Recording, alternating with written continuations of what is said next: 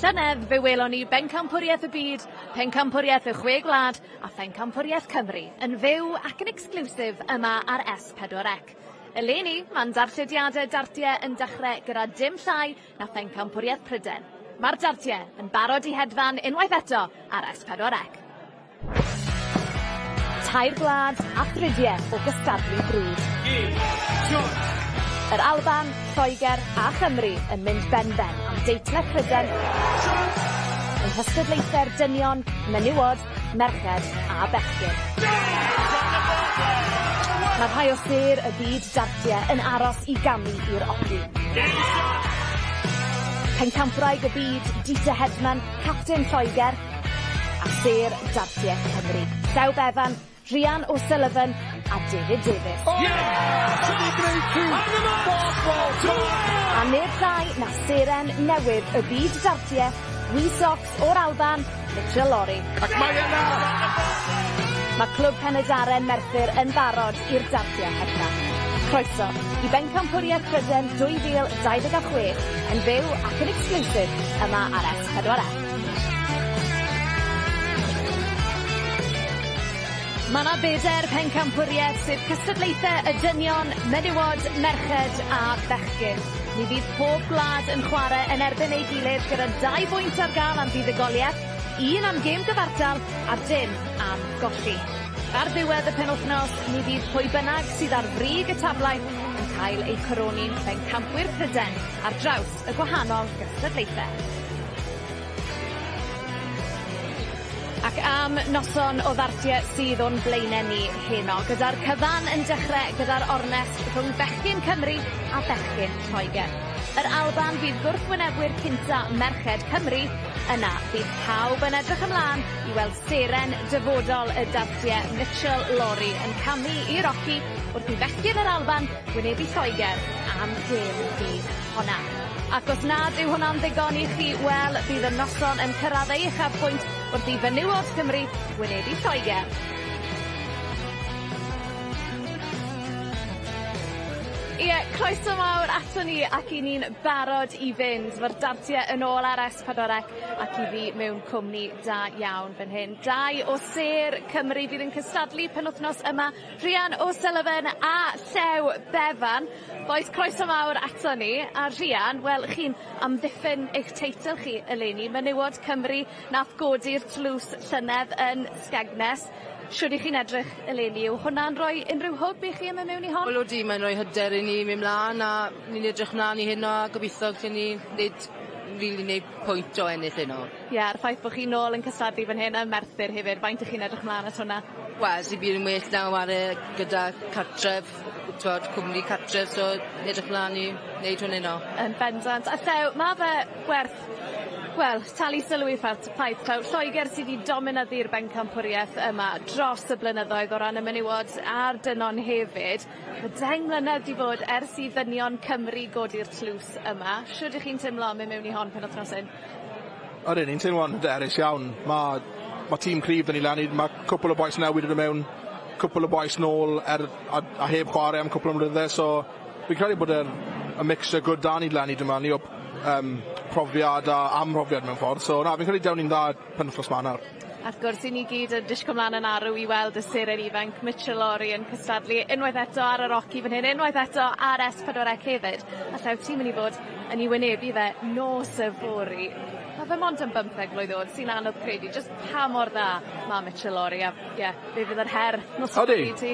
Odi, mae'n chwaraewr da iawn, chi'n mynd i cyflawni popeth mae fe gallu dymalu yn y gêm ieuenctid, a mae fe lan i, dwi'n credu bod yn dethol rhif 1 nawr yn y WDF yn y dynion, so na, mae'n amlwg, mae pob un sy'n yn stafell, mae pob un yn y byd mewn ffordd yn gwybod amdano Mitchell Lorry, so mae lawr i fi nos y fori tywelu pob un a meiddi fe. Wel, Rhian, Llew, diolch yn fawr iawn am y tro a phob lwc enfawr i chi ac i Gymru penwythnos yma. Diolch yn fawr. Wel, i ni'n barod i fynd fan hyn, i ni'n barod am y gêm gynta ac i ni'n barod am y chwarae. Bechgyn Cymru yn erbyn Bechgyn Lloegr. An English language commentary is available for this one and throughout this weekend. And tonight we have Dan McCarthy and former world champion Scott Mitchell. Yn y Gymraeg, ein sylwebwyr yw Gareth Roberts a Dylan Williams, ond yn gyntaf draw â ni at meistr y ddefod James Ward.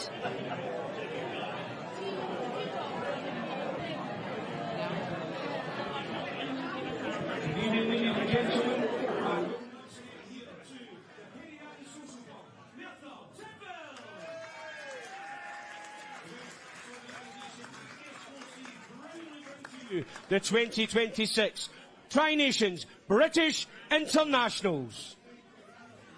So, ladies and gentlemen, without further ado, it is time to get the action under the way with our first match of the evening, which sees the boys of Wales take on the boys of England. This match will be played over 4 sets, best of 5. And I'm very proud to first welcome to the stage, representing Wales, Joshua Powell.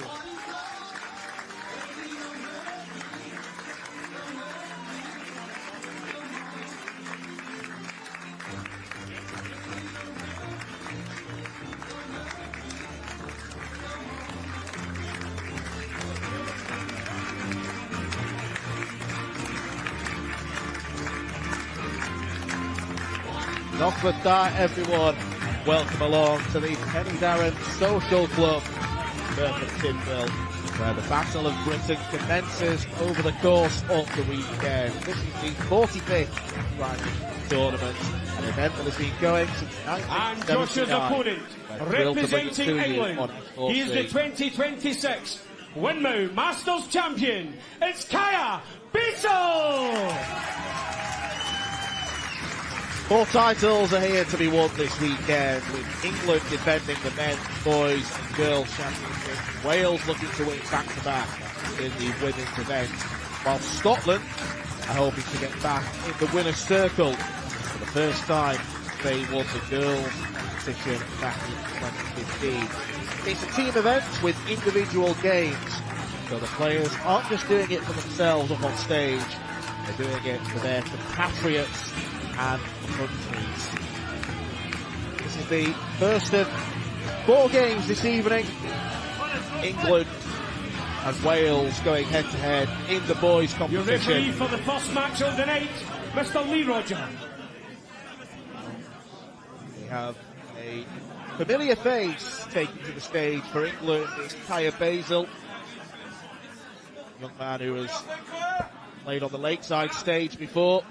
He goes up against someone who is 3 years his senior in Joshua Powell, but he has far less experience in events such as this. So Kaya will be hoping to get England off to the perfect start. And as mentioned, this is a competition that commenced back in 1979. There have been some legendary figures who've taken to the Tri-Nations stage.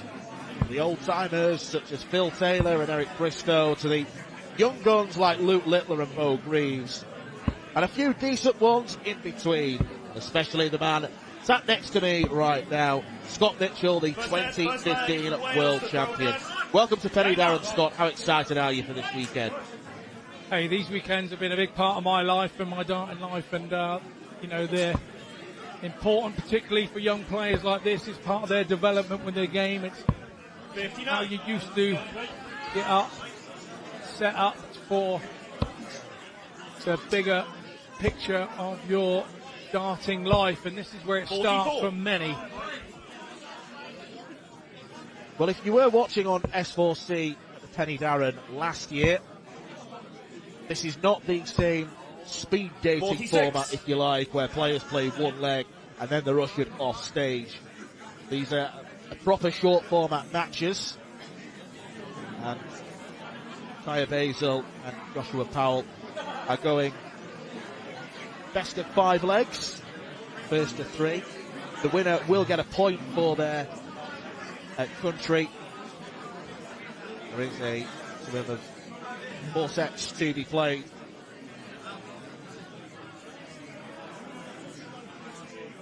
One of the gremlins at the moment with the scoreboard system. While we've got this gap in play, Scott, what's been your highlight from playing in this tournament over the years, would you say? I think probably coming here as a debutant, really. I think when it's your first time that you ever play for your country, and I was fortunate enough to play alongside some absolute greats within the England team and play against greats from other nations, and it's you have to pinch yourself as a debutant here at any time and So you kind of remember those moments, and you remember how now, even 16 years on, how I felt, how nervous I was.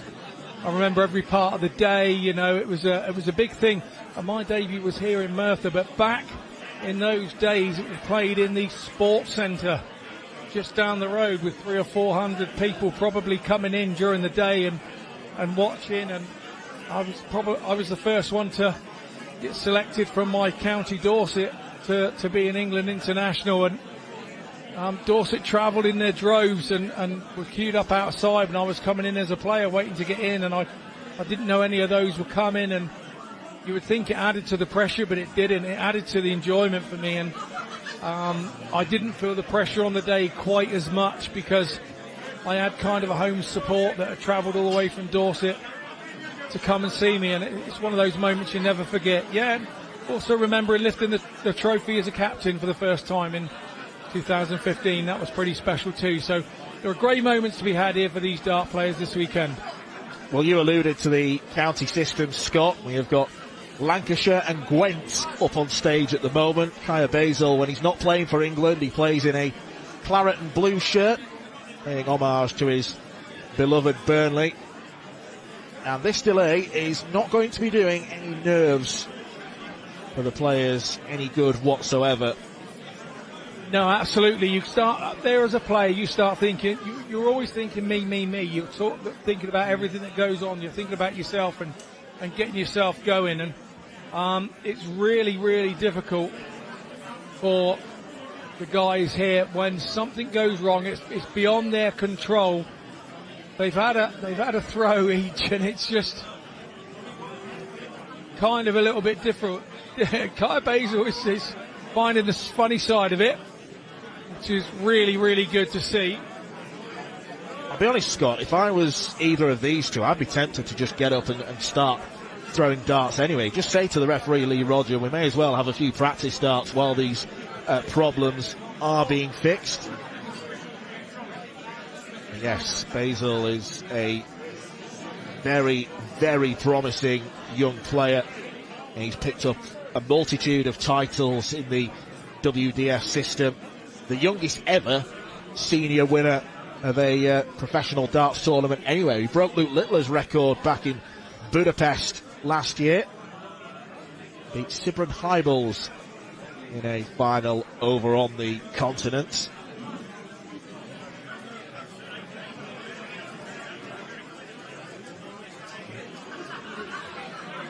Well, these are just a few practice darts the players are going to throw. Probably best to do that, to keep the arm fresh and keep themselves going. This is a new experience for Joshua Powell, playing up on the big stage. It's not often that the older one in this age group is the less experienced of the two, but that's what we've got here, Scott. Yeah, very much so. With the way that youth movement works, it is a movement. Some come onto it at a younger age than others and find themselves sort of thrust into the top in their areas, and then all of a sudden they start travelling and playing the youths in other areas, so of their age group. In this instance, you know, some people have that chance to travel, some people don't, sometimes are not lucky enough to have the opportunity, but Kaya Basil, he's been one of those that's had the opportunity. And I've got to say, even though he's a youth, and I'm well into my 50s, he grows a better beard than me as well, Dan. Me too. You might be in your 50s, Scott, but you're still baby-faced, pal. I do my best. It's that Olay that I use every night. That's what it is. Well, the order of play for this first match of the tournament, England versus Wales, is as follows. We've got Basil and Powell now. Up next, we'll have Mason Tees taking on Jensen Ellaway. Jack Nankervis then faces Lloyd Stereo, and then finally Taylor McGuckian is up against George Humphreys. So that's the first game of the evening. We've then got Wales versus Scotland in the girls' event. That's a best of two sets match. 2 players on each team there. And then Scotland versus England Scotland versus England will come up third. Reminder of the Welsh team there. Joshua Powell on stage first. Vincent Ellaway, Lloyd Stereo and George Humphreys. Pretty healthy crowd inside the Penny Darren Social Club this evening. And I believe, just like magic, we're about to see the list of club players. There we go. Basil, Mason Tees, who like Basil has been up on the Lakeside stage in the past. Jack Nankervis and Taylor McGuckian will represent Team England for the duration of this tournament. The England boys actually play both of their games this evening and then they're done for the weekend. So the way that the tournament is structured, they'll have a nice long weekend ahead of them. Yeah, they can do their business up there tonight and then sit back and relax and watch the rest of the action take play. And you remember, some of these guys will be coming from maybe this England team going into the senior team. Reminder of the order of play tonight. England take on Team Cymru in this first match of the tournament. It is then Wales against Scotland in the girls' event. Scotland versus England in the second boys' match of the evening. And then we go to the first of our marathon matches, the first women's contest between England and Wales. 6 sets of darts will be played. 12 sets are played in the men's matches. They'll be taking place over the course of the next 2 days.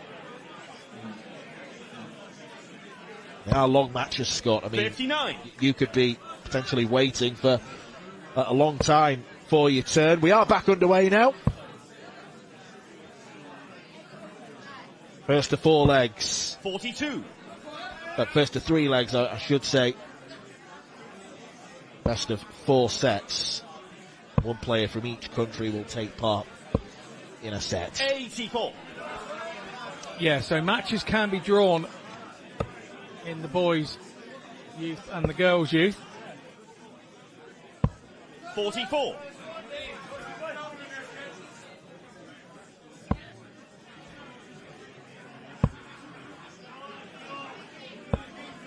133. Well, the break doesn't seem to have affected Kaya's focus too much.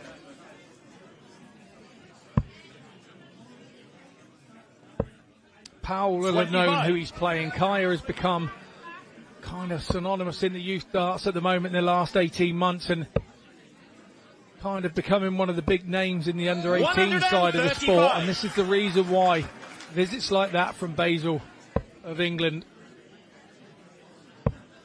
So Joshua Powell being stood up there with that break, 42. that wouldn't have helped him, knowing England, that he's playing 46. one of the best players in the land at the moment. Well, he's looking at double 16 for an early break of throw. Game And that's exactly what Kaya Basil gets. Winner of the first leg in the 2026 Tri-Nations.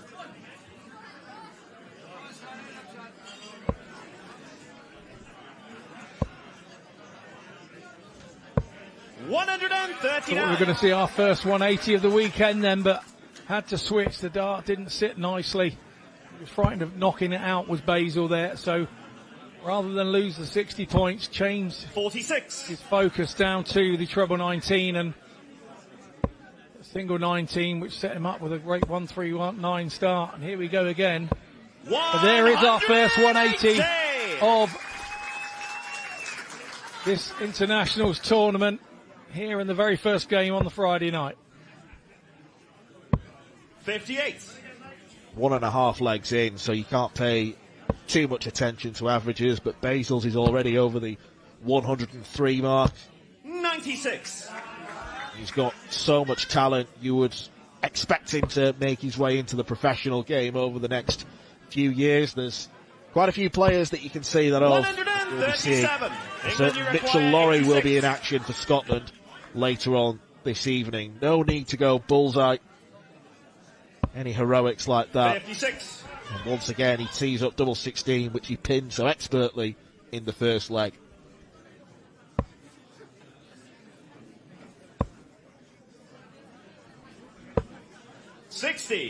England's last score was 54.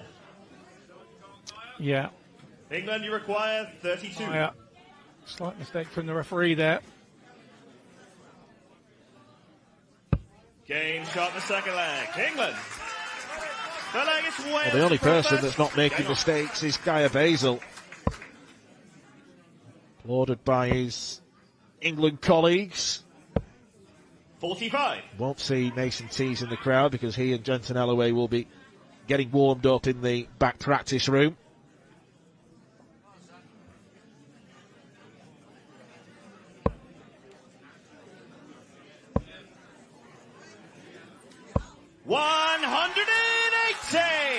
Second 180 of the match then. Kaya Basil. And look at that golden number 9. 58.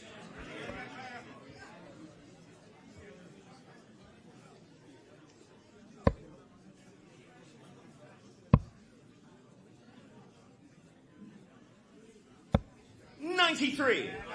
Got a very cool demeanour about him, hasn't he?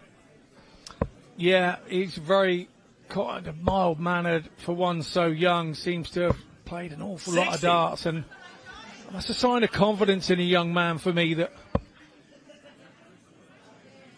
he's not being pushed here, and he's just absolutely away with it as 180 number 3 comes in.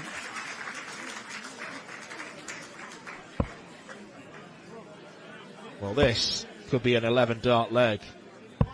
59. To steal the first set in this year's Tri-Nations. Double 16. That is majestic. England. What a leg, what a checkout, what a player Kaya Basil is. Wonderfully done on double 16. 3 180s in the space of 3 legs. And that was about as one-sided as it gets. Joshua Power and England's Kaya Basil.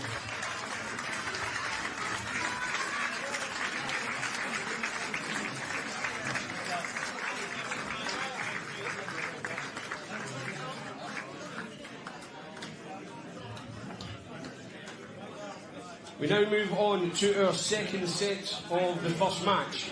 And first up, representing England, let's hear it for Mason Tees.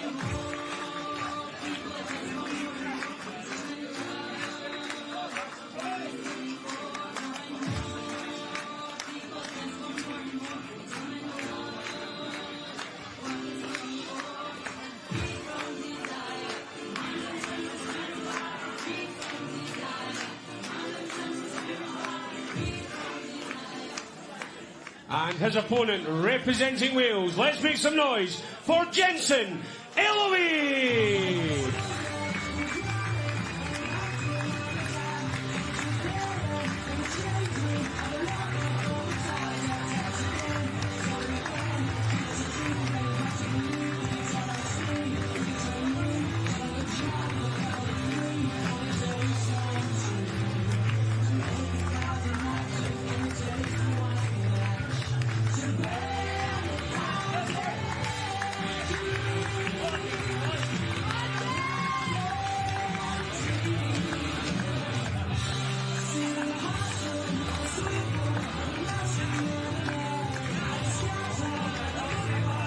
Your referee for this match, once again, Mr. Lee Roger.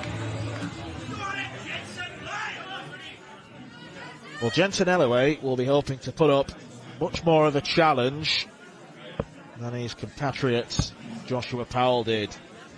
Mind you, I think a lot of senior players would have struggled against that barrage from Basel. 3 180s in 3 legs, 3 from 4 on the doubles. You'll go a long way to see more impressive statistics than that over the course of this weekend. But another potentially star name in the boys' field is up on stage, Mason Tees, one who's garnered a lot of experience in his young career so far. 17 years old and already a veteran of Lakeside. 99. Jensen's just 15 years old. 125. Can't start the match with a 180, but in games that are so short format, Scott, even the first visit can be massive for a player's mindset going forwards. Yeah, very much so. It can be. It's really important to get that first lead on the board, and when you've got the darts, very important to hold the throw in a shorter format. Mason Tees has been kind of around a couple of years now. Plays an awful lot of tournaments. So again, another one in the England camp that has a little more experience than the average bear. Jensen Ellaway, I spent a bit of time with him at the World Masters last September in Hungary. Really likeable lad. Lovely family that back him all the way. And yeah, at this age, everybody has a little bit of learning to do, but sometimes being a little bit raw and naive can work for you. England, you require 99. Mason's left an awkward 99. Tops. It's an aggressive attempt. 35. Wales, you require Then he goes down 110. looking for treble 16. I'm not sure that's the right shot because he only get 1 dart at double if he comes back. If he comes back, double top. 90. Really good ball management there from Jensen Ellaway. Staying down there on the treble 19. The only thing he can hit down there was a 7 not to leave a shot. 16 now for tops for Mason Tees. The England captain of the youth team makes it 1-0. This is a repeat meeting of Tri-Nations last year. Tees and Ellaway were drawn to face each other, and I'll tell you something, it was a very much a mixed bag. Legs won in 15, 17, 18, 29 and 30.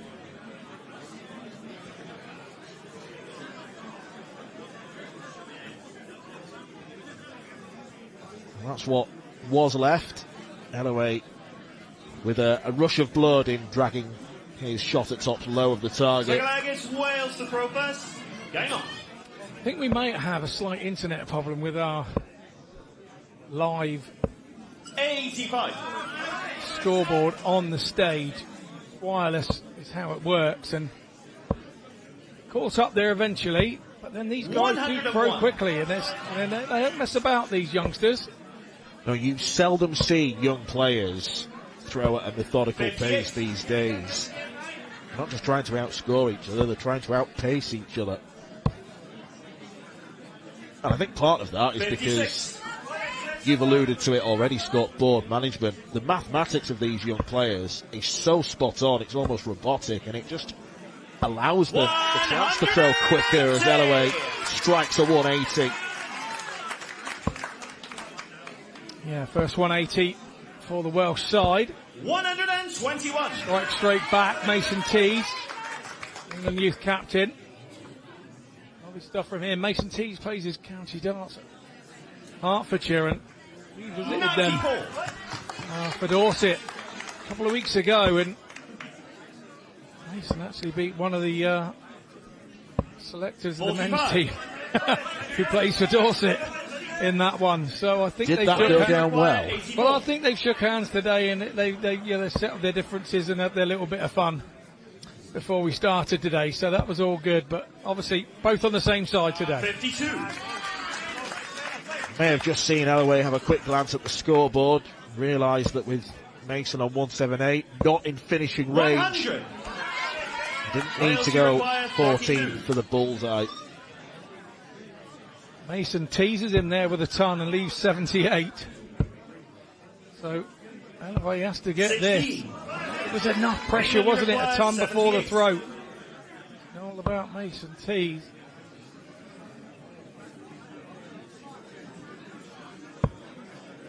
Double six. 72. Well, Mason Tees was aiming for treble 14. Now that would have left double 18. Game shot in the second leg. Being punished. There's Jensen's mum and the crowd giving him a big round of applause. Just when you thought it was going to get away from Alloway, it goes in, last art.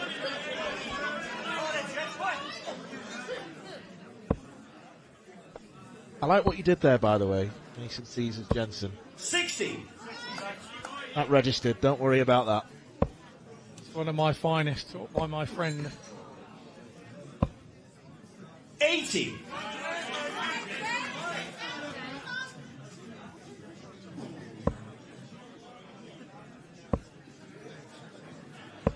$81.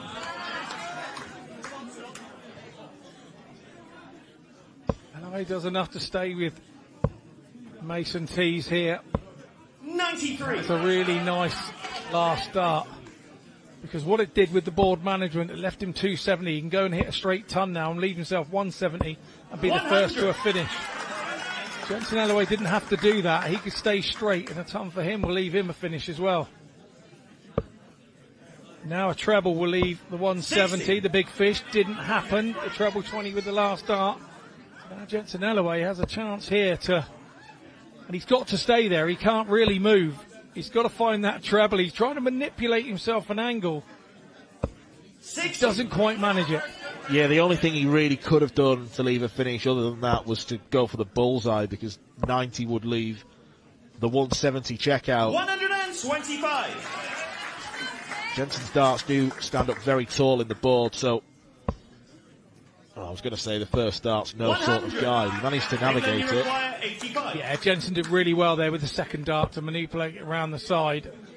That was for treble 15 for Tees. He's hit a 15. Might go 25 ball. He has gone 25 ball. Oh, what a finish. England. Cheeky little so-and-so. Wales. Fantastic from the captain. Mason Tees from England. He goes 2-1 up. Super finish from Mason Tees. 99. And the bullseye was the clinching shot, but the 25 was such a good guide. He could use that visually, 46. throw that third dart into the bullseye.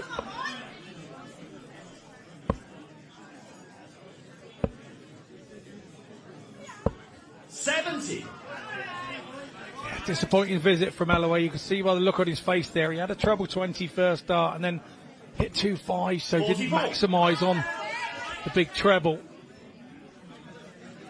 Still in front here.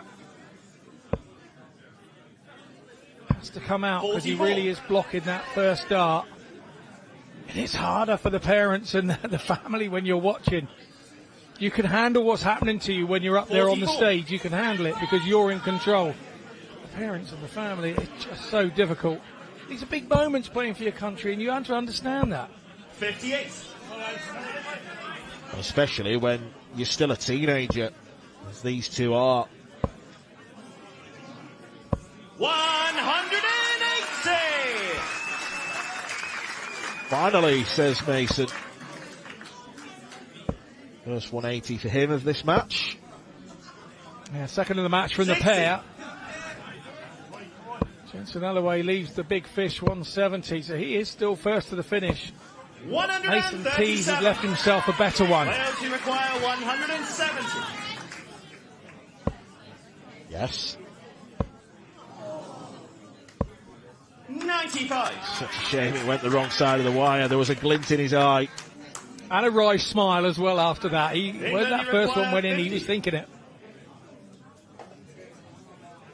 But he didn't get the chance.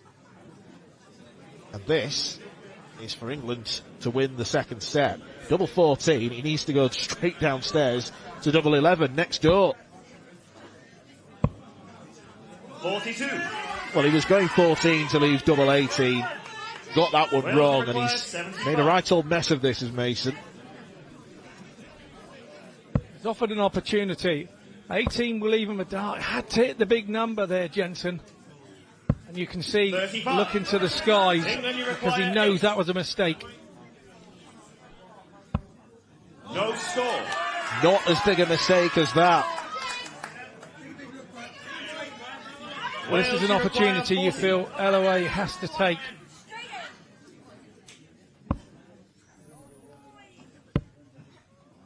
Last dart 30. goes inside and he chased around the board a little bit for the leg that he did get, didn't he?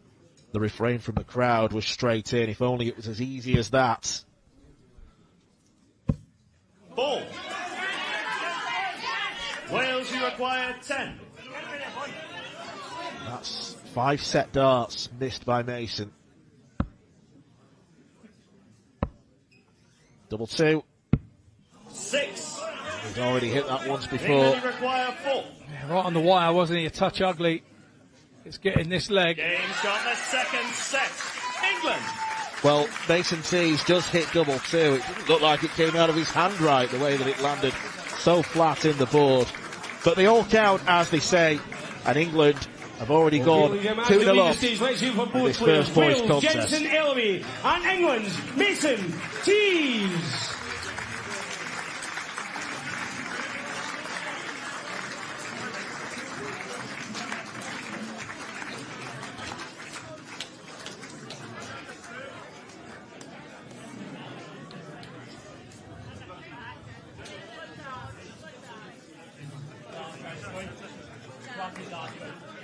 Okay, ladies and gentlemen, now move on to set number 3. And first up, representing Wales, it's Lloyd Stereo.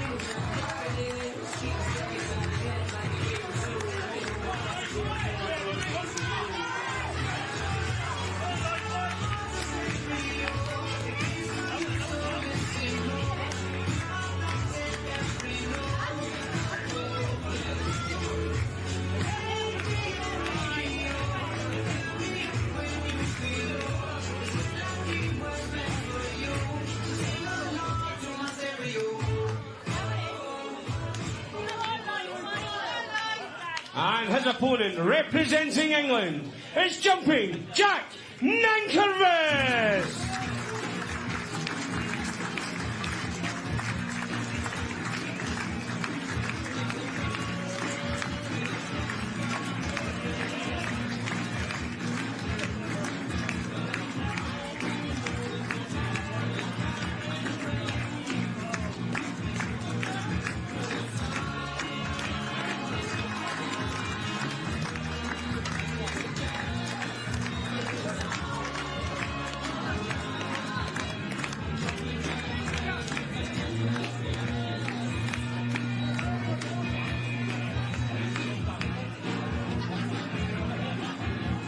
And we now have a change of referee. Referee for this match, Mr. Aaron Mitchell.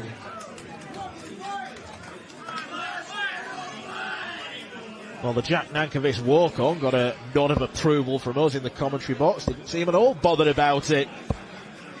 Never mind jumping Jack Flash. Laid back Jack should be the nickname for the young Cornishman, the latest England player to walk up onto the stage.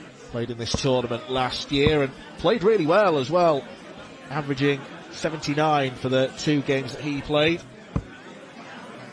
Lloyd Stereo, whose nickname should either be Hi-Fi or Boombox. Pick one and let your sister have the other, because Lloyd's sister Tia will be in action. Thank you, ladies and gentlemen. Third set, in the first leg. girls' Lloyd event. First.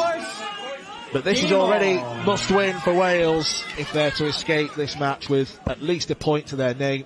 Even if England win this third set, the fourth set will be played because over such a short format, leg difference could count. And it gives all players their opportunity to get up on stage as well. Yeah, Jack Nankervis plays his county darts with Cornwall. 125. And he is the real deal. He is a proper player, this young fella. You said how cool he looked on the walk-on. It's because he knows he can play like this. This is great stuff from Jack to open up. And of course, for Lloyd Stereo, it's another one that I've spent a bit of time with him and his family. Again, out in Hungary at the WDF World Masters, and the family all into it. Sister plays. You know, great big moments for them. And Lloyd, the captain, 96 of Wales this year, comes to the board at 2-0 down, and not only is there the pressure of that, but added to the pressure of Jack Nankervis is missing nothing. Now this is a very authoritative start from Jack. 55 against the darts as well. 100. Straight ton, treble 20 for tops. Well, he's got to go treble 19 for double. 81. Can't even get your words out quick enough.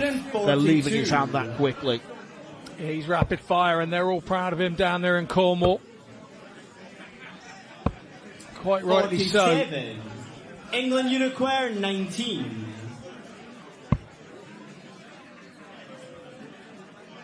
Double eights. 3. Wales Unicorn 95. There's a chance for Stereo to get a leg on the board. This would feel like a nick. Well, that first start was neither here nor there. You don't know whether he was going for the ball or treble 19. Caught in two minds. Game shot on the first leg to England. Caught in two minds or not. Second leg is England wasn't. First. The only one thing he had in his mind Game was double on. 8. Well, this is already a worrying sign for Wales, because in the first two sets, they only managed to win one leg. It was that double 2 finish for Jensen Ellaway. 100. Lloyd's been broken in set 3, so Jack can take the initiative. 60.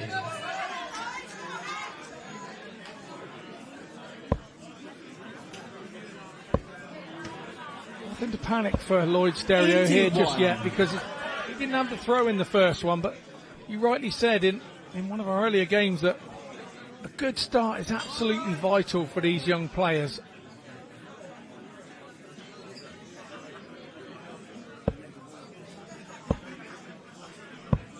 $29.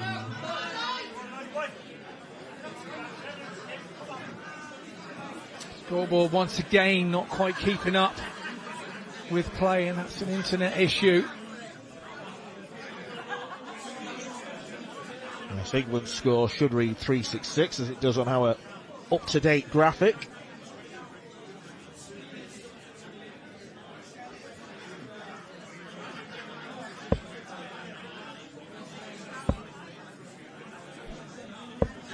$30.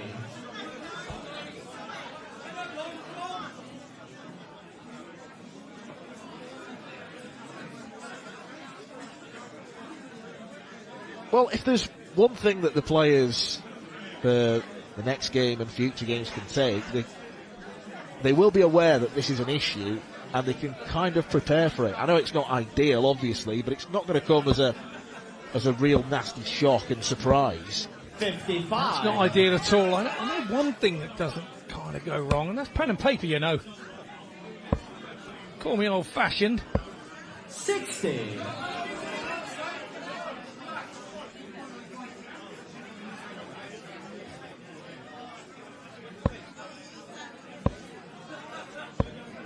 $41.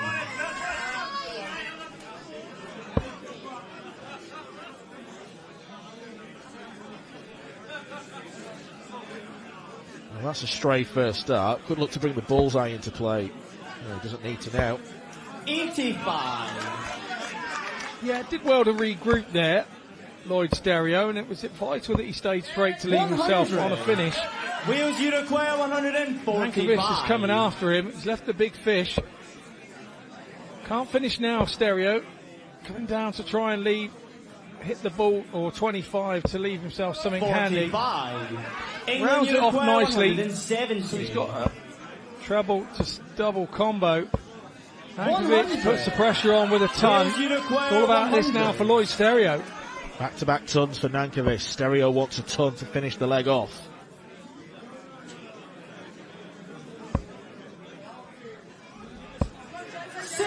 Rather tentative go at 2 tops. He doesn't want to blow the visit totally because he was thinking that Mankiewicz might only get 1 dart. Mankiewicz checking his footing position on the oche. Gets a dart and misses, so Lloyd Stereo played the percentages there and got it right. He's given himself an opportunity.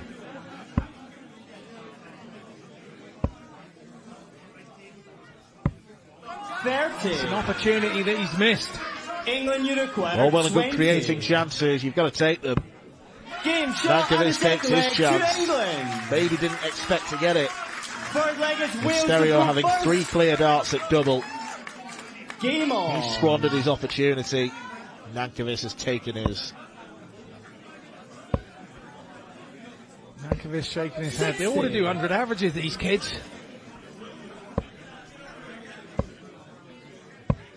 59. At 100 mile an hour as well. I mean, do you look at this generation of youngsters almost with open-mouthed amazement, thinking, how can you do this at such a young age? I do. I look at them and think, how do you manage to throw with no nerves and no freedom at that age? How do you throw the standard you do? And it's a combination of the two. They forget the dart. Once it's gone, it's gone. But there's a naivety with a younger player that when you're playing other younger players, it's not quite so easy to spot because they're both doing the same thing. And these younger players then go into our clubs and play sort of league matches and stuff. They're kind of at a bit of an advantage over the older guys that they play, because the older guys know that it's becoming a young man's sport, this darts. 60. Wales, you require 109. Well, this leg should be Lloyd's. It should be Wales's. 35. Even that shouldn't dent him too much. Nankovic needed 2 trebles to get to a finish. 100. Only gets the 1. Wales, you require 74. Double 16. 42. He will return though. Nankovic back on 198.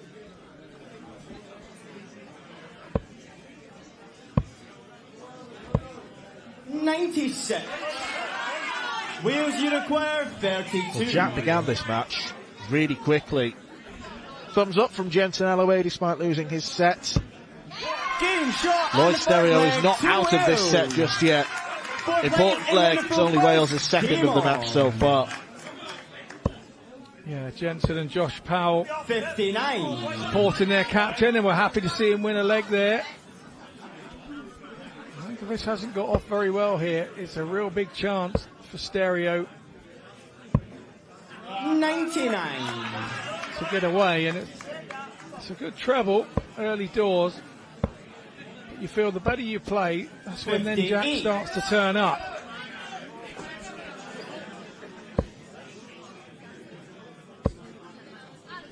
Hello. Yes, 180 for Lloyd Stereo.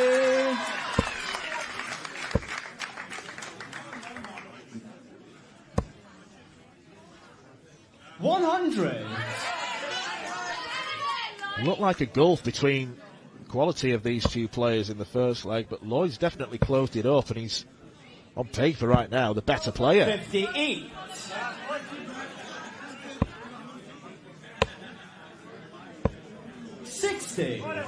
Wales, you require 164.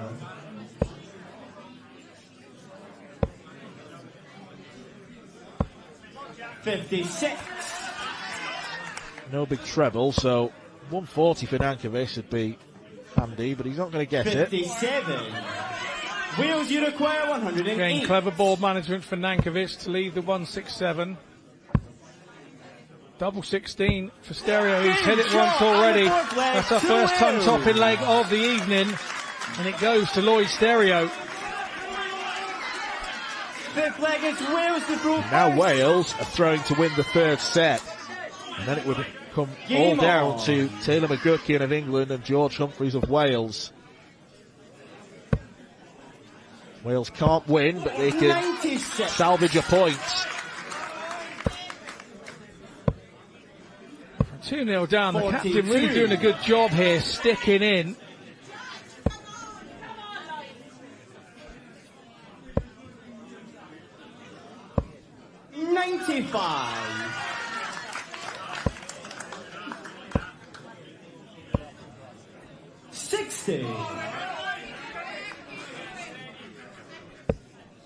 Starting to show frustration and defiance.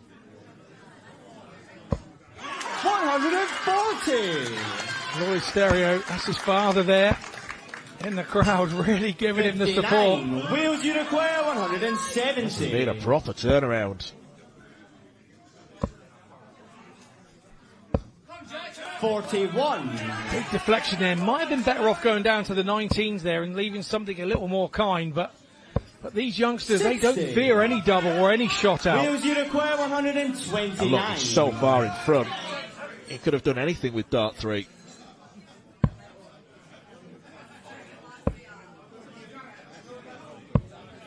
From this stage, it's all about hitting the big numbers. He's attacked and attacked and attacked to get to this point. And now Lloyd Stereo's 41. kind of taken his foot off the gas, but he hasn't got anything to worry about just Wales, yet. you require Nankovic, 86. once again, had a troublous visit. 86 for Lloyd Stereo. Starts on treble 18.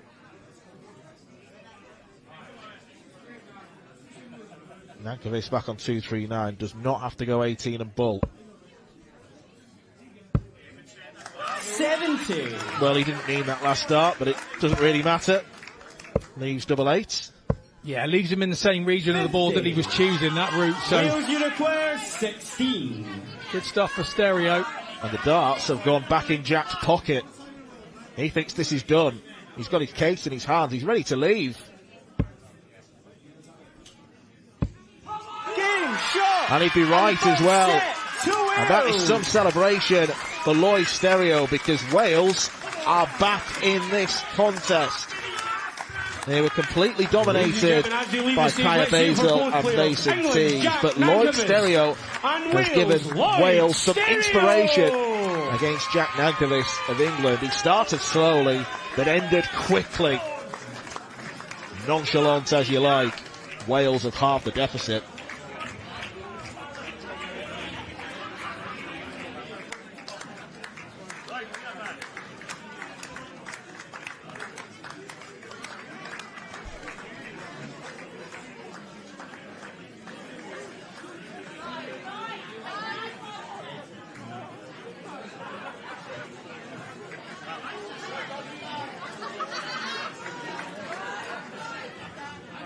Okay, ladies and gentlemen, we now move on to the fourth and final set of match number 1. And first up, representing England, it's Taylor McGuckian.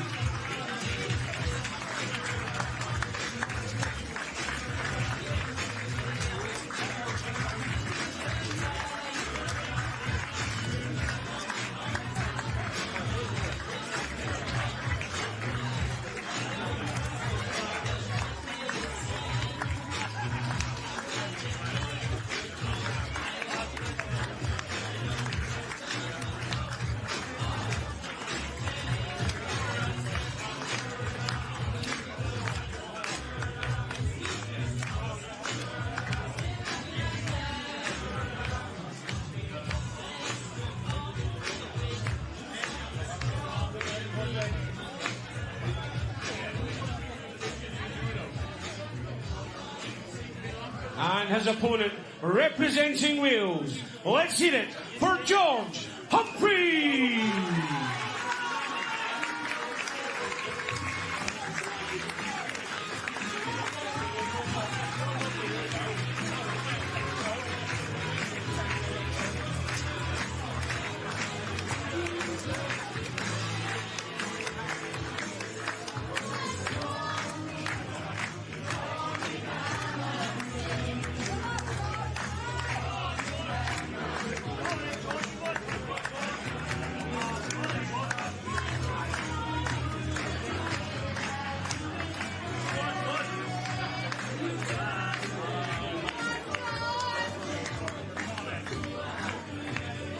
Please have your referee once again, Mr. Aaron Mitchell. So the next 5 legs will determine whether England win the first match of the Tri-Nations of 2026 or whether the points will be shared. Wales went 2-0 down thanks to commanding wins, especially from Kaya Basil, but also from Mason Tees. And it looked to be going the same way in the last match between Jack Nankervis and Lloyd Stereo, but the turnaround was complete. Stereo rattling off 3 legs in a row. 108 checkout in there to give Wales a set on the board. But their hopes now rest on their youngest team member, 14-year-old George Humphreys, who takes on 17-year-old Taylor McGuckian, another promising young player in the England system. 100. And looking at the relative levels of experience, this is a set of darts you'd expect him to win. But how about that for a start? What were you doing at 14 years old? And George Humphreys can say he was throwing 180s on the telly. 60. I think I was throwing cooking apples at me mate, I think. The only thing I was throwing, I didn't have a dart in my hand, I know that. 21. A right smile from George there, God bless him. After the Lord Mayor's show and all that. But he found the funny side of it, and 39. I like to see that in the youth players.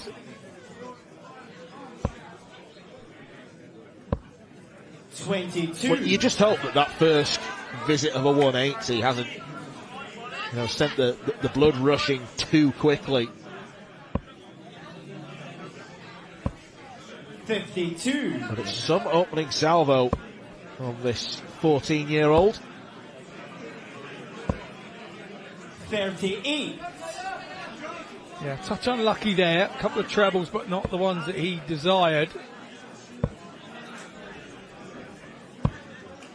27. From Warwickshire, I saw him shaking hands with a couple of lads from the seniors England team. Nigel Hayden and 43. Noel Grant, 2 experienced campaigners. Good to have them in your county side. And have them here as well for moral support. Yes, Noel, a late call-up for the England side. 7. Grimace on Taylor's face, so George should get to a finish first.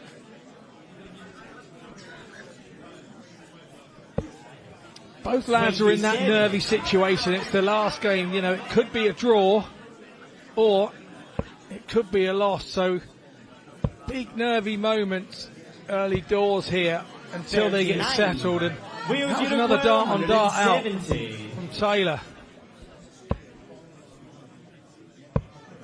40.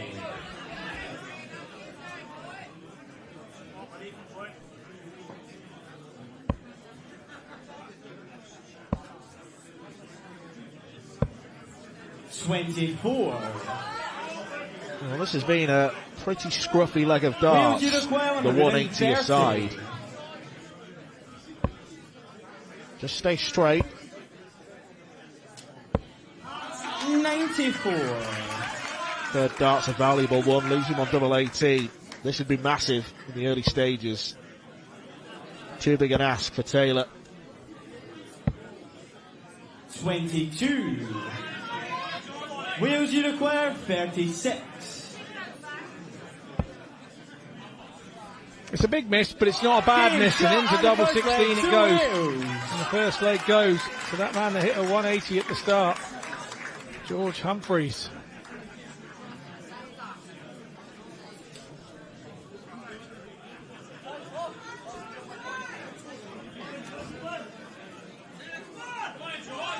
England as Wales to throw first. Game on.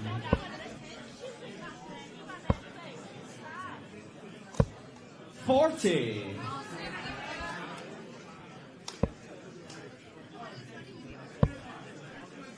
Taylor has spread his wings 84. in the world of darts in the last couple of years. Winner of the Youth Scottish Open and England Youth Grand Prix. 59. And he actually went to the preliminary qualifiers for the PDC World Masters back in January, so 100. that was a great opportunity for him to rub shoulders with some of the very best in darts.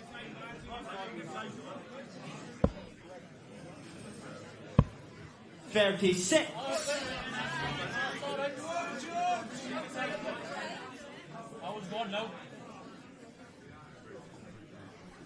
You can audibly hear that George is receiving encouragement from members of the crowd.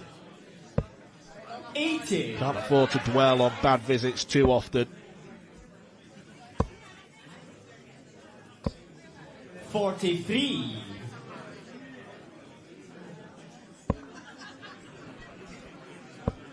It's Taylor that's doing the better in this leg. 100.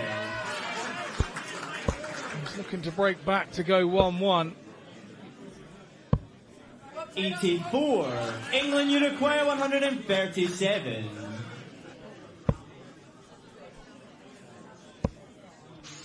Oh, needed that treble 20 to leave double 10. 97.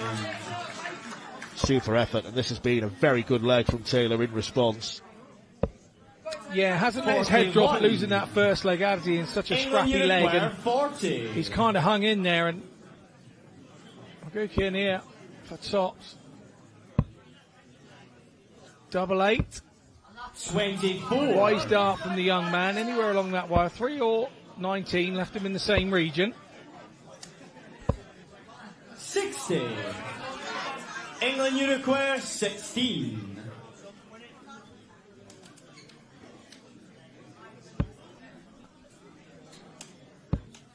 Game shot Well, he on the used the second guide. leg to England. He levels the game up. Third leg is England to throw first.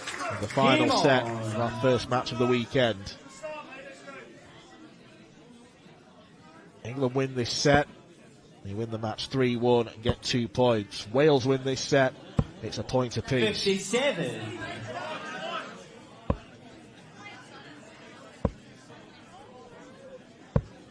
$61. Paul Morton is the new England boys manager, and 140. he'll be pleased so far with how those youth boys have been playing. 33.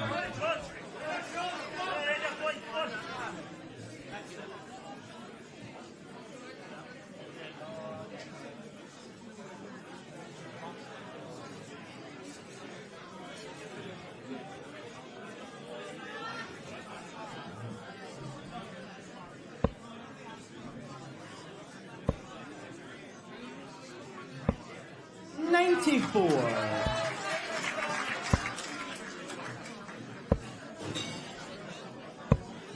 63.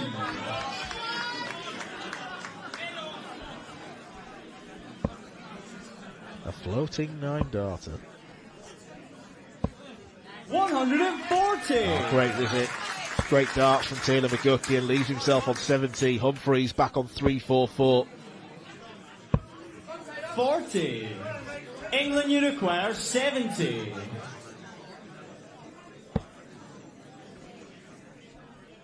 18 for tops. Got to be careful with that first dart. He's done that and manoeuvred around it. Double top then. He's on the top wire, but he's no fear just yet. Humphreys back on 3-0-4. He knows he's going to return. 78. England you require 40. So it's double top. Well, that's an unfortunate split. Leaves double 16. 15. These are just the worst times to make a mess, because 60. should be comfortable. That should have been a switch. England Humphreys you require leaving a 25. bogey number. Mason Tees, the England youth captain there, cheering his man on. Double four then this time for Taylor, and we've seen a few nervy moments. Sometimes you can be too far in front and give yourself too much time to think. 17. A much better attempt from the England boy. 98. England, you require 8. Now there's pressure on as Mason Tees watches on. Taylor McGuckian has held up to the pressure. Fourth leg is Wales to throw first. England need one more leg to win the first 2 points of the Tri-Nations.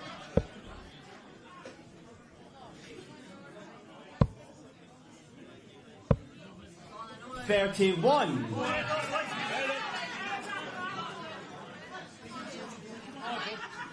Impressive thing about this boys' youth match for me, Dan, is that we've had a 180 in every game, which is pretty impressive. You know, we've had 7 in total, 3 for Kaya Basil, and 1 each for Mason Tees, Jensen Ellaway, Lloyd Stereo, and George Humphreys. 81. Of course, the other 3 players we've seen will be desperate not to feel left out. Yeah, absolutely, and we've gone from, in this country, with the Luke Littler effect, with youth sort of academies, we've gone from 10 or 12 right up to now 60-ish, and it's an amazing thing about the Luke Littler turnaround with the game in the last 18 months and how kids of this age are really getting into it. And we're seeing being able to use the numbers and count better is influencing the way they're working in maths and things at school, so it has to be a big improvement all the way round in their life skills. Absolutely, it's not just beneficial as a sport, it's beneficial for a life skill, as you mentioned, Scott. The ability to add and subtract. 58. That's why darts is becoming a lot more commonplace in schools. They can see the benefits. That's why they're seeing it on the ground. 60. 100. Really good visit from George Humphreys there.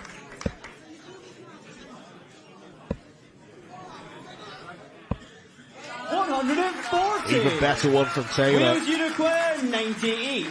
This might have to go.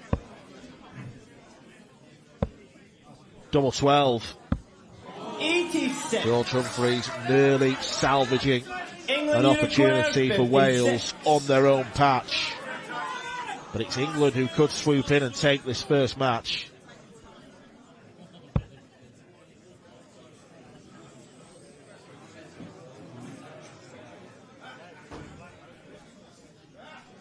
It is tops. 36. He's offered an opportunity there for Humphreys to get back in this. Wales, you require 12. Look at the composure. My advice is don't take too long, young man. Get in there. Own the moment. And own the moment he does. On the fourth leg, George Humphreys levels it up at 2-2. Fifth leg is England to throw first. George's dad, they're looking on. Lloyd Stereo, team captain. Well, this is one hell of a leg in the context. Could be the whole weekend as far as the boys' youth go. And it's an early blink from Taylor McGuckian.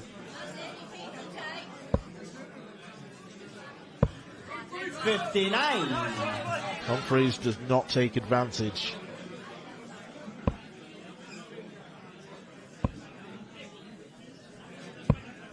$59. It is a youth event, so we've seen a fair amount of inconsistency in the players, but there have been flashes from virtually all 8 of them of the talent they've got. Yeah, you're right, mate. Absolutely right. 60. Really been gripped to these games. 45. This is all about who holds their nerve now and who wants it more. Who can keep themselves together in this last leg shootout. 59.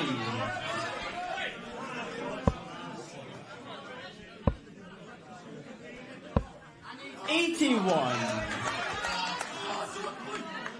Well, look at that. 12 darts thrown, 277 apiece. It's as close as that. 58.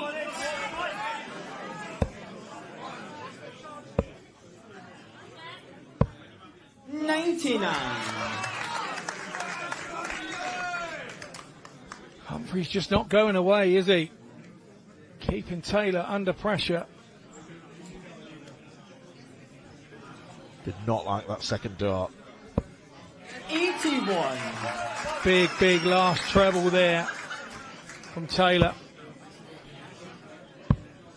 96. England, you require That will do. 138. 138 for Taylor McGuckian. Failed to follow it. Well, that number has become so synonymous with this sport over the years. 86. Wales, you require McGuckian can't add his name to the roll of honour. Single 17. Wrong side of the wire. Not for the first time we've seen players miss the big number. 42. Rushed it a little, didn't he, Humphreys? England, you It's all require about 52. McGuckian here. Can he do it for himself and his country?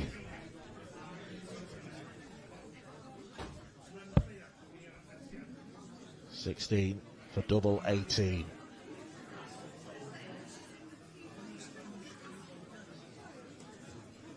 Trying to drown out the noise.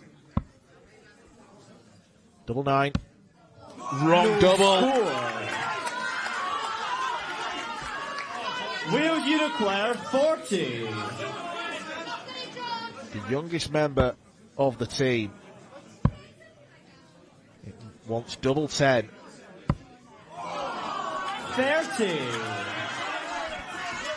Well, they've both had match darts. England, you require 52.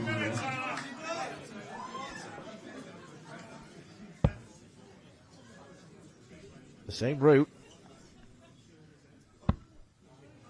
Is it the same outcome?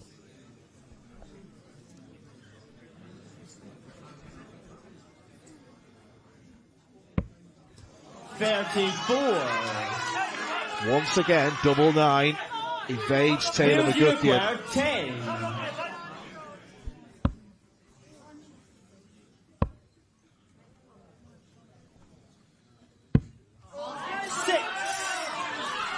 You have to believe in those moments, Dan. You have to believe it's your day. You've worked hard.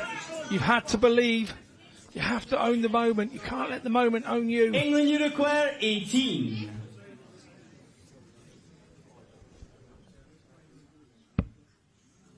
So close. It's advantage England in the boys' Tri-Nations. Taylor McGuckian finally finds that elusive double 9. And despite surviving 4 match darts from George Humphreys, Taylor McGuckian stands strong, and England have won the first match of the boys' Tri-Nations this weekend. Kaya Basil, Mason Tees, Jack Nankovic and Taylor McGuckian, the winning team. They get 2 points on the scoreboard, and Wales now know they have to beat Scotland in order to stand an opportunity of winning.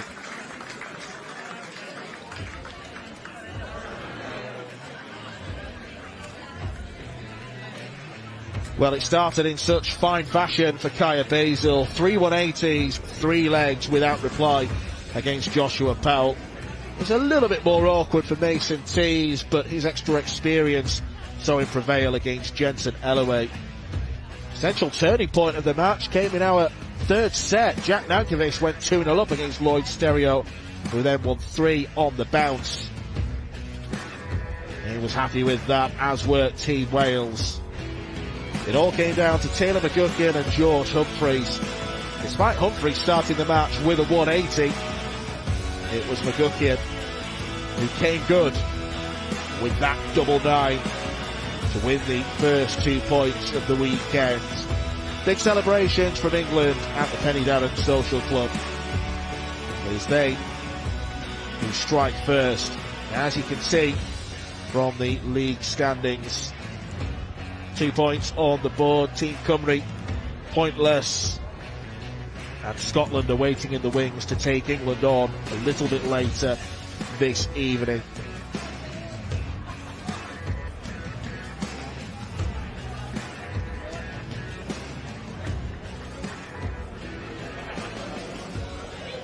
Diolch yn fawr iawn, Gareth, am ffordd i ddechrau'r penwythnos yma ym Merthyr, a mae capten Cymru, Lloyd Stereo, yn cadw cwmni i fi fan hyn. Wel, Lloyd, oedd hwnna bach yn tens ar y degau. Siwr nes i ffindo fe lan ar y roci? Ni wedi mynd 2-0 lawr, a wedyn roedd ni ddim gallu ennill. Ond yn y gêm fi, roedd fi wedi mynd 2-0 lawr, a roedd fi wedi ymladd. A roedd fi wedi dod mas ar ben, a wedyn roedd Cymru yn efallai cael dro mas o hwn, ond yn anffodus roedd George Humphreys fan'na yn anlwcus ar eu dyblau nhw. Nawn ni sôn am dy gêm di yn erbyn Jack. Pa mor browd o ti o'r ffordd nes ti frwydro nôl? Roedd ni'n 2-0 lawr, a roedd cefnogwyr Lloegr yn efallai meddwl roedd Jack yn mynd i ennill hwnna. Ond roedd fi wedi ymladd a wneud beth fi gallu wneud, a roedd fi wedi ennill. Yn y cymal, yn y set olaf o'n dyn, ges ti'r 180 yna. Dath hwnna ar yr amser perffaith, ti'n meddwl? Roedd fi wedi bwrw hwnna, roedd Jack wedi bwrw fel 51, felly roedd hwnna roedd fi fantais wedyn yn y... A Lloyd, fel y capten nawr, colli o 2-1 fan hyn, ond beth sydd angen i chi wneud i ymateb nawr? Ni'n cael yr Alban nesaf, felly os ni gallu ennill hwnna, ni'n mwy na dda i ennill hwnna, felly gallu ennill hwnna. Diolch yn fawr iawn am dy gwmni ni. Diolch pob lwc am weddill y penwythnos. Diolch yn fawr. Diolch yn fawr. Wel, dyma ni o'r bechgyn hyd yn oed i'r merched. Bencampwriaeth merched Prydain sydd nesaf yr Alban yn erbyn Cymru. Felly nôl â ni nawr at meistr y ddefod. Ladies and gentlemen, welcome back to the action here at the 2026 Tri-Nations British Internationals. An absolutely fantastic first game there between the boys of England and Wales. We now move on to our first girls' game of the weekend. And it will be the girls of Scotland taking on the girls of Wales. And first up, we'd like to welcome up to the stage, it's Bullseye, Daisy May Duffy!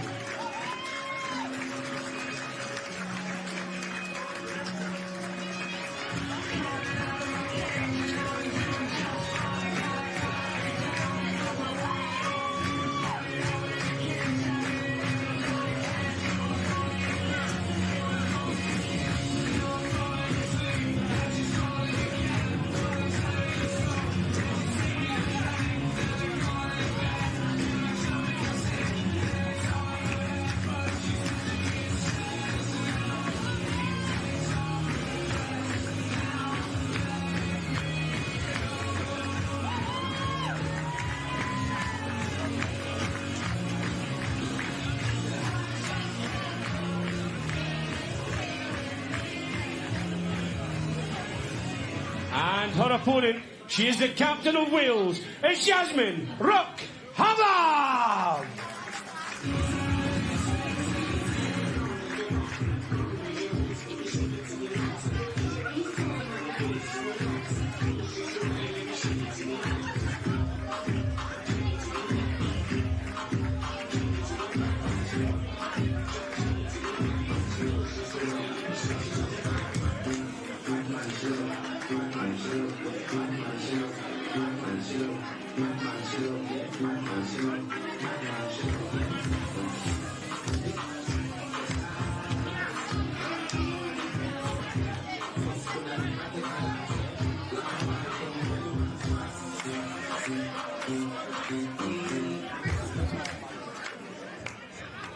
So the girls' match will be 2 sets played over best of 5, and your referee for this match, Mr. Jake Powell. Well, this is quite an occasion.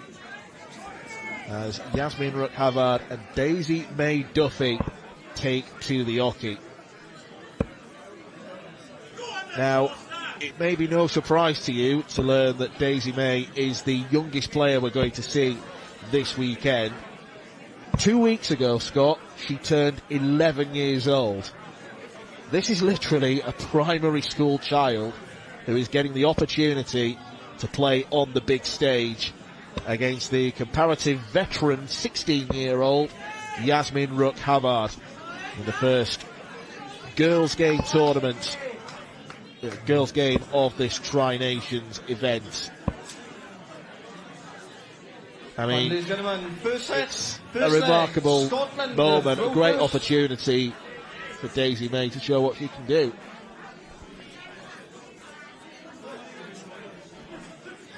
Wales to throw first. Come on.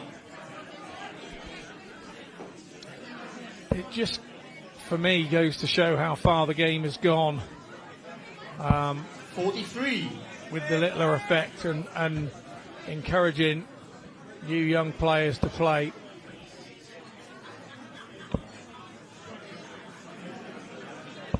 $30. And she's obviously going to have to reach and stretch a little bit to throw the darts where she wants to. And 87. I'm sure she won't expect to be throwing in massive averages, etc. This is all just a learning experience, but it's a great experience for her. Hang on. 120.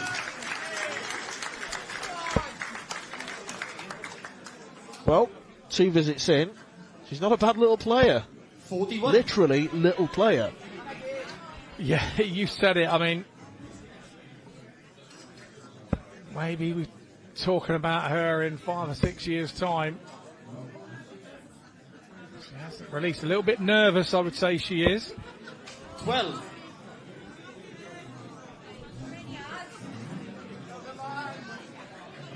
There's the man to watch.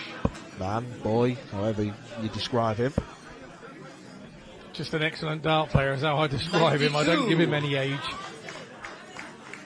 Yasmin herself was somewhere around 13 when she started playing here, and we noticed her playing in the youth side 45 of these internationals, and now kind of she's become a more seasoned veteran at the age of 16.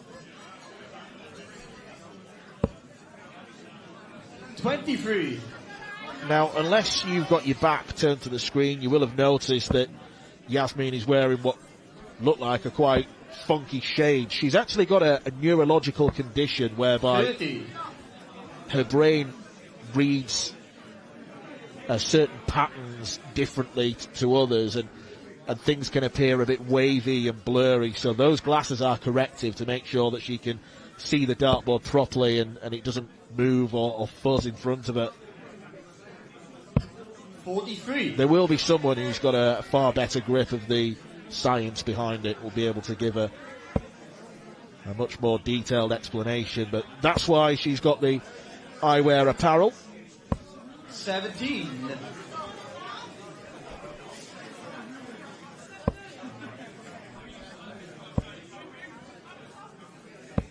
129. Really strong visit from Yasmin there. Wait for the 12 to leave. The double top straight into the 9, but no problems at the moment. 43. Wales, you require 43. Game shot the first leg to Wales. The first leg goes to Wales. Second leg, Scotland to first. Game on.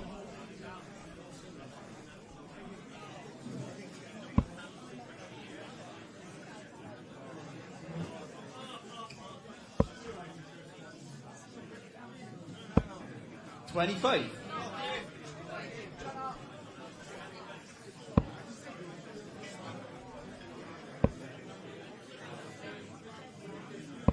$45.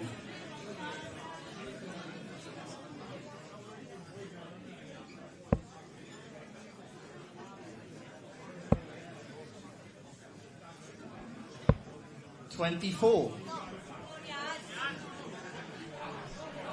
It is an incredibly young Scotland girls team because Chloe Sutherland will be up next against Tia Stereo. 125. She's only 13 years old herself. Yeah, absolutely. And obviously the idea of thinking is maybe to get them going to be a formidable team for the future. 30. The only way to learn is to gain experience, and the only way to gain experience is to be picked for your country and put in this situation. 104. Find out what you're about, and we're seeing Yasmin now settling down nicely.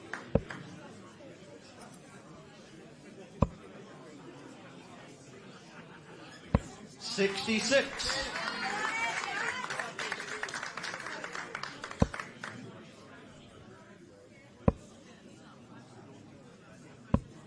76. This is really good from Yasmin. 115 on the board with 12 darts thrown.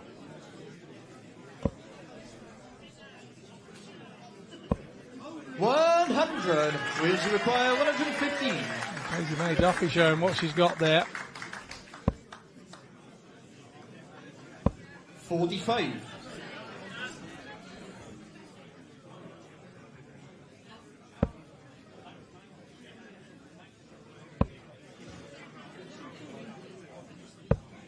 $32. Wheels you require 70. Another one of those.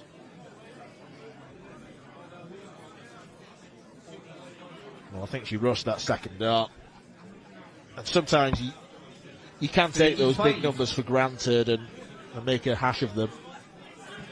Yeah, ask him what was left for the referee. Perfectly allowed to do that if you get a little bit lost or hit a number that you don't know where you left. 32. Wheels you require 35.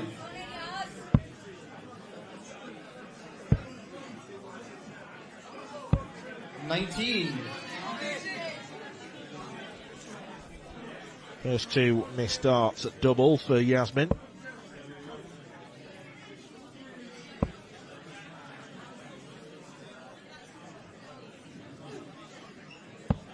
$14.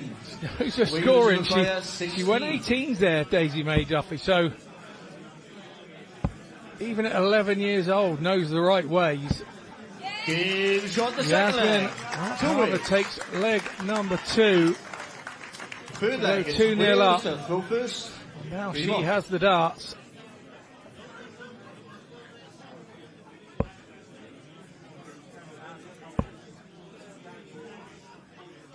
$81.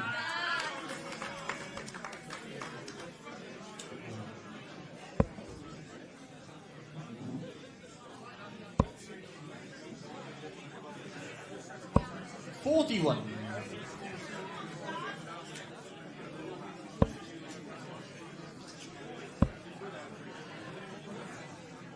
$85. Yeah, the scoring's been good from Yasmin.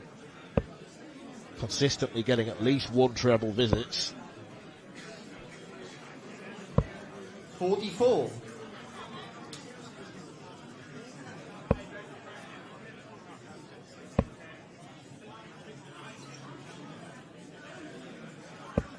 $24.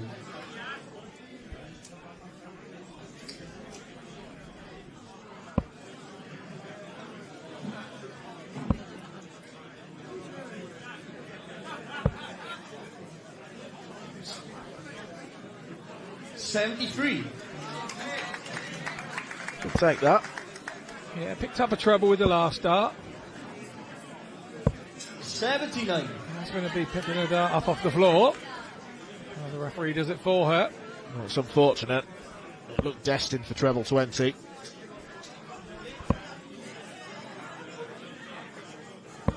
$22. Yasmin was part of the Welsh pairs team that won in Assen last summer. 100. Europe Cup Youth, along with Abby Brewster.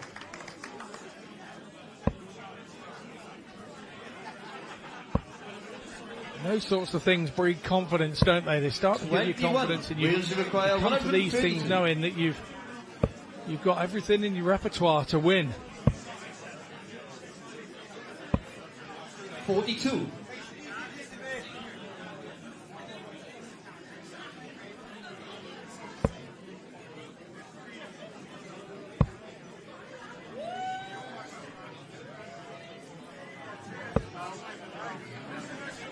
Well, this game is close to reaching its concluding stages.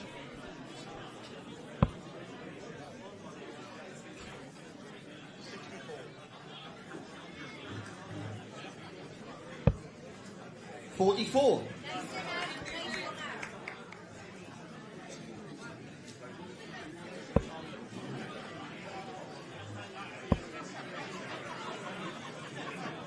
Wales' last score is 42. 45. Wales require 48. 48 left. 16 for the double. 16. 2 misses, but Yasmin will return with Daisy May back on 229.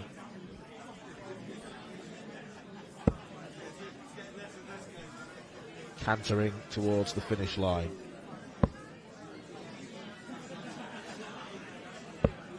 $18. Wales require 32. Double 16. Oh, that's on the wire. Next door. No score.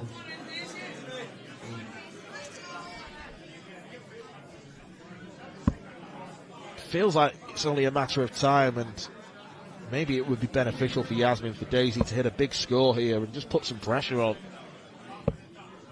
18. Yeah, I think you're probably right. Wales require 32. Game, shot. Well, it has been a good start for Wales this evening. The comeback that was nearly complete in the first boys match. Ladies and gentlemen, as we leave the stage, let's hear it Yasmin for Rook Scotland's Havard Daisy May Duffy takes and Wales' first set Yasmin Rook in this girls' contest. Good solid performance from the 16-year-old against Daisy May Duffy.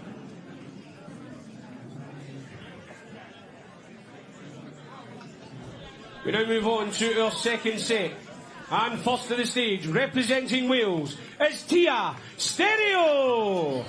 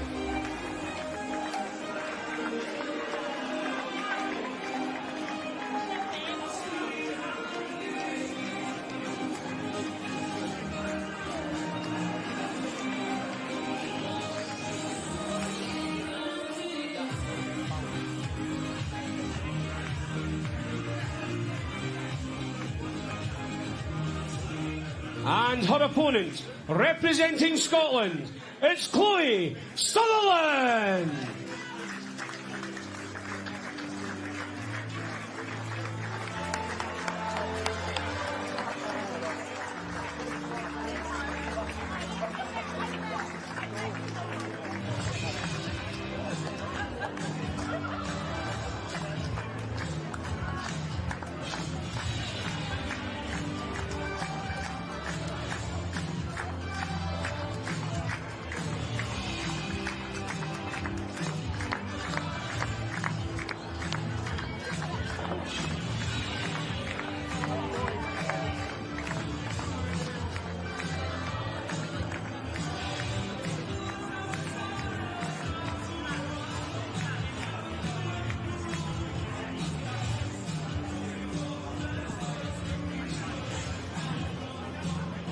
And your referee once again for this set, Jake Powell.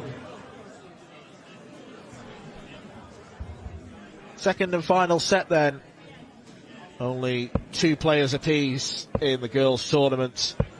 Chloe Sutherland is looking to secure a point for Scotland. Daisy May Duffy unable to put Yasmin Rukhavad under any sort of pressure in the first set we just saw. It was an easy 3-0 win for her.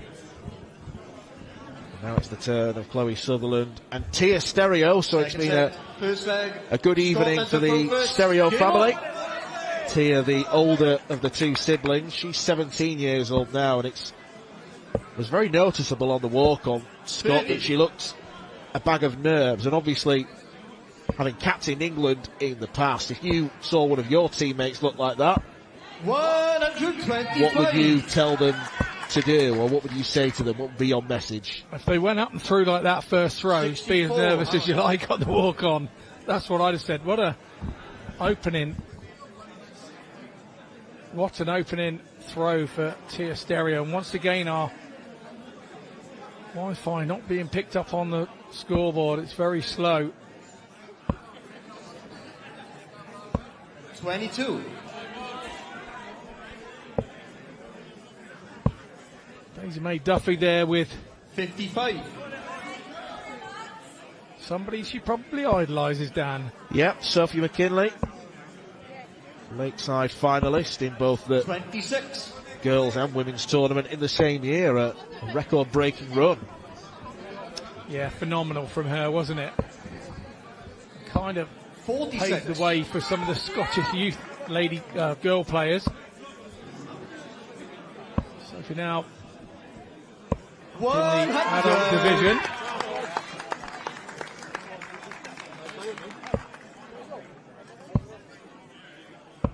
$25.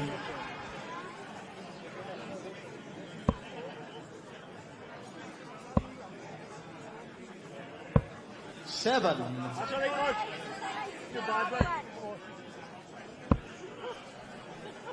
Tia started the much stronger of the 2 players.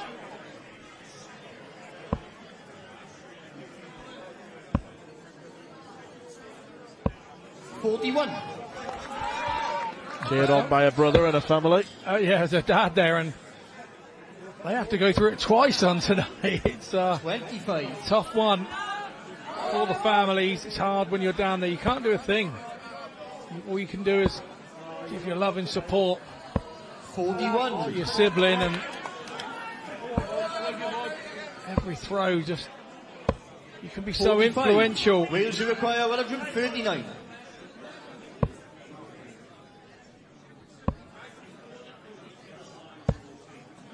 $41.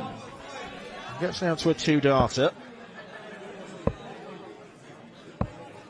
34. Properly rapid-fire Wales delivery require from Chloe 98. Sutherland.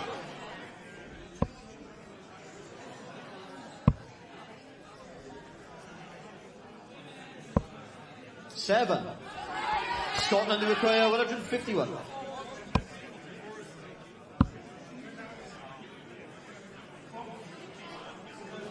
Well, Loose one there, slipped out of her hand, didn't it? yeah, she doesn't look settled. Wales require Not at all. 91. Tia Stereo, double top. Down a bit from there. 51. Really nice Scotland require opening dart 160. from Tia Stereo.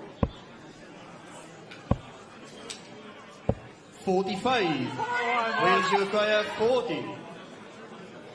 He's got the first leg. 2 Wales. Well, that will settle any of those pre-match nerves. Second leg, Wales now first. Game on. Tia Stereo takes the first leg of this second set. Again, it's best of 5. 100.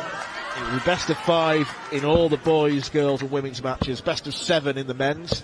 30.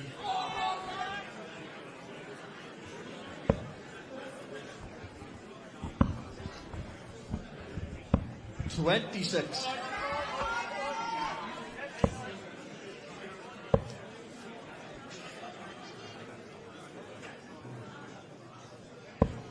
$67. That's better, gets the treble 20 and celebrates it lustily. 54.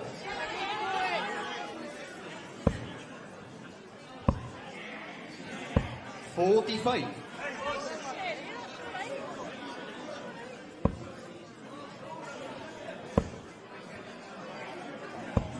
83.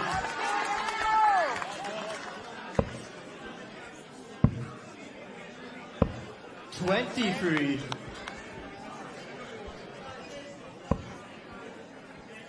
'Stereo plays her 43. She darts for Morgan, so she'll be very used to this venue. Home from home. 24. Those who play for Morgan here this weekend.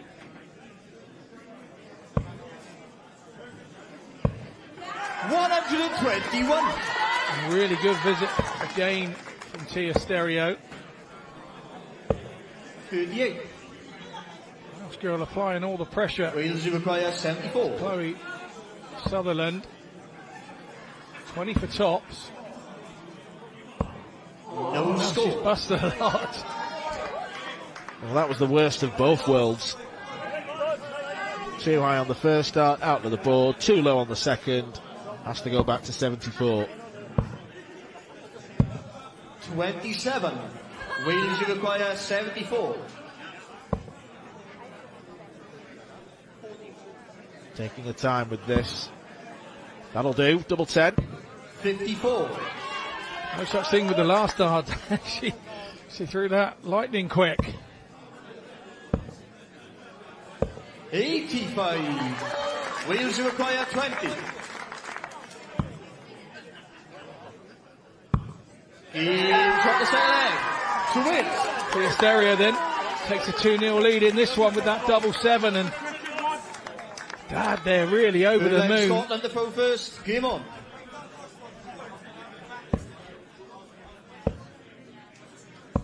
$30.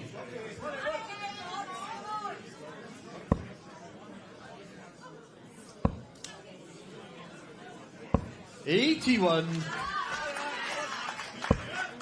Now she's a couple ahead. She looks settled and doesn't 26. quite look as nervous as she did on the walk-on. She looked petrified on the walk-on. 125. Nothing to fear if you throw visits like that. 45. Just relentless rat-tat-tat from Chloe.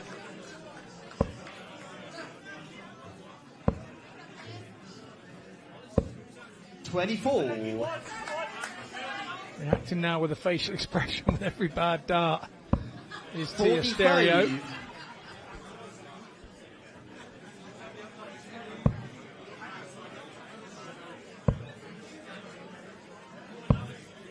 $25.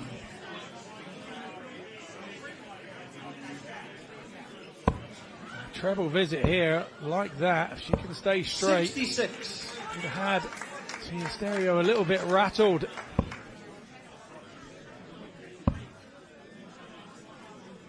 $60.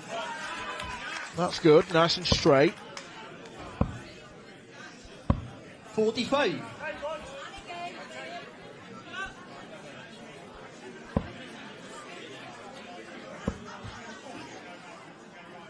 23.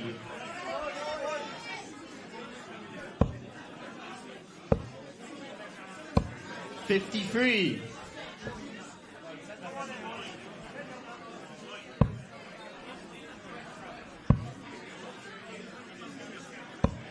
27.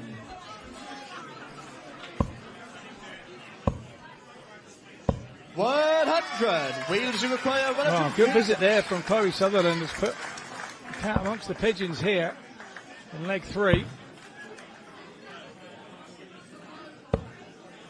24. It's rattled Stereo there a little 91. bit.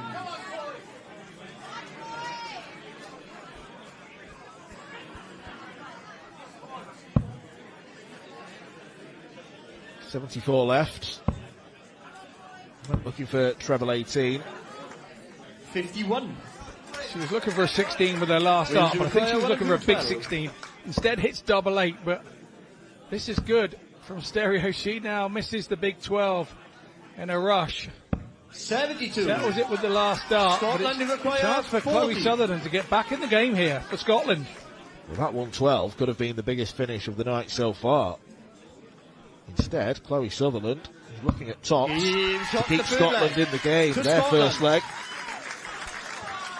And Tia Stereo will be annoyed to have given her the chance. Fourth leg is Wales to focus. Should have had at least one go at tops.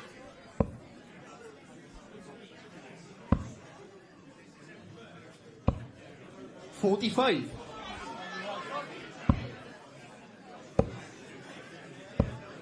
$11.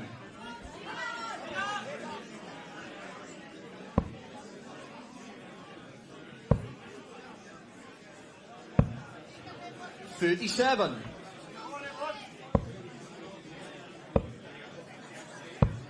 $30.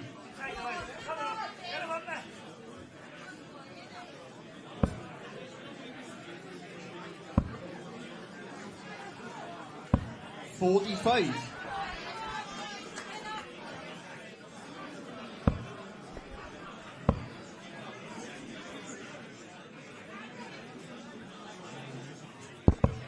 $7.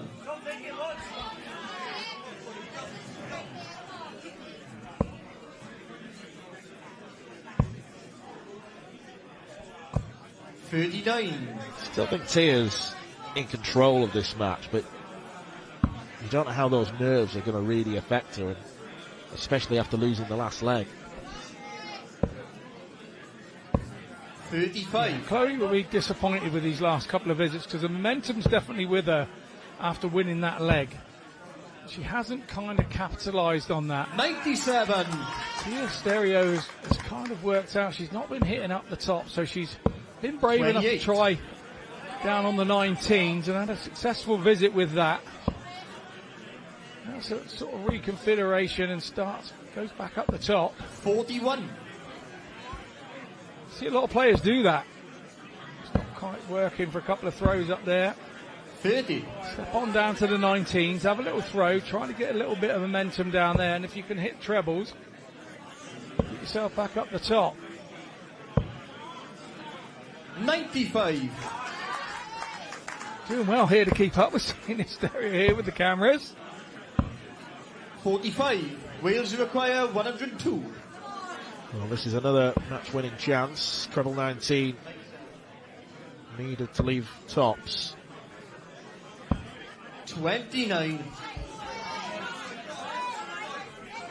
You would think she's going to come back and have multiple goals at 73.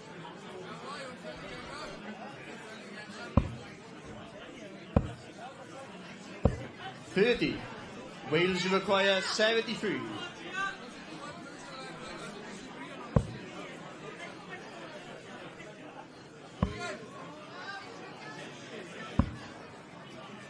$48. She's going for a 5 with the last dart. Left herself 25. 36. Wales require Go 25. the 9 route for double 8.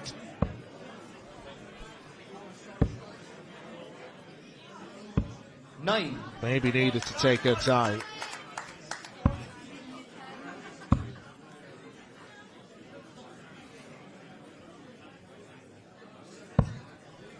$31. Wales require 16.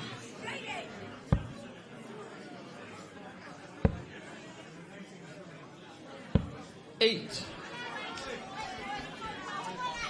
The winning double is always the one that causes the problem. It is the toughest one 44. to get over the line. Wales require 8. It could be this. Double 4. Oh, that second dart's lent over. 4. Made life difficult. Up their head in her hands. 41. Wales require 4. Unenviable. No score. Not a bad thing for me, that wrong bed double 18. Takes you back to double 2, a more favourable double. Scotland require 133. That's the thing, there is literally no margin for error with double 1. 31. At least if she goes inside, to be able to go to the top of the board. Which is what she'll do now, and finally double one is pinned by Tia Stereo. And it is Wales who get the points on the board against Scotland. Yasmin Rook-Havard and Tia Stereo, the two winning players. Rook-Havard probably the better of the two performers. Chloe Sutherland and Daisy May Duffy will come back against England tomorrow. But it's Wales who get the 2 points on the board. Two very important points. Scotland 0. As they look to try and get victory here. Big cuddle between the two teenagers. Daisy May Duffy was outclassed by very cool looking Yasmin Rook-Havard, as much as Mitchell Laurie tried to cheer on his teammates and compatriots. That wasn't enough. Double four found by Yasmin. That meant it was over to you, Tia. Well, she won the first two legs on tops and double seven. Chloe Sutherland didn't mess about throughout the course of that game, but she did get Scotland's only leg of the evening, pinning double tops. But it's double one for that house. We saw Tia Stereo win her sets and win Wales the points. Two on the board. Scotland languishing at the bottom. Scotland play England next, knowing that's a must win. And then England will take on Wales later on this weekend.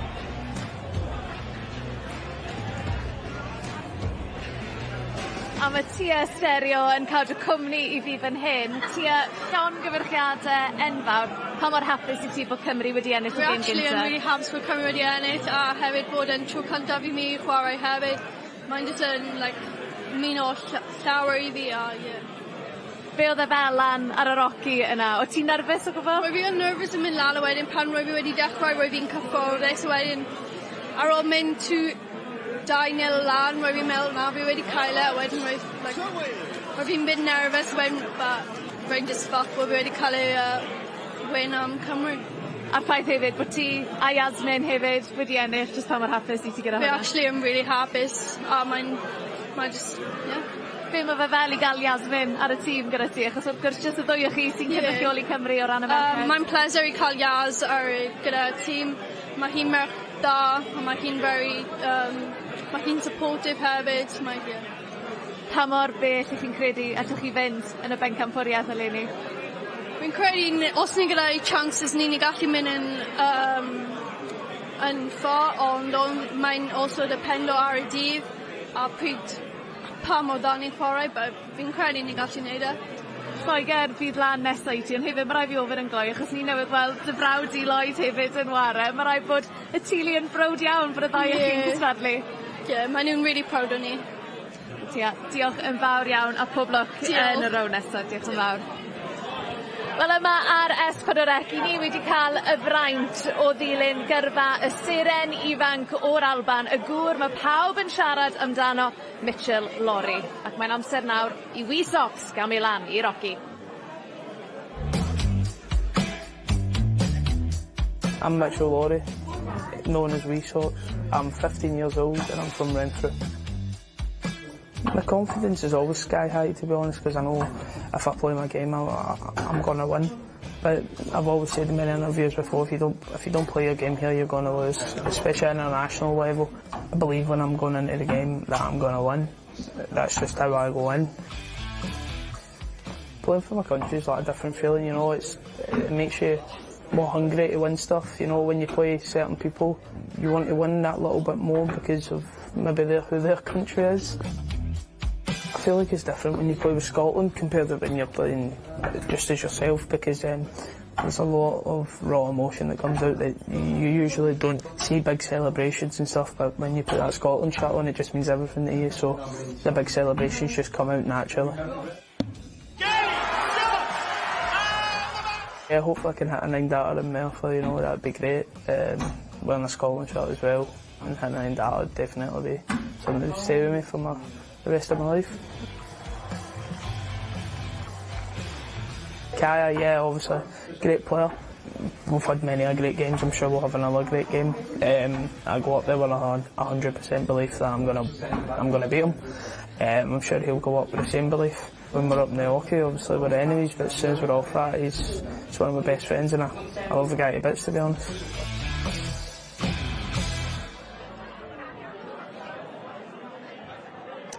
Dyma ni te Bencampwriaeth bechgyn Prydain yr Alban yn erbyn Lloegr, felly nôl â ni nawr at meistr y ddefod James Ward.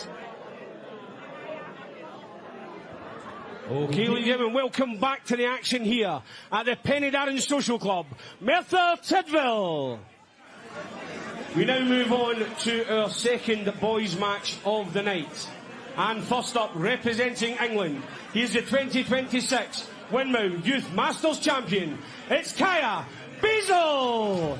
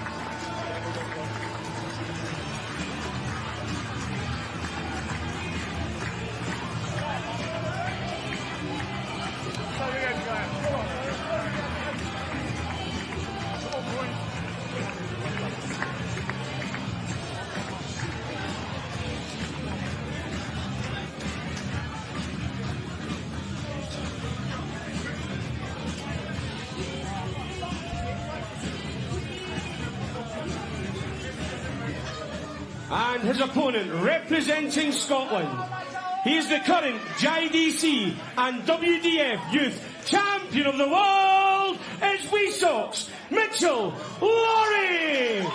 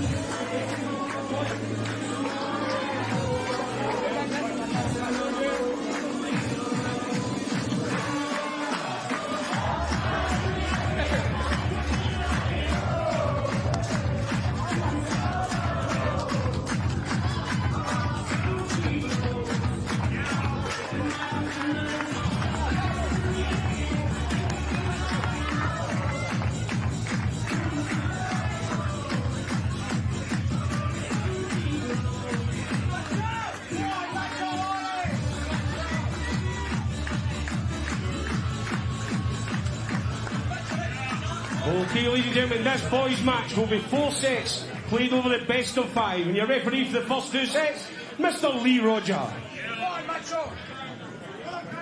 Well, across both youth tournaments, this is probably the most eagerly anticipated matchup. First meeting of England and Scotland, and we've already seen Kaya Basil in action. He was in fine fettle, wasn't he? Against Joshua Powell of Wales. 3 180s, 3 from 4 on the doubles.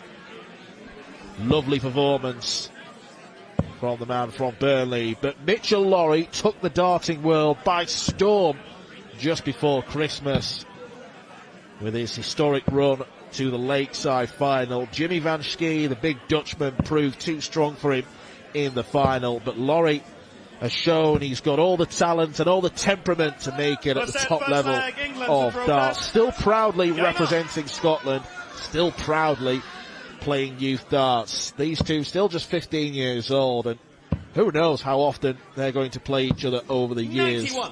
They've already played each other 12 times. Laurie's won 9 of the 12 meetings, but Basil won the last, and that was in the Slovak Masters final in February.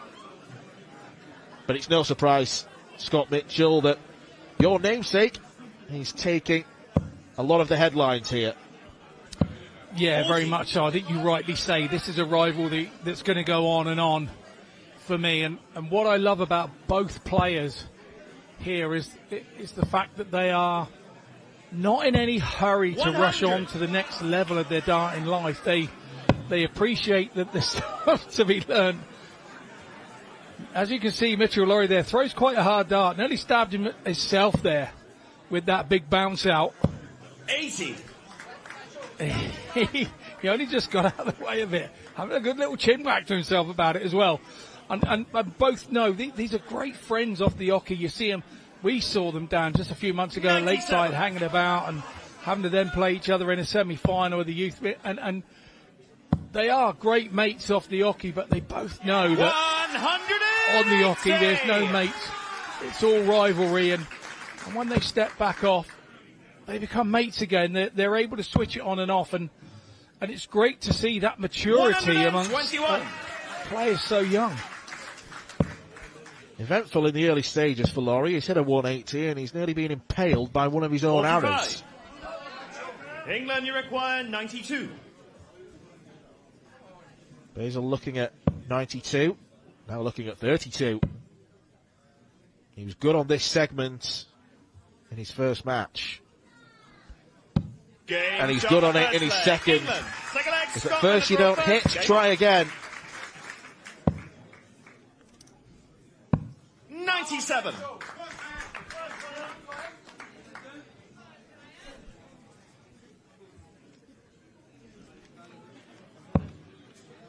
"12 previous meetings, half of them have been in finals. 99.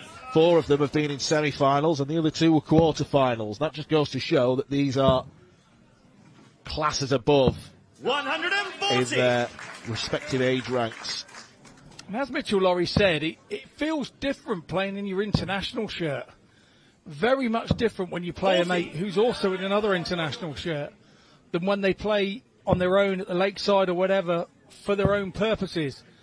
So it does change. You're playing in a team 59. dynamic, and you still have to have that team dynamic mentality around you, but also at the same time have the individuality to say, I'm doing my bit for my team. So it's a real double-edged sword that 55. you have to get used to, and it makes the team play very different to play than when you're playing it as an individual for yourself. 83.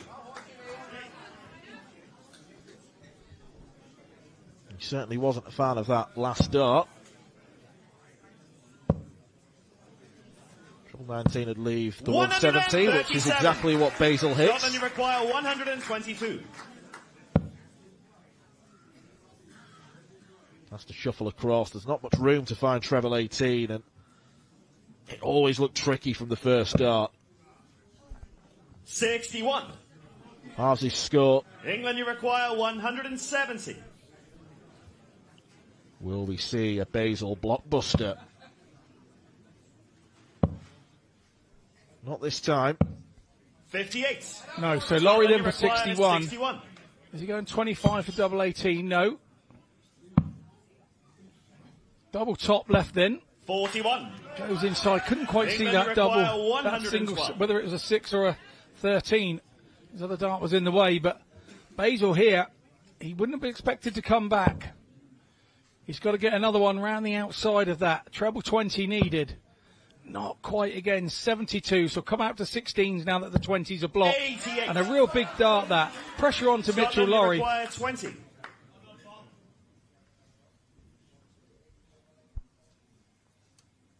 This is already Taking a his big time. moment. Yeah, a really big moment in this game.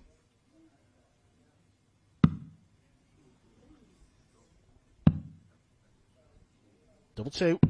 16. Real head scratcher. England, Would you have been require music to 24. Basil's ears here. And the referee sort of called out a score rather than game shot. Takes his time. Game shot, the Does it. second leg. 2-0, so break a throw, and Kaya The Basil leg, it's England to throw first. has the advantage here. And now he's on throw. He He's yet to drop a leg. There's a certain amount of pressure here on Mitchell Lawrie. He'd be the favourite in this, and people say pressure is for tyres. For me, pressure was always an honour. 100. It's an absolute honour to have the pressure bestowed on you because it means that you're doing something good. You've got to turn it into a positive rather than being a negative. Now, the reason why there's so much media attention on you, Mitchell, is because you're really, really good. That's it. Absolutely, and you're doing it. You're doing the things. But you've got to stay level-headed. Now he's 2-0 behind.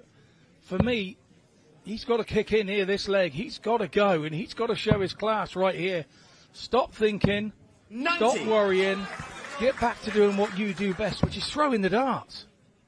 I just wonder if he may have been unsettled 60. by the first 2 visits. There was the bounce out in his very first 3 darts thrown. Then in the second visit, the dart came right back at him, and who knows whether that's circling around his mind. Do I throw them a little bit softer, etc.? What happens is you start to think it's not your day. You start to think you're having all your bad luck at once. 100. And it's the worst thing for a dart player to think you're having bad luck. Because you start to think negatively and you start thinking, why has it happened to me now? Why is it not my day? And now, as you can see, he's lip red. That's about his 4th bounce out so far. And he's now thinking the world's against him.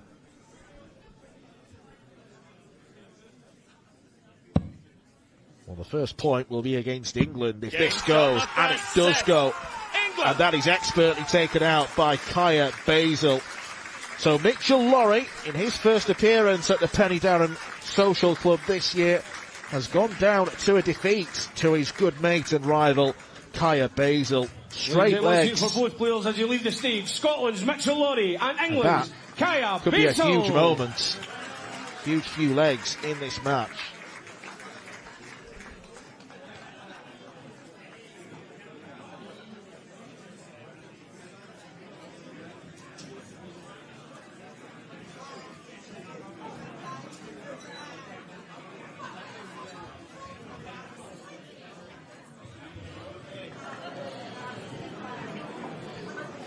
Okay, thank you so much for coming over to join me. Very quickly, just how did you find it up there? What a start for yourself against Mitchell Lawrie.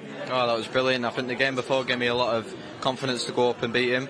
And I think my timing was very good, and I just hit the doubles when I needed to and got the win. Yeah, tell me more about that timing. Just how crucial was that with those double 20s? It was crucial, obviously with my doubles and my scoring, just to put the pressure on him and just keep myself to myself, and I managed to do that, not dropping a leg. And of course, in a tournament like this, Kaya, there's so many darts to be played. How important is it to get that good start, just for confidence more than anything? Oh, it's massive. Obviously, I've been on first both games and got the win, and it gives the team massive confidence to go up. So yeah, I'm just buzzing to get the win for the team and give them more confidence to go up and get 2 out of 2.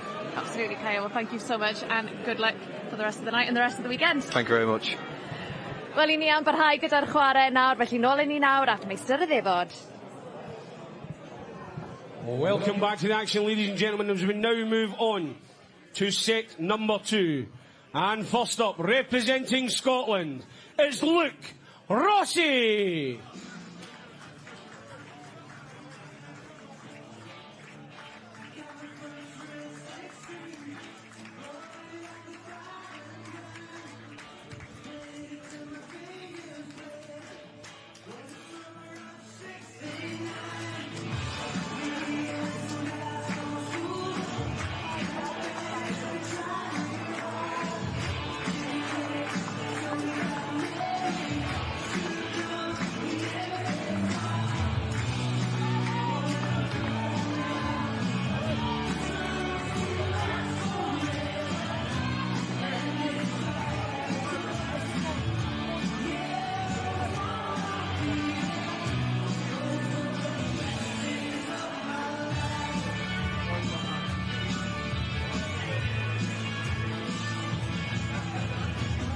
And his opponent, representing England, is jumping Jack Nankervis.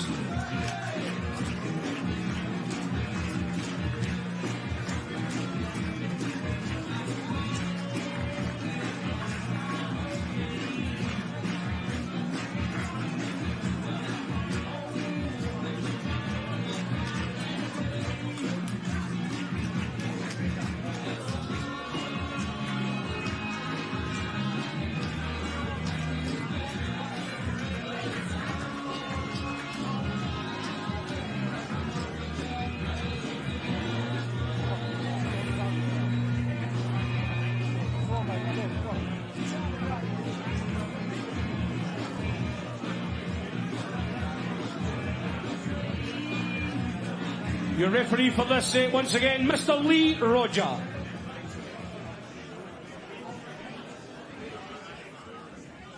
So England have the initiative already. 3 more sets for them, and they will win the Boys Tri-Nations. They will retain the title that they have won every year since 2015. And Wales were the strongest of the 3 in this Battle of Britain. Jack Nankervis made a great start against Lloyd Stereo, but as the old adage goes, it's not how you start, it's how you finish. Second set, The fact that Stereo rattled off 3 legs on the bounce meant that Nankervis was unable to win the set. He'll be wanting to right those wrongs.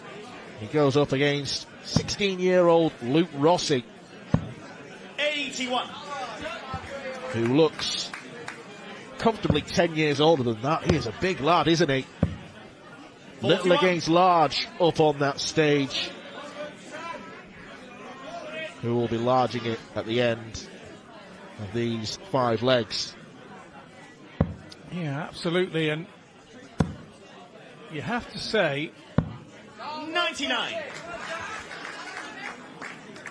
Jack Nankervis was a little unlucky and kind of fell off 42. the wagon a little bit against Lloyd Stereo, but you have to hand Stereo. You have to hand it to him because he like I say, rattled 3 legs off on the trot that got Nankervis worried. So 98. he won't want him to make that mistake again. He has the advantage that he's already played a game. Maybe that was what helped Kaya Basil in that last set against Richard Laurie. We know Richard Laurie's going to be a busy boy this weekend, playing in both youth and senior events. So yes, 58. I think that helped Kaya Basil a little bit. But with Nankervis, having played already and lost, doesn't quite work the same way. 78. You've got a bit of damage, haven't you, between the ears? It makes 50. you overthink things, is what Scotland, happens you as a require player. 132. No need to go 2 bullseyes on the 1-3-2, the so-called champagne shot. 24. Luke Rossi will be thinking there was no need for me to only score 24 100. points. Scotland, you He's require invited a bit of 100 pressure from Nankervis.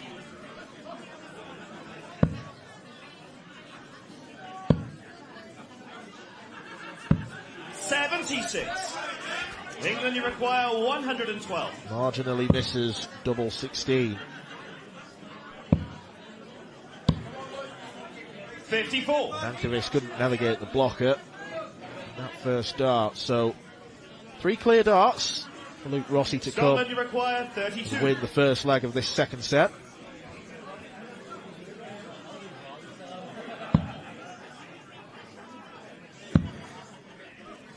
So let's go on the inside. 20. Sees him up on double 12, down to double 6, and Nankervis now England, you require has a bit of luck 58. going his own way. 18 for tops here. Should get 2 at it. Will get 2 at it. And Doney James needs got the the one. first leg. England. Cleared on by Second leg Mason is England Tees, for a his first. Game on. England captain. It's a breaker throw as well for Nankervis, so giving him a bit of 140. confidence. And here comes the momentum that goes with the fact that he won the first leg. There's no statistical evidence that there is momentum when you win a leg, but I'm just telling 60. you, as a player that's been up there, you feel a bit of momentum for a couple of throws. You feel good about yourself. 97. Mason Tees, the England youth captain, will play the final set against 12-year-old Owen Bryceland, who at the age of 10 was 103. throwing ton plus averages. The age of a child, but the 45. ability of an adult.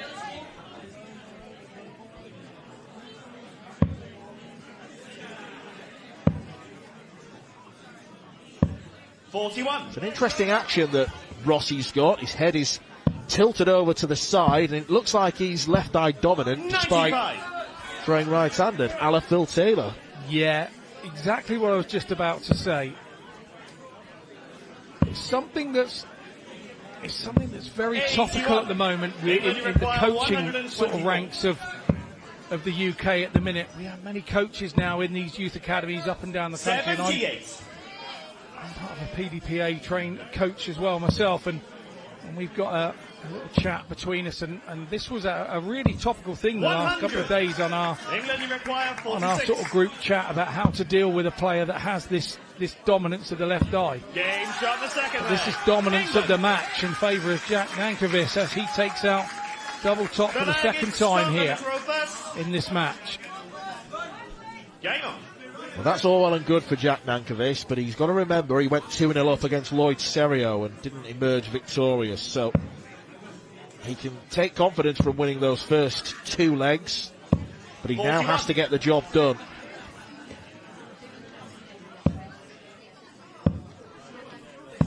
I think what will have annoyed Jack most of all about the first match he played, he goes 2-0 up, he doesn't get a single match dart.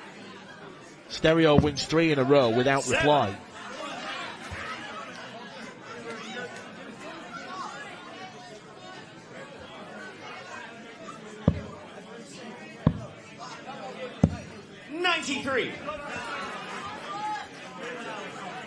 Looks as though he's learnt his lesson.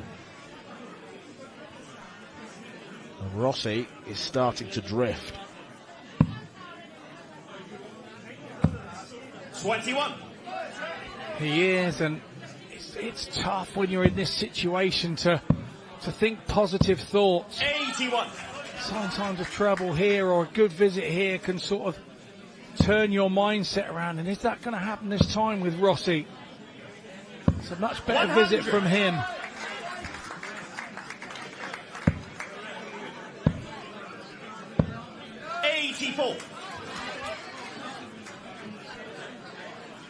It's the man from Cornwall, the young man from Cornwall. Doesn't change a thing. He keeps chipping 55. away at the trebles. England, you require 161. Really good stuff from him. 161. Doesn't have to go for it. 60. Could have gone 25 last start and leave 96 and make it easier for himself, but with the distance that he has, it really doesn't matter 61. at this particular moment in time. England, you require 101. Luke Rossi, oh wow, 2 tops. 81. Well, as soon as that first dart landed in treble 7, he knew what he was doing. 59. He was thinking, this is England mine, this is mine, 20. this is mine, and here he comes for 20. Game shot. There he goes, Jack Nankervis rights the wrongs of earlier on. Luke Rossi with Nankervis's finishing prowess there. Really didn't stand a chance. Good performance from the young Cornishman. And a bit like Kaya Basil in his first match, that was 3 from 4 on the doubles. And Scotland are in trouble. That's 2 sets lost without winning a single leg. They need to pick themselves up as Craig Devlin and Taylor McGuckian get ready to take to the stage.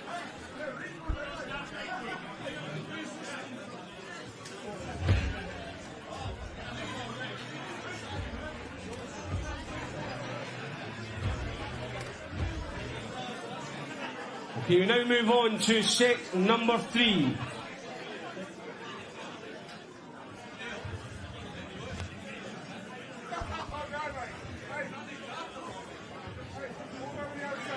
We now move on to set number 3, and representing England, it's Taylor McGuckian.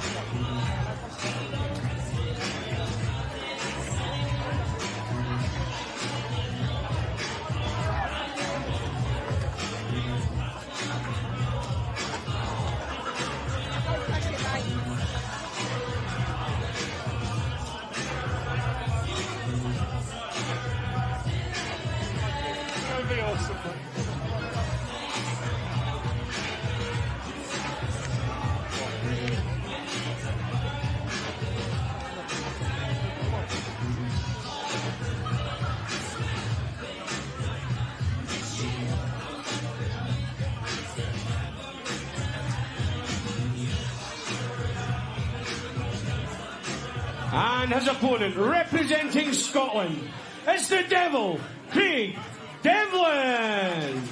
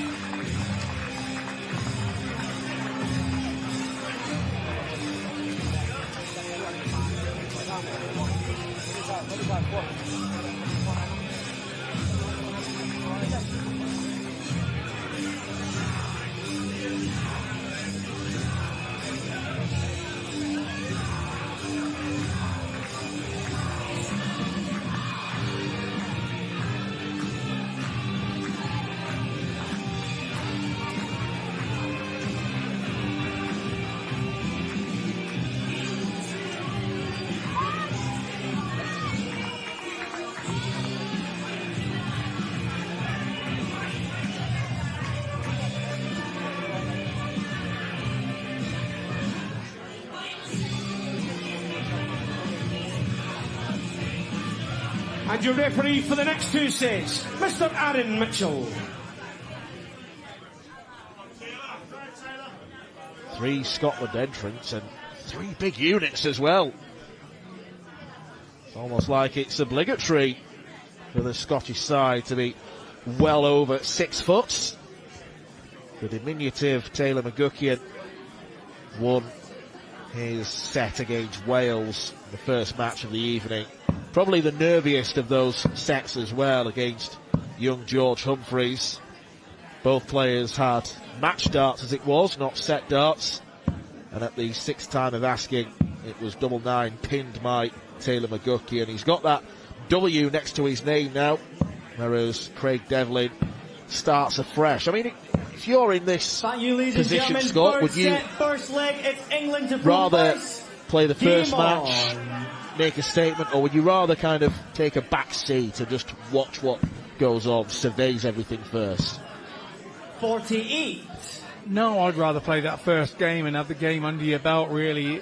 You know, it's a long wait from when you get selected for these teams, and it's massive for your families to have an internationalist in their family. So for me, as soon as you get here, the faster you can get that first game under your belt.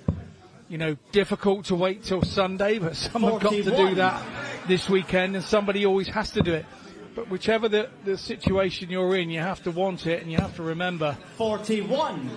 So I keep explaining to players and in my captaincy that it's lovely to have the shirt hung in your wardrobe for the rest of your life. Nobody can take that shirt, that international shirt, away from you. But when you're showing it to your grandkids or whatever, your own kids later in life, you want to say, oh, I won for England, Scotland, Wales in this shirt. You don't want to tell them it's a loser's shirt. Well, it's been a pretty nervy start from the Devil. 55. I do approve of some of these nicknames we've heard already this evening. Jumping Jack being the personal favourite. 28.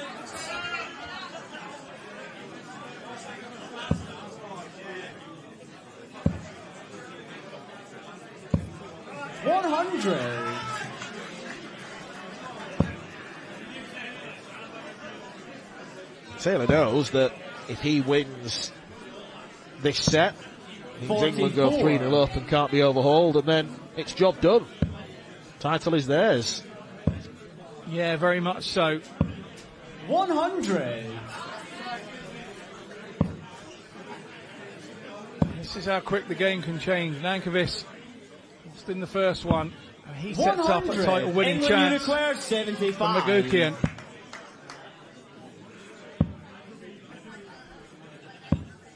55. Doesn't reach double top, but Devlin's back on 2-2-2. He can steady himself, ready for another chance. 42. England Uniquare 20. He goes to split. That leaves double four. 12.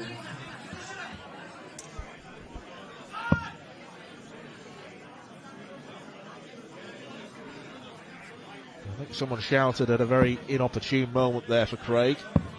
60. England Uniquare 8.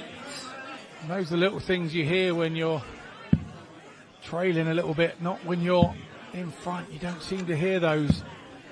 4. Scotland, you require 120. 6 misses already for Taylor.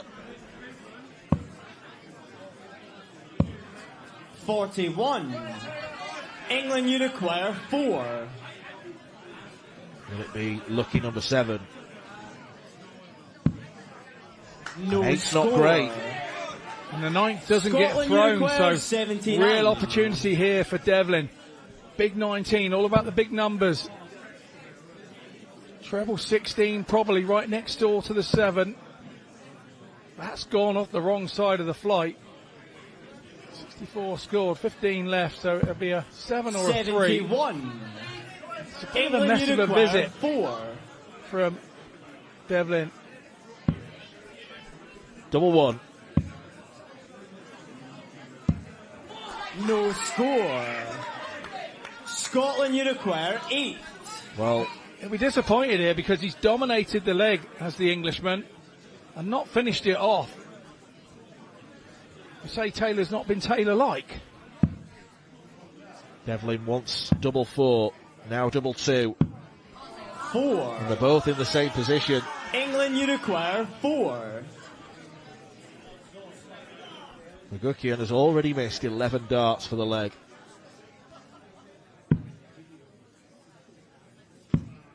Game shot. Do we and call the the first dart a leg good to marker? England. I think we have to because Second the leg second is dart went Scotland in. above first. So Game yeah, very on. much so. He's kind of skating on thin ice there, wasn't he? But when push came to shove, 140. he was asked the question. He had the answer.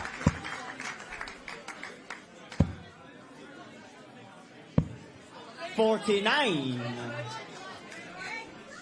Good start to the second leg for Craig. That's 140 to kick off.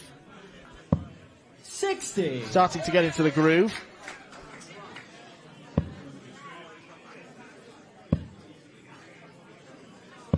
$60.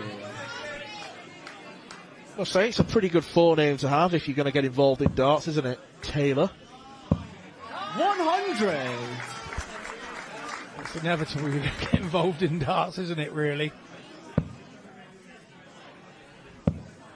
42. Yes, totally agree.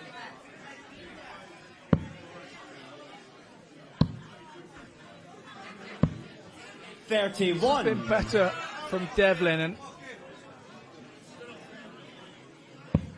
sometimes my advice to some of these players that throw so quickly is a little bit less 28. haste, Scotland, more you require accuracy. 170. Kind of make sure with that first dart you can throw as rapid as you like once the first one's in the right place. 27. For those rat-tat-tat players, you've got to get the first one right, otherwise it's very difficult to adjust. 136. Scotland, you require 143.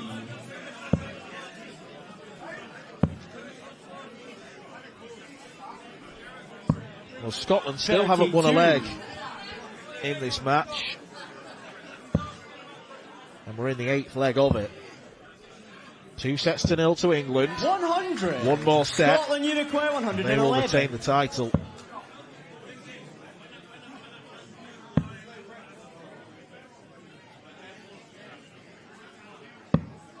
$71. England, you require Smart setup. 86.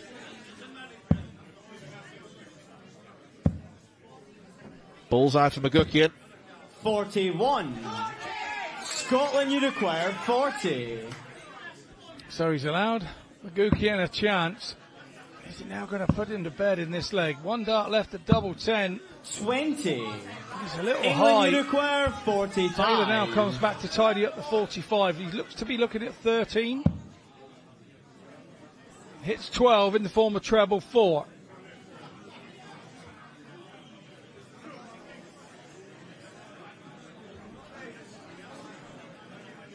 $17 for double 8. Well, that's left double 15. He's botched it, and he doesn't 30. fix it. Scotland, you require 20.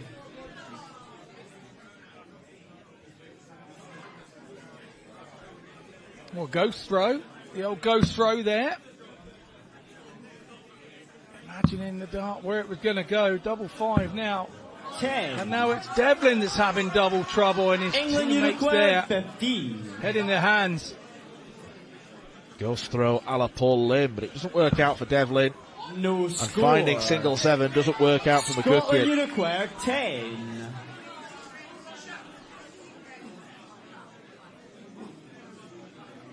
Early moments here for both players. Game shot on the second leg to Well, Scotland do have a leg on the board, and it's one that they will richly England celebrate. first.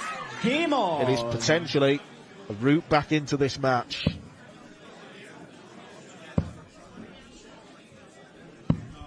$57.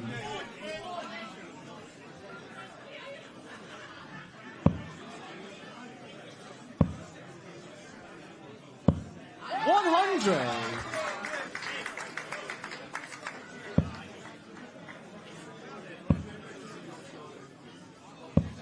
$100.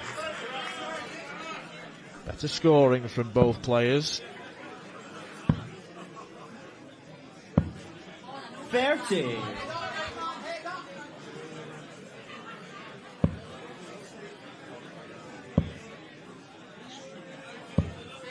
$85. Like that from Taylor. Much better rhythm. Both are starting to settle down now. 100.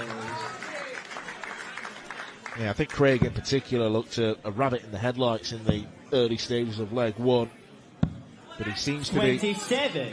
more at ease with the big stage, the bright lights.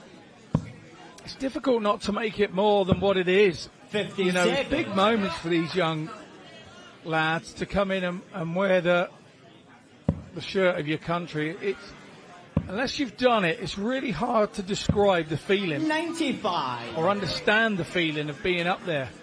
Yeah, it's just another game of darts is how you have to keep it feeling in your head, but you've got to grab a bit of momentum when you've got it. You've got to play with passion and desire, but at the same time control and not let the passion get you carried away. 57.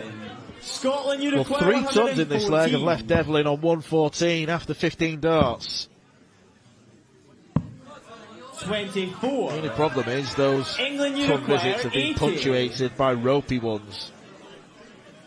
2 straight ones here for Taylor, and he should get a dart at tops. It would be to hold throw. Game shot on the third leg to England. And he did hold the throw. Fourth Camera leg may of not have Scotland seen it, go but it's first. definitely in. Game on. England with a very important hold of throw.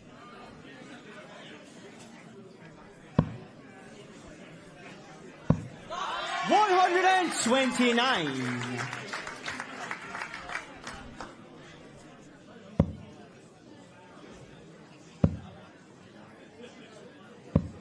$81.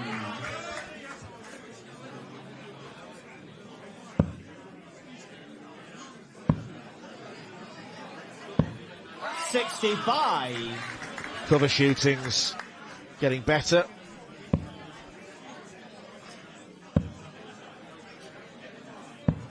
$82. Treble 19 could be a wild card for Devlin if treble 20 is not found.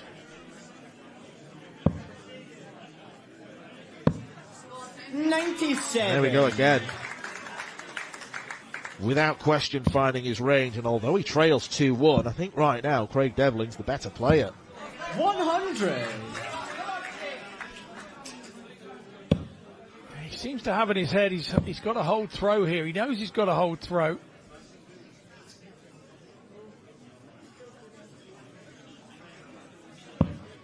$55. Very surprised he didn't go down to the 19s, not just because he's been striking them very accurately, but one fewer point would leave him 156. Now that, 60. by any Scotland measurement, is easier than Unicorn 155. 155. It is, but he's still got 6 from here. 83. Now he'd be wishing he started at the top rather than the bottom in that visit. He's left himself on 72. This is good from Taylor. 100. Scotland you require 72.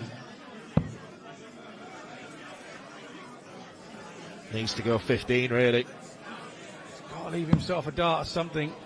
This is the big number, and then this is the 15 19. again. England you require here 78. coming back for 78, and maybe thought he wasn't going to get a go at it. 2 big straight numbers, he's done it. And all of a sudden, this is a title dart for Taylor McGuckian. 66. Scotland you require 53. It's there in the crowd feeling his pain. Double 18 it is then for Devlin. He's a big tall man, and the lad probably enjoys those doubles at the top of the board.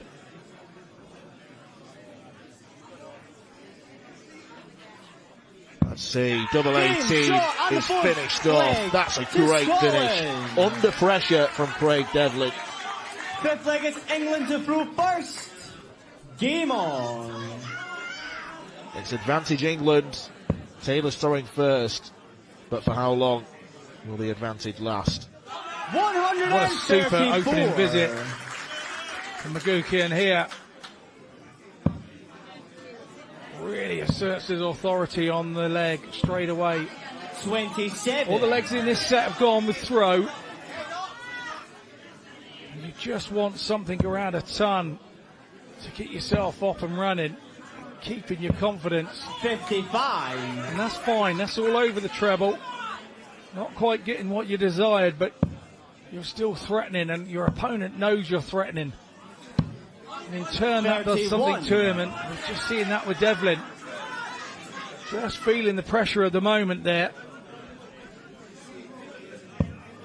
McGuckian here will be looking for another straight 60, no matter 60. what.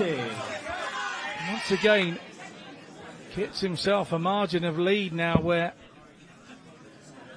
Craig Devlin is needing a couple treble a visit to get near him. He's got one. Is this going to be the visit? Not sure why he stopped. 137. Fair play. So Laurie there cheering him on from the sidelines.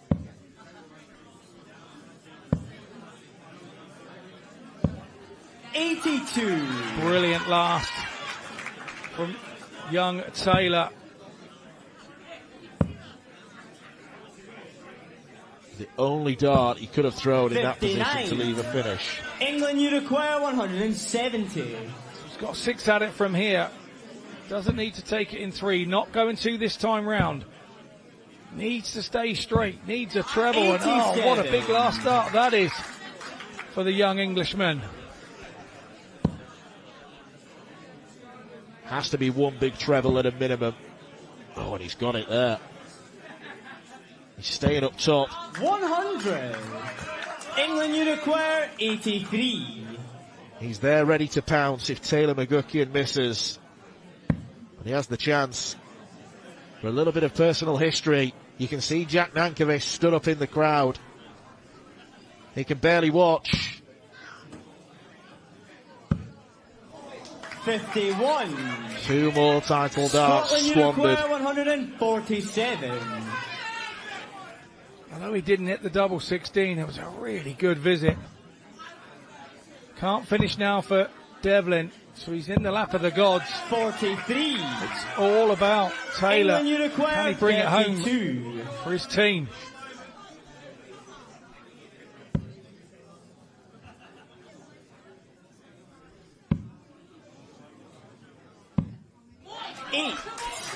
The answer right now is no. Scotland you require 104.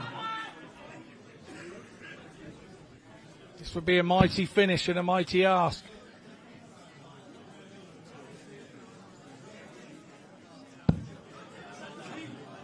That is unlucky. Wanted a treble 16 with that 48. visit. Couldn't get any closer with all 3 down. There were England 3 you require brilliantly thrown 24. darts. Will this be a brilliantly thrown dart? Yes, it is, and England retain the title. To England! Once again, The boys win the Battle of Britain against Wales and Scotland. And it's Taylor McGuckian who threw the winning dart. Still one more set to be played between Owen Bryceland and Mason Tees. But England already know they have done enough to retain the title.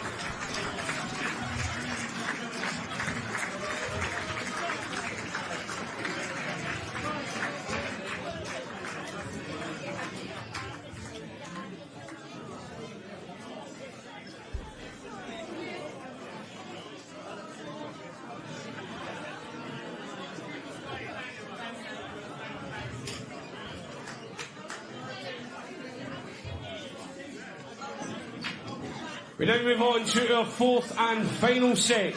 And up first, representing Scotland, it's the bandit, Owen Bryceland!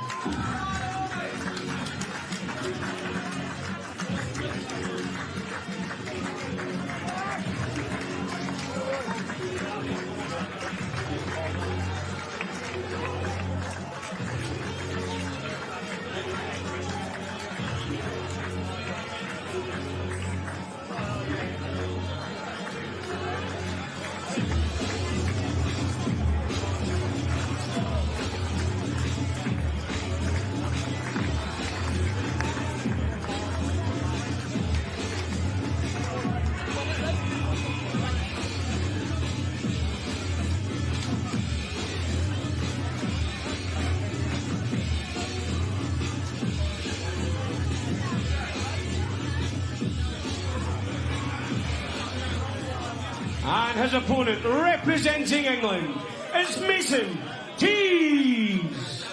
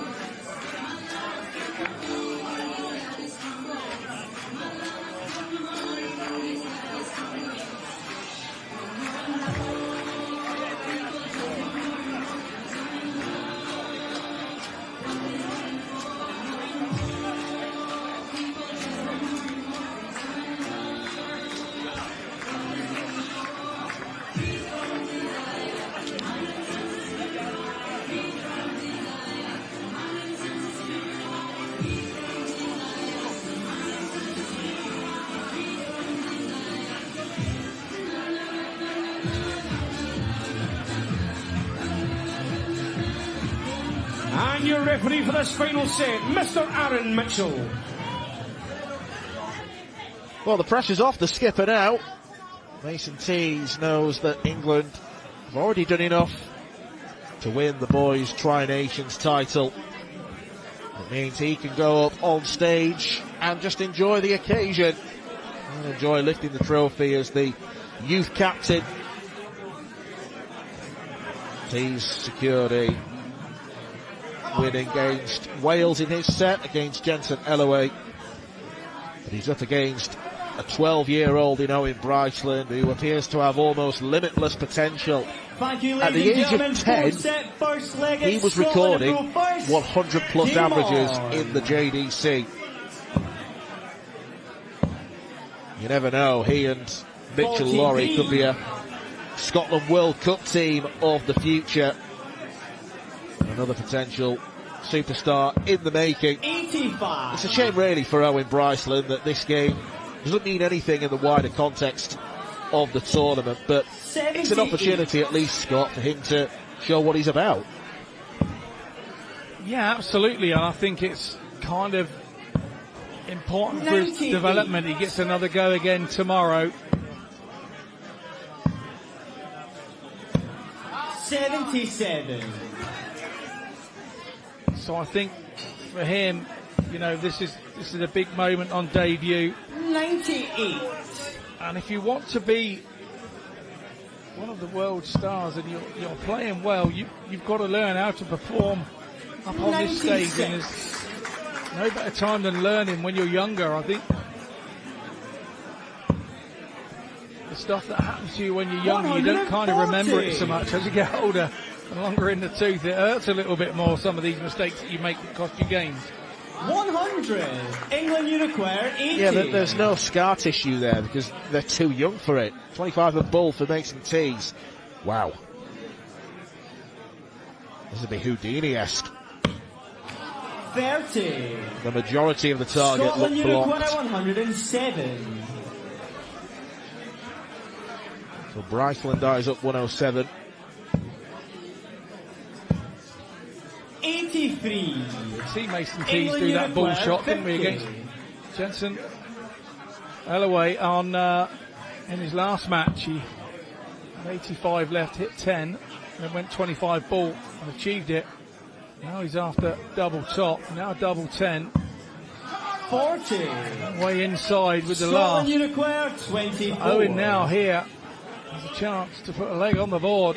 Game shot on the first leg. Thinks nothing of it. No celebration. Like it's England to throw first. Game on. I like that. Already like that. 123. I also like that. That's Mason Tees really back on it. 100.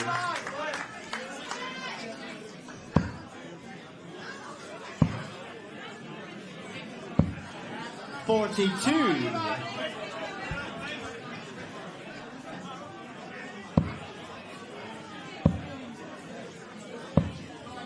43. Bryson really throws them, doesn't he? They stay put in the board. There's no messing about. It's not too dissimilar to Laurie, the ferocity of the throw.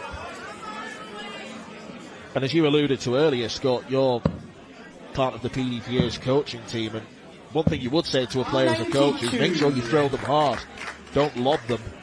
Yeah, absolutely. It's all about the arc of the dart when it releases your hand, and it's a game of judgment, really, because obviously your dart can't fly like a rocket straight at the board, so it has to have its own arc, and the level of that arc depends on how hard you throw it. So the flatter that arc, the easier it is to judge where the dart is going, and the only way to get that arc flatter is to throw it harder.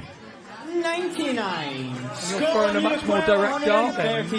Sometimes when players get nervous, they forget that and throw a little bit softer and change the arc, and then all of a sudden you're missing double. 104.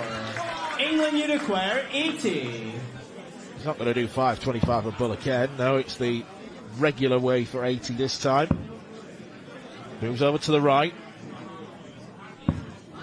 40.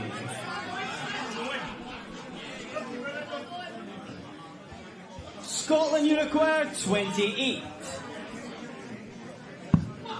Game shot on the second leg to Scotland. Oh, Bryson's not missing doubles, is he? Looks like it's Scotland. Absolutely, his family over the moon there with that.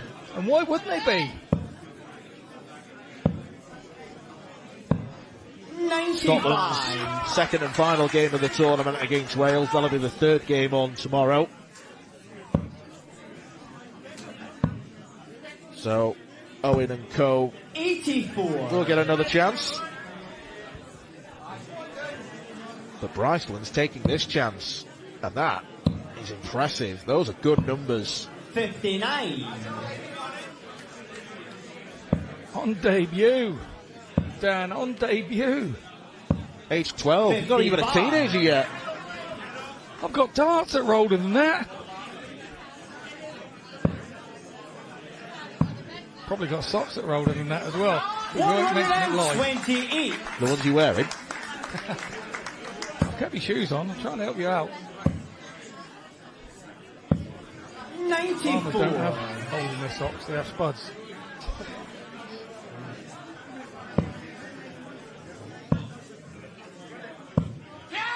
$134. Someone in the crowd like that. He's playing like this and he's not even a teenager yet. 41.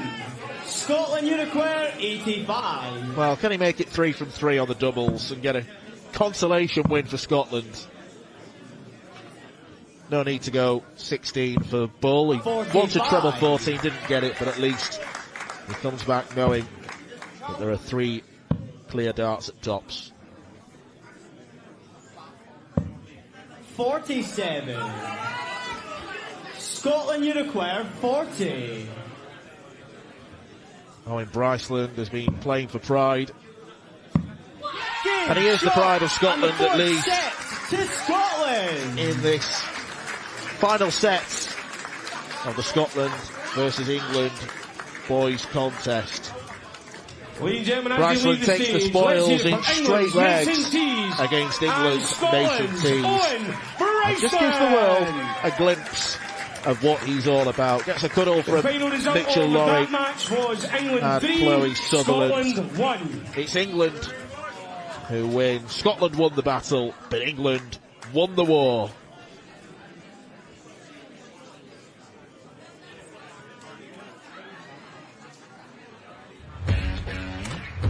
Here's how it happens. First match was always key, wasn't it, between Mitchell Lorry and Kaya Basil, renewing their friendly rivalry once again.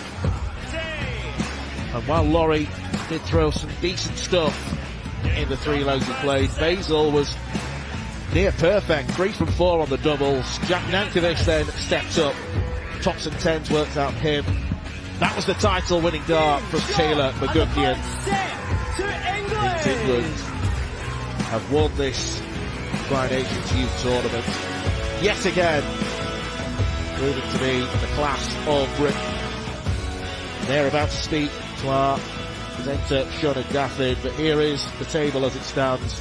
England cannot be caught on 4 points. It's a shootout, the second between Wales and Scotland. That game is coming up tomorrow afternoon.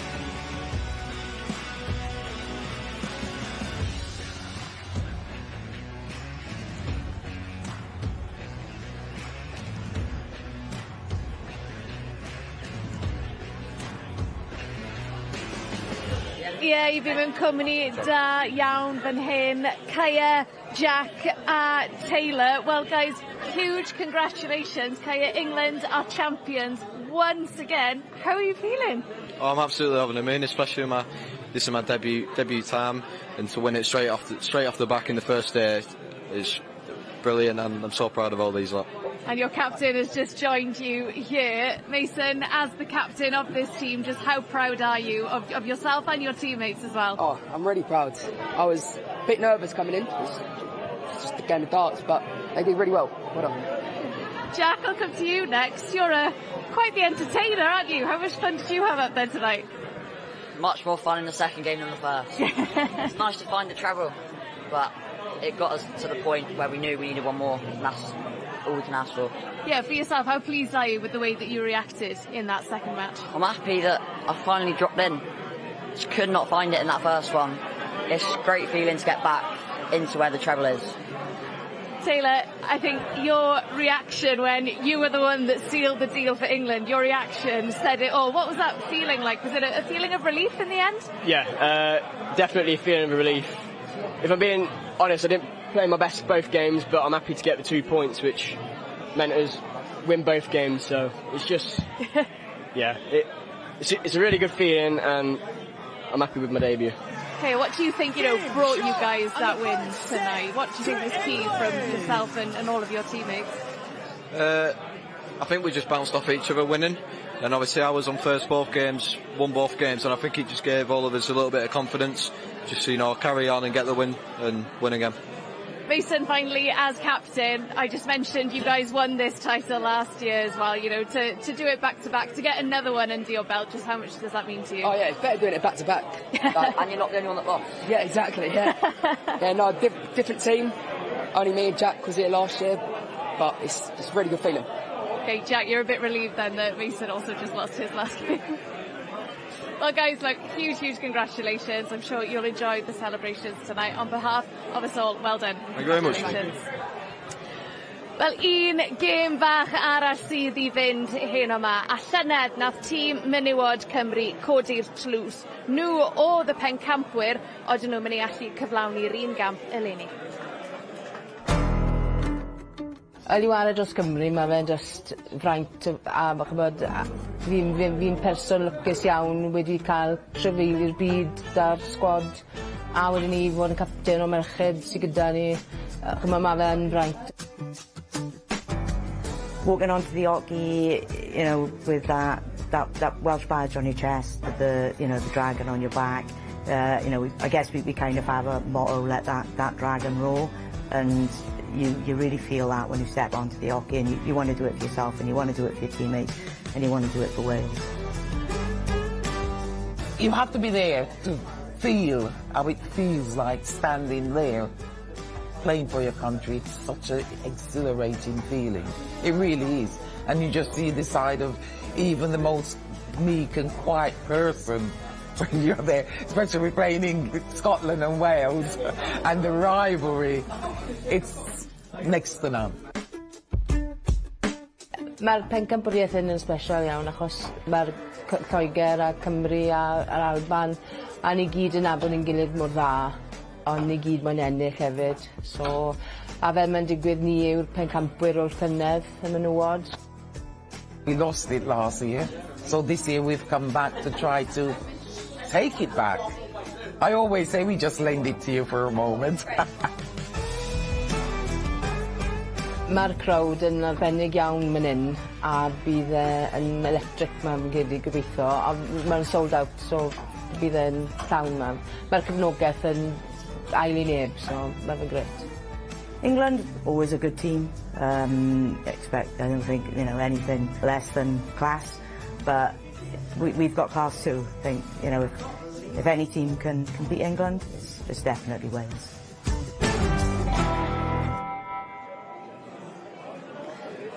Dyma ni te uchafbwynt y noson, menywod Cymru yn erbyn menywod Lloegr. Nôl â ni nawr at meistr y ddefod, James Ward. Okay, ladies and gentlemen, welcome back to the action here at the Prydain Social Club. The Welsh Darts Organisation and S4C proudly presents to you the 2026 Tri-Nations British Internationals. We now come to our final match of the evening, which sees the ladies of England take on the ladies of Wales. First up, I would like to welcome up onto the stage, representing Wales, it's Rachel Kingdon.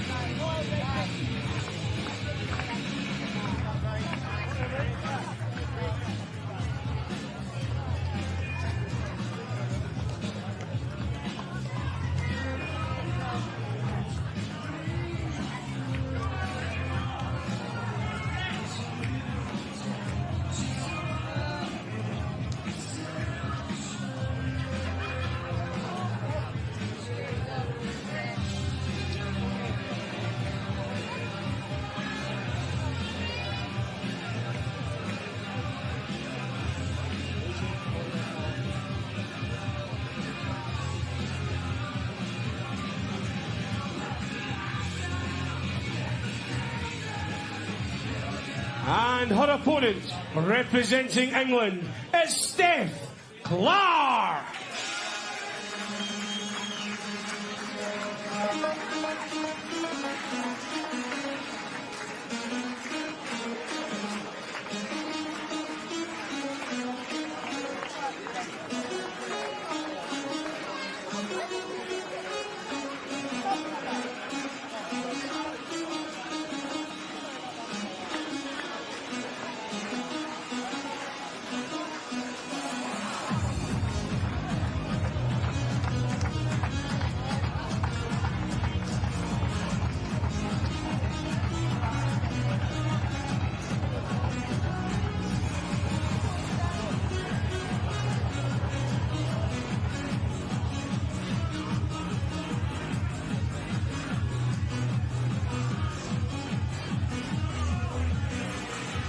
Okay, ladies and gentlemen, this will be a 6-set match played over best of 5, and your referee for the first 2 sets, Jake Powell. Welcome back to the Penny Darren Social Club. This is the Tri-Nations British Internationals and our first women's match of this tournament. Sees the home team Wales take on the visitors of England, and it's Rachel Kingdon who faces Steph Clark in our opening set. These two faced off in the opening set of the Six Nations here last year. They only faced each other for one leg, such was the format of that particular tournament. Kingdom won it in 22 darts. Not many people knew too much about Rachel Kingdon prior to that tournament. She came into it as very much a novice at international level, but she acquitted herself well. And she's up against the Salopian, Shropshire's Steph Clark. 60. Plenty of star names across these two sides, Scott, and Wales are looking to retain the title after winning it last year 45. And breaking a long streak that England had. Yeah, indeed, this is always a really competitive matchup. 41.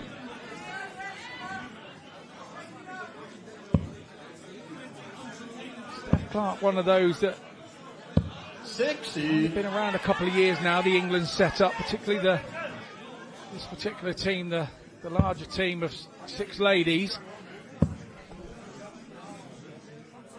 60. Been beaten 4 times. Played in this British Internationals 12 times. Just been beaten the 4 times. 45. And it's kind of been the making of her from coming through the county system, and she came in very new and very raw, but she's a really likeable character. 100. Steph, and gets on with the rest of the team, and quite a valuable team member. 60. She's definitely been improving over the past few years. She's knocking on the door of winning a PDC Women's Series title. She is representing her country with 100. distinction as well. But it's Kingdon who's made the better start here. 100. Wales require 140. Chances on. 100. Yeah, nicely done with the last dart. Don't want to do anything silly and get near the treble 20. Steph Clark will try and pressure this shot. Needs some sort of treble. 59. Wales require this time 40. round. Tops in for Kingdon.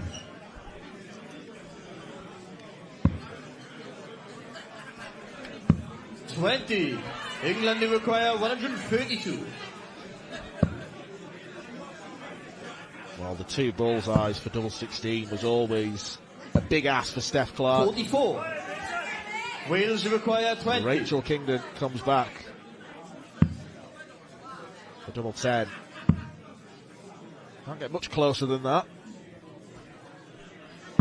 Game shot the first leg. And it's gone in, and it's a good start. Second leg, England. Really solid opener.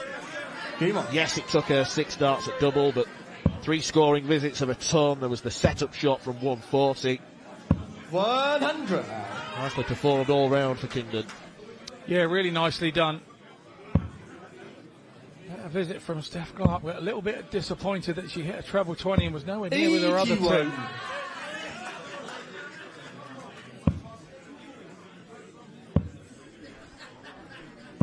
Half Matty goes with her everywhere that he can, particularly part of the England team.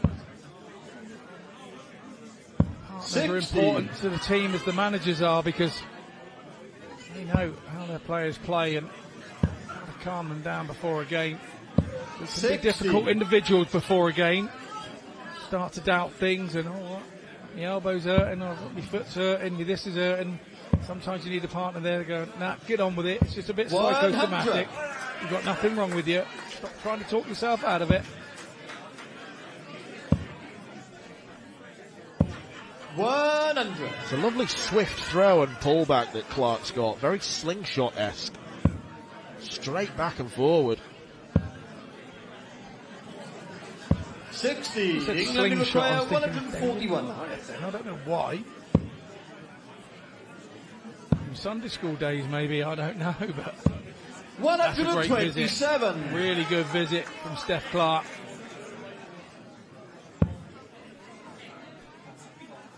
Well, it's good numerically, but I think she's just realised she's left herself double 7. I think she probably miscounted, thought she left herself double 8. But anyway, either or, as long as it goes, no score. Who knows? So Wales England had require to go at this 140 140 in the first leg, didn't she? But scored a ton to lead the tops. She'd be happy with that once more from this position. And it looks like that's going to happen. 100. Nicely done. England So require 40. pressure on this for Steph Clark, and really important moments early in this game. No score. Wales require 40. Well, she decided to have another practice start. Game shot to second Rachel leg. Kingdon is in a punishing mood, it seems. 2-0 to Wales. Liam Meek watching on. Third leg, it's Wales to focus. Game on.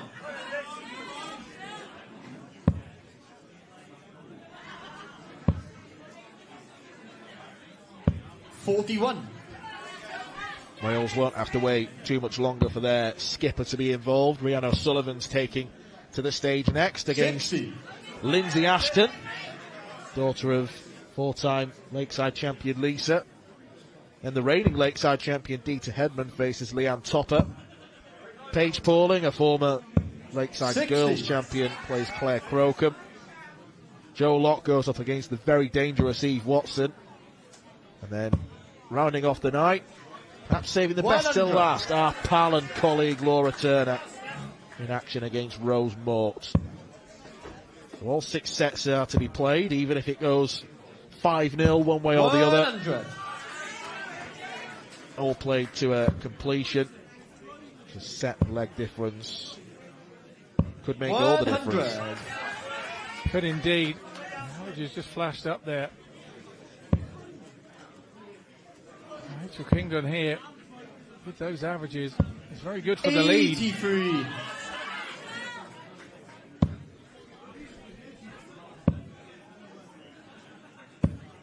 .13. Head shake between throws there from Steph Clark. She knows she's in trouble here.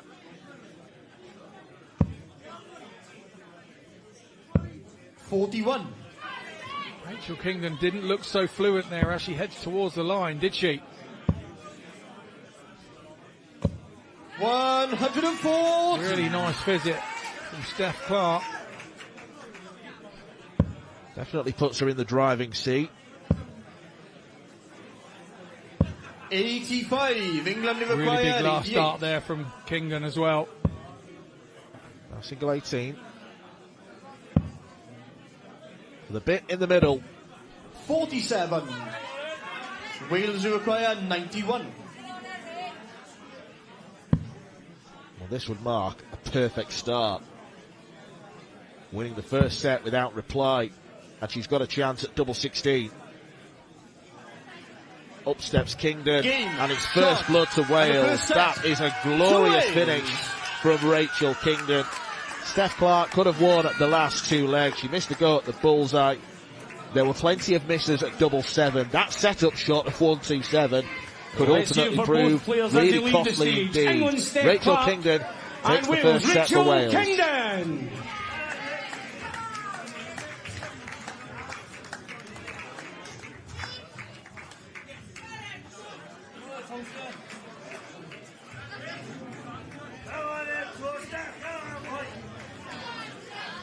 We now move on to set number 2. And first to the stage, representing England, is Lindsay Ashton.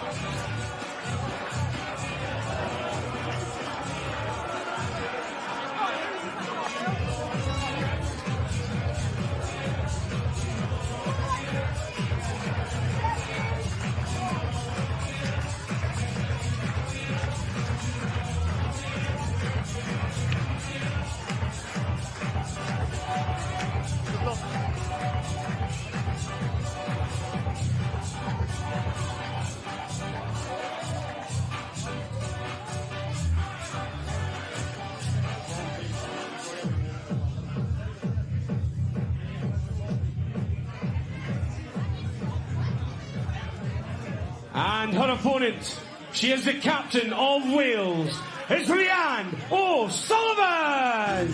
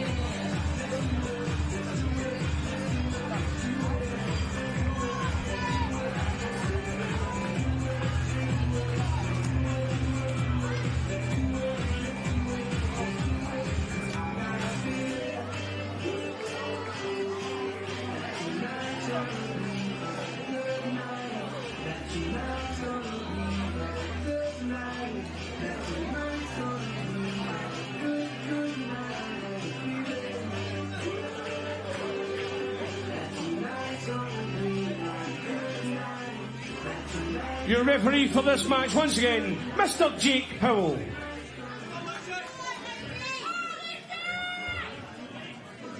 Prydain O'Sullivan, the most popular person in the Prydain social club, it seems, getting well wishes and cuddles from everyone. She goes up against the daughter of one of the most successful ladies players this sport has ever produced, Lisa Ashton, a four-time Lakeside champion, Lindsay Ashton, looking to follow in her footsteps. But this is probably the toughest possible draw for her. Prydain O'Sullivan has been a World Championship finalist in the past, Dutch Open winner. She missed a match start against Lorena Rietbergen to reach the Lakeside final, and what a tie she could have set up against Dieter Hedman. But second set, first leg, England she has, for many, many years now, represented Wales with so much pride and passion, played for Wales well over 100 times, and she could be one of the difference makers against 85. the lefty Lindsay Ashton. Scott Mitchell alongside me for this one. I think it's fair to say if Prydain plays her A game, she should win this, but Lindsay's a very handy player in her own right. Yeah, very much so, and it's very difficult for a sibling to come into the same sport as a parent who is so successful 59. Because you continually get compared, and for Lindsay being a female as well and her mum being who she 60. is, it's even worse so for her and the other daughter as well. So they've all now played for England, and what a family thing that is to have as a keepsake. 100.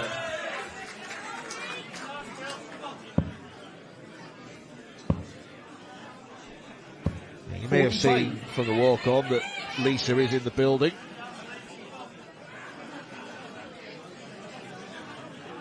Danielle has played in this tournament and played for England many times in the past. 43.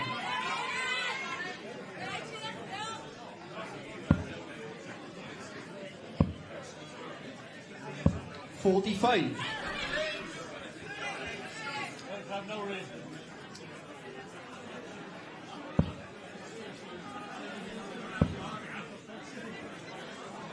$44. She's got to get that first dart a little bit higher, Lindsay Ashton, hasn't she, to try and be able to work from it. Look at what O'Sullivan is doing. It's the way that it works. The big fish here on offer. Put the fishing rod away, Dan. Not this time. 25.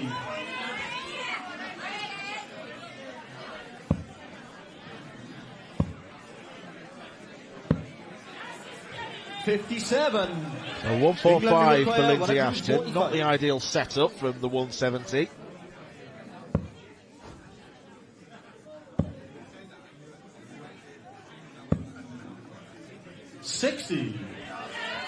Yeah, Yeah, not a disastrous visit that. I can see where she was going with that. So she get herself 2 darts at the big 20 and a dart a double top. England Slightly require more difficult here. We should go treble 15. It's the usual way. Double 5. 80.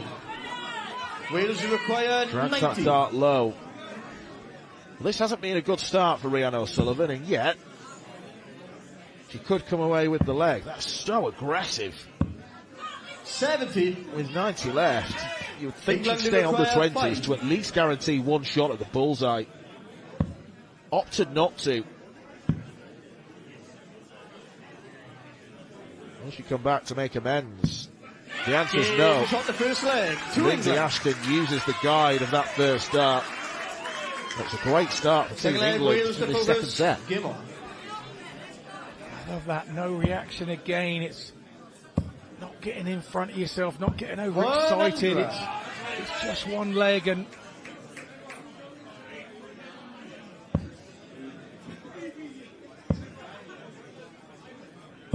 it's 104. a really good start as well to leg 2 for Lindsay. 44.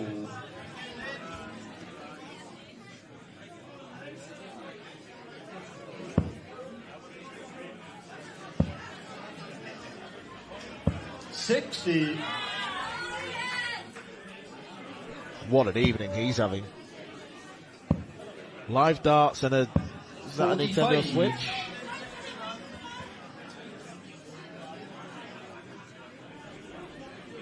My era's PSP. You're more of a Commodore 64 man, Scott.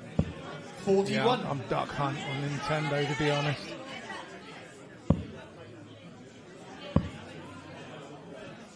$140.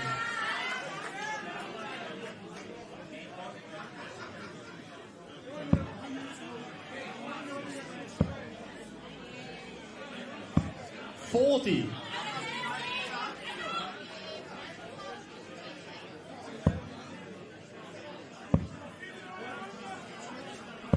$100. Lindsay needs a double treble visit here to put pressure on Rhiannon. A 180. Oh wow! 180. Just what the Wales doctor require ordered. Is that 72. going to be enough? This is Rhiannon O'Sullivan, don't forget. 20 for tops. 52. This is again a big chance England to steal require for Lindsay 40. Ashton. Mystic Mitchell predicted the trebles visit. 20. Maybe she needed your intervention with the doubles. Scoring for show, doubles for Dodan. Wales require 20. Wise man once said.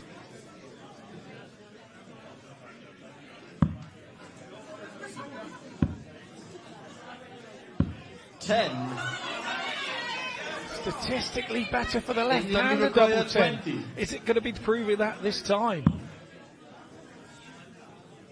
That was wild, wasn't it? Wild. She'd probably be better off busting here. No score. She does, in really good Wales fashion. require Treble 20. 10. That's showboating for you. 6. You don't often get these chances against O'Sullivan. England require 20. No, the missed darts at double are racking up. Now, is that so close that it's awkward and some of the tungsten's in the way? Into the Once second again, half. it's To an England. expert display of using the first dart as a guide. Third leg is Crashing England in to off the focus. barrel. Game on. Just calm and composed and impressive.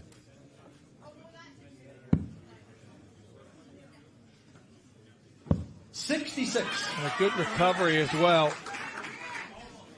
Steph Clark there supporting on. Didn't go her way in set 1. 60. And now 3-0 to Rachel Kingdon, if you only just joined us.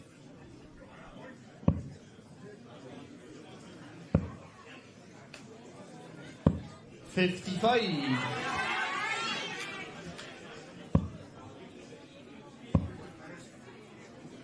60.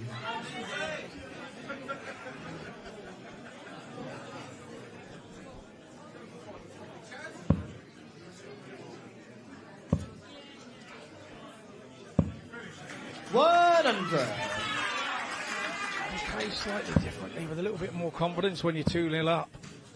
And when you're 2-0 down and now everything you feel is against you, one drops out the treble 20 because it was in there. Ryan denied a max by gravity. 95.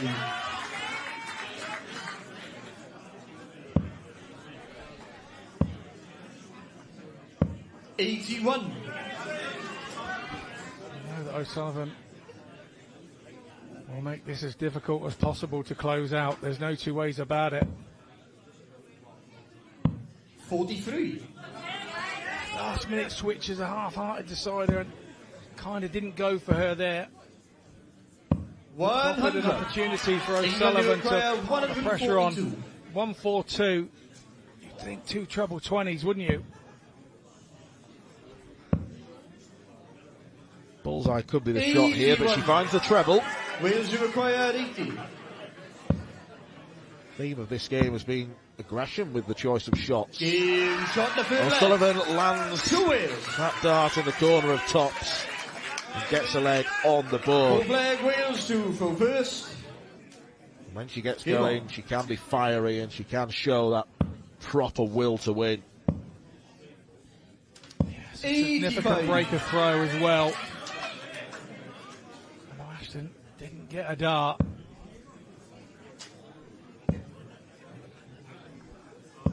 $45. Just got to weather the storm, hasn't she, Lindsay Ashton? Because it's coming. The storm will come in the form of Ryan O'Sullivan. 60.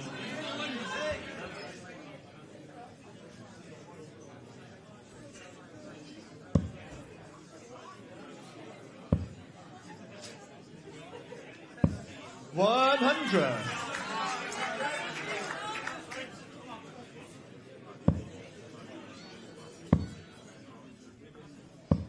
$43. Ashton here not going away.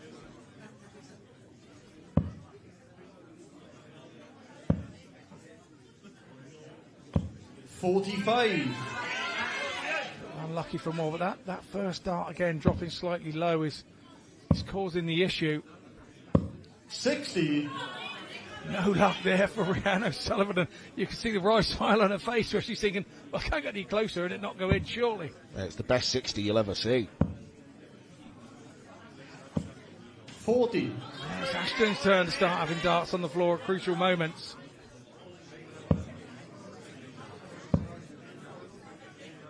$140. The turning point in this match right there.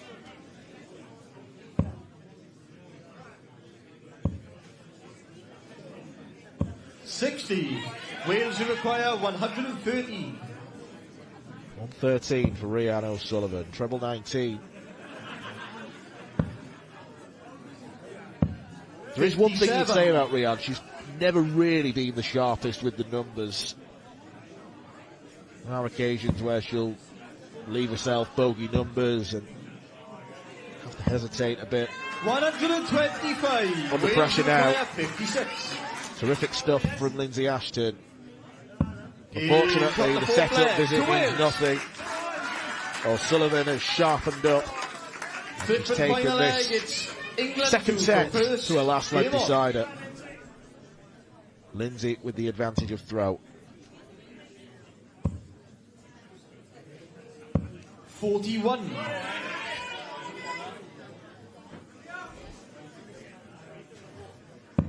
First real sign of reaction from Lindsay Ashton there to that first visit. 125. Ryan O'Sullivan has pounced all over it with a 125 of her own.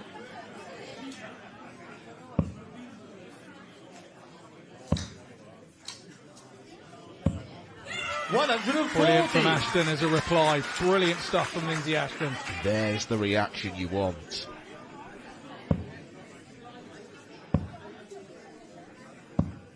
$60.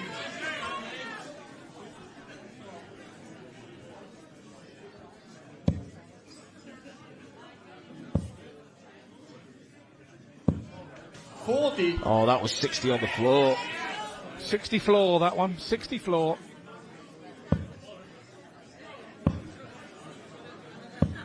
It hurts when Rhian does that back at you. Ashton now chasing this leg.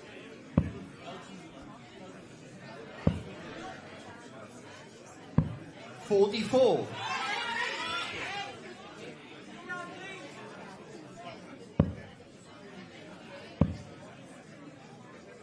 $100. That'll do. Yeah, under the circumstances, that's all she needed to do. How important is that treble 20 dropout from Lindsay Ashton a couple of throws ago? Turned the leg on its head, didn't it? 41. Wales require unlucky. 76. Well, we've already seen a 2-0 deficit overturned. 36. Rhian O'Sullivan can't complete the comeback here, but she'll come back. Lindsay stranded on 195. 43. Wales require 40.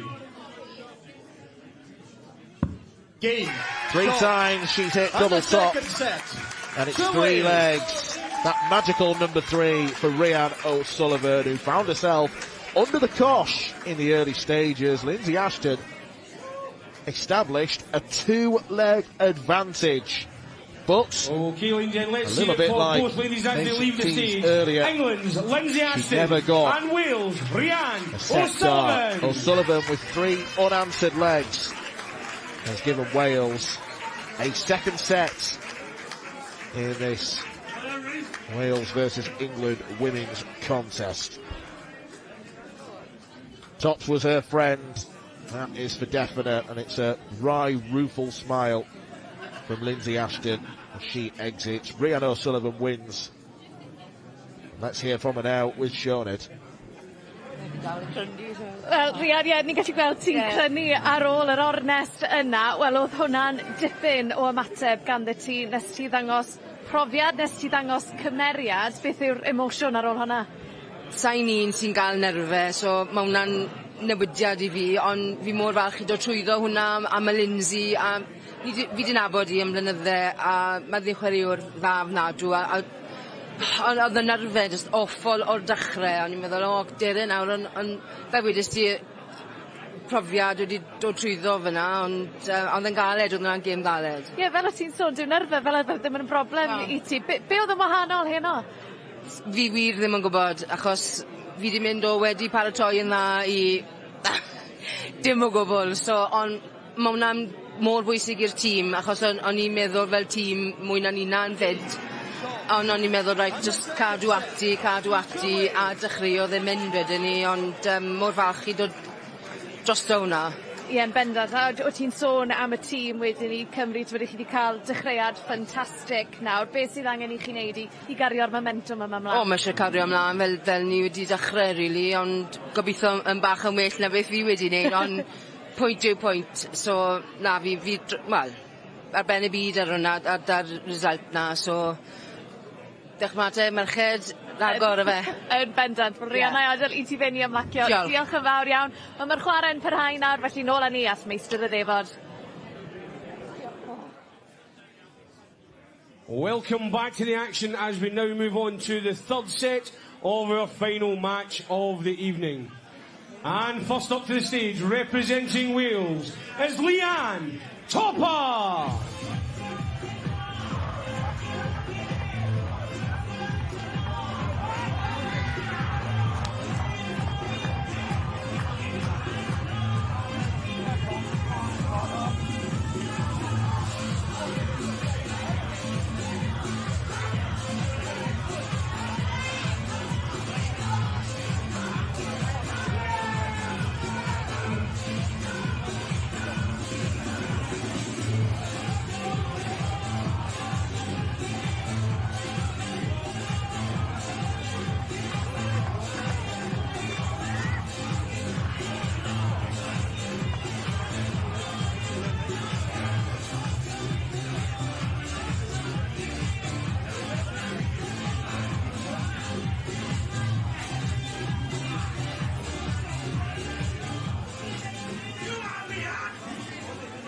And her opponent representing England.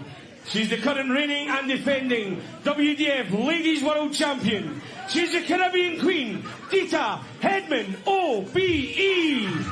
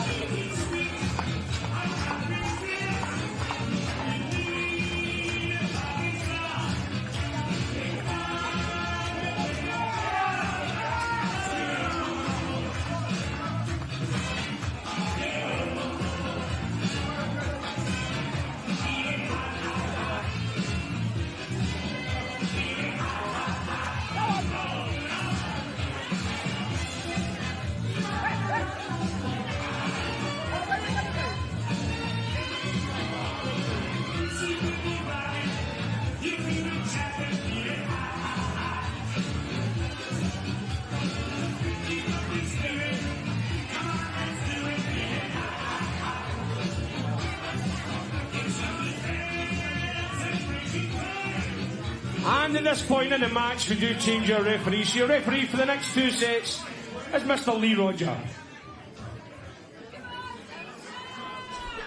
It's fair to say that England are in a spot of bother against Wales. Rachel Kingdon and Rhiannon O'Sullivan getting valuable sets on the board. First of 4 would seal victory for the home side. England need a hero, so step forward. The 66-year-old Caribbean Queen, the reigning Lakeside World Champion, finally winning the tournament she desired for so many years. Winner of hundreds of ranking titles throughout her career, but she got the big one back in December, and at 66 years old is still full of life and full of energy. But she's up against Leanne Topper, who was part of Wales's Six Nations squad. That was teams of 3 as opposed to teams of 6, and a little bit like Rachel Kingdon, even though they were the left and right hand men, so to speak, of the captain Rhiannon O'Sullivan, she did herself proud. She beat Dita in Wales and England's meeting here back in June over 1 leg. And she beat her over the best of 5. It will be a big ask, because Dita has got that presence and that aura of being a world champion, Scott Mitchell. And not before time either. It was a long, long time coming for her to win that title. 60. Yeah, and I honestly believe she thought that she really was running out of time, and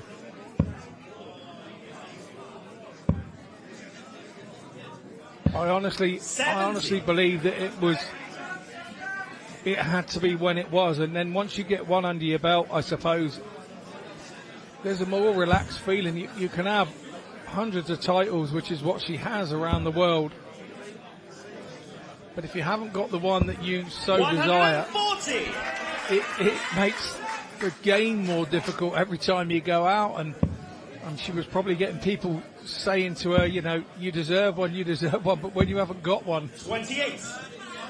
You can't. It's frustrating, and so now she's put that all to bed. And yeah, fair play to her. And if anything, it'll make her a much more dangerous player, because she's not desperately chasing that title. If she never wins it again, she can still always say she's a world champion. But that's maybe a conversation for another day. She's here captaining England, 85, as she has done for a long time now. Always proud to represent her country. Still a fan of using the crazy spring-loaded darts that bedoing around the board. 100. Well, it's actually a point that's a lot smaller and thinner. It's a sprung-loaded point, so it doesn't go in and out of the dart like the old Keith Della ones we all remember from the 80s. This one is, if you look at her points when they go on the board, they're like a needle point, but they're sprung steel, and so when the dart goes in, it sort of bounds around, and what happens is they move out of the way when the next dart comes in. It moves the dart over when you're trying to group and score. 85.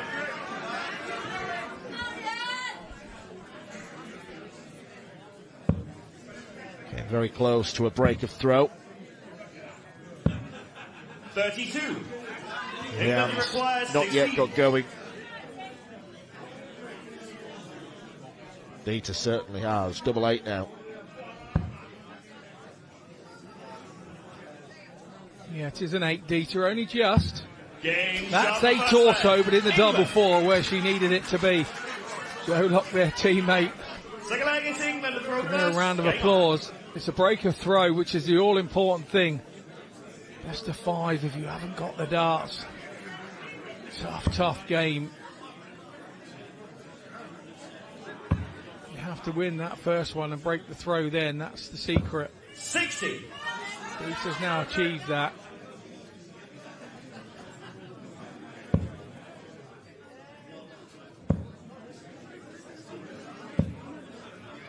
There's also that aura around you when you're a world champion and your current world champion. When you play opponents, people are fully aware of it. For some, they step up and start playing their best game. For others, they start to sort of rue they've drawn the world champion, and sometimes it drives them into the shell. But I don't have Leanne Topper down as one of those. But when you were world champion and world number 1, did you ever walk into a building, walk to any tournament, 85. look at your opponent and think, they fear me? Kind of no, I didn't have that kind of attitude. The only person I feared was me. Me not performing was the way I looked at it. Look, yes, when games went on and maybe somebody missed a dart or two at a double and maybe to finish you off or whatever, and that probably still happens now 11 years on, but yeah, you kind of pick up whether they're a little bit nervy to get you or not as the game goes on. You don't go to the board thinking it ever. You go to the board thinking they're going to play their best game. I've got to turn up. And 9 times out of 10 players do play their best game, and that gives you longevity because you have to continue to play yours if you wish to continue to play the game. So, you know, I'd rather, again, like I said earlier, pressure is an honour, and it's something that I sort of learned to deal with, really. It still happens now. At county game, whatever. But I never ever looked at somebody walking up and going, oh, he looks nervous, because they're the ones that go 180 straight off. The dark horses.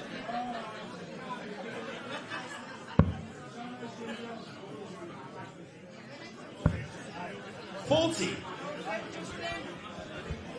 A couple of ropey visits from Dita gives Leanne half a chance, but she needs to find a treble, and she's, well, she went the wrong way about it. Should have switched down to the 19s with the second dart, because 39 scored with 2 darts. She would have been able to go back up and leave a finish. It's those little mathematical calculations that are so important. 140. Yeah, really sensible visit and a great visit. Nothing silly to bust by going anywhere near the treble 20 through it. Nice. 43. Hard up against England, you require top. 40. So it's Dita Hedman comes back here. 2-0 lead. Double top herself. Leanne Topper has left herself on 163. So she's got 6 from here, but Dita would like to take it out in this visit. That's not going to happen. A bit of a 20. strange dart, that one, from Hedman, but she will return. And Leanne Topper leaves herself wishing she was closer. It's almost as if the dart just came out of her hand completely wrong, like it slipped. Job done for Team England boys for the weekend. Game shot the second leg. Dita Hedman is one leg away from completing her task for this evening.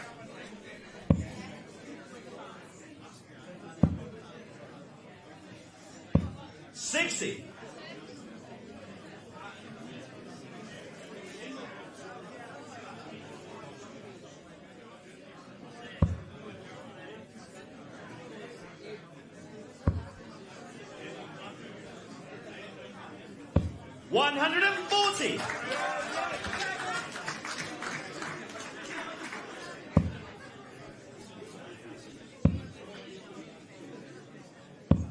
26.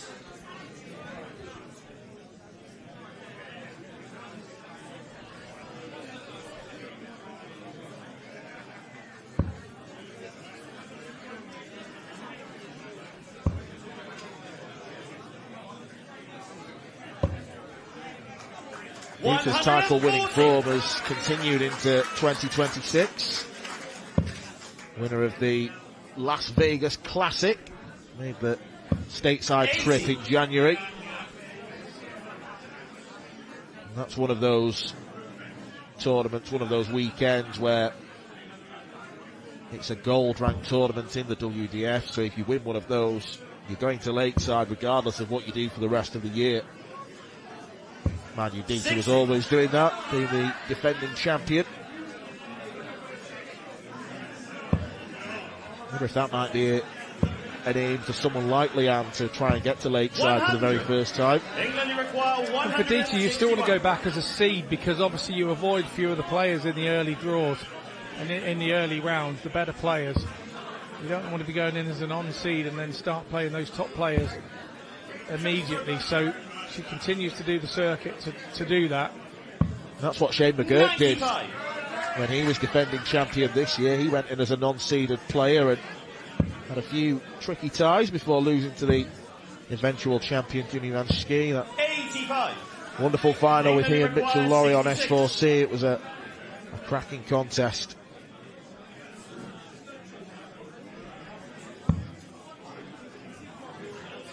Double 18 then for an easy win.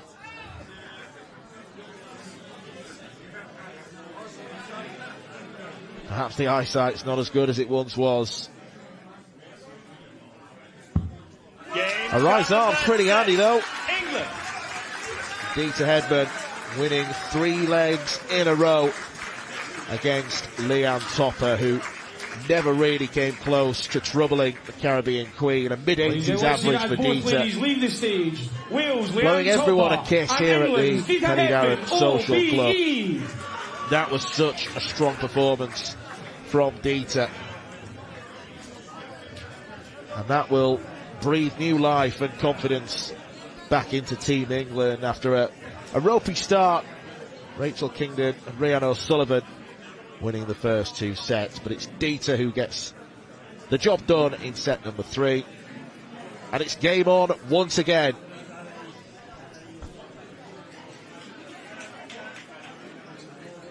We now move on to set number 4, ladies and gentlemen. And first to the stage, representing England, it's Paige Pauling.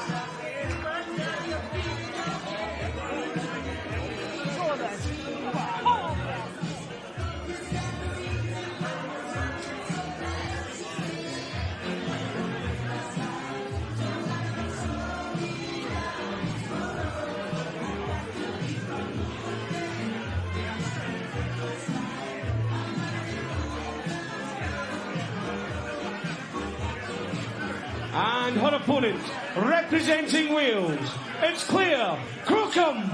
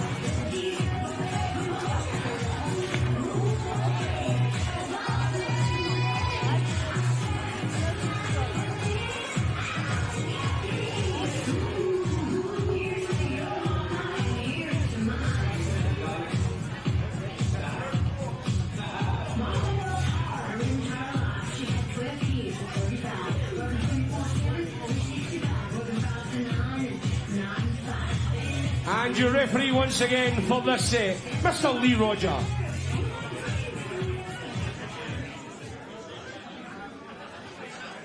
Two very different entrances. Paige Pauling, laid back as always. The 18-year-old former Lakeside Girls World Champion who is still a youth player just about. She'll be teaming up with Ruby Gray in the girls tournament for England, but she's also participating for the women because she's good enough, and she's proved that over the last few years now. Claire Crocombe is probably one of the lesser known names in the Wales squad, and she's doing her very best to try and change that by having a little jig on her walk-on. Game on. It's England who'll throw first, and maybe the momentum of this game could shift somewhat 22. following Dita Hedman's easy win over Leanne Topper. For a long time, Paige Pauling has been seen as the next big thing in women's darts. 20. She'll be hoping to prove it here. That's not a great start from Crocombe. Darts look loose in the board. And you see this one, great stop. You know what Paige Pauling's all about. Less so Claire Crocombe. Yeah, Paige Pauling, for one so young, has vast experience and is one of those that Dita Hedman kind of took under her wing a couple of years ago, spotted the talent within her, started playing pairs alongside her, and we know that winning breeds winning. I'm a big fan of Paige Pauling. Family support her everywhere they go. Mum and Dad very rarely not with her, particularly when playing in the UK, and brothers alongside as well. So 100. She has the killer instinct. She's won so much within the youth game. Started to see her win in the kind of senior side of the game as well. 99. Progressing nicely for me. Yeah, if we were to sit here and list all the titles that Paige Pauling has won at youth level, we'd need sleeping bags and emergency food rations. She's won so many of them. Now it's the time for her to step up. And in fairness to you, Scott, you are absolutely correct when you say that she has been winning senior titles, 6 of them in total. For someone just 18 years 25. old, it's quite a record. England, you require 121.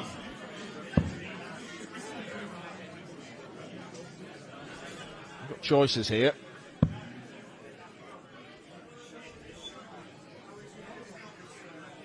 .42 left, so 89. I'm sure Paige was looking for treble 7 to leave tops. You just tend to leave double top. That's her favourite choice. 36. Yeah, 100% agree with you there. That was 32. The plan.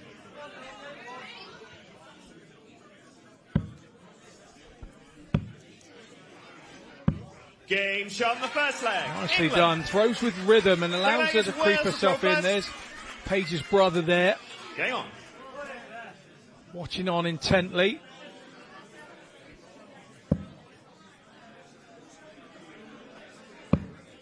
.30.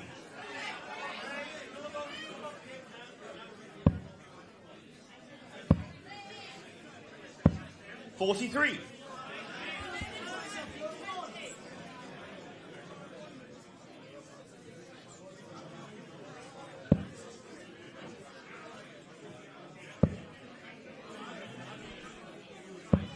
.45.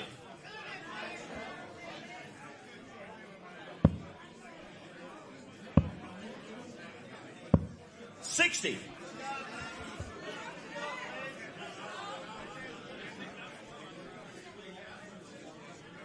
Well, Claire's on 426.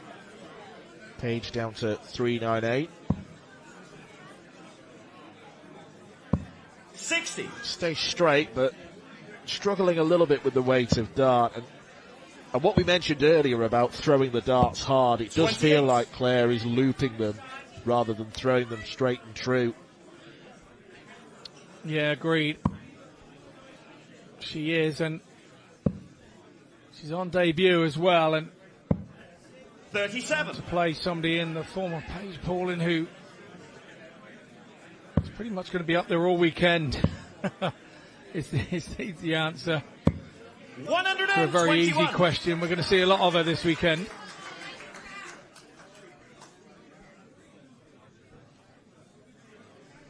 Doing similar to Mitchell Laurie is doing for Scotland.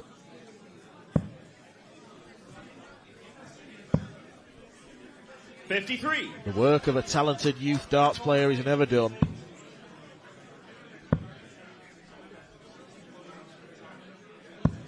$95. And you have to take advantage of it while it's there as well. Strike while the iron's hot.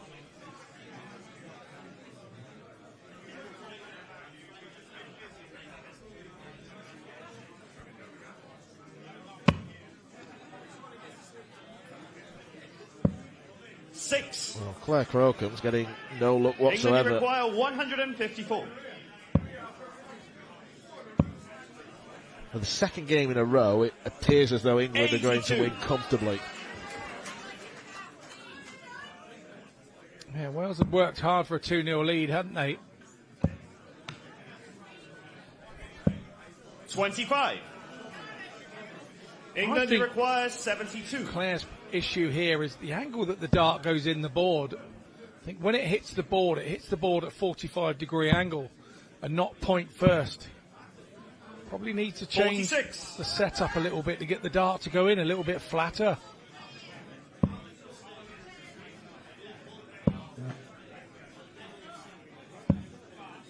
$41.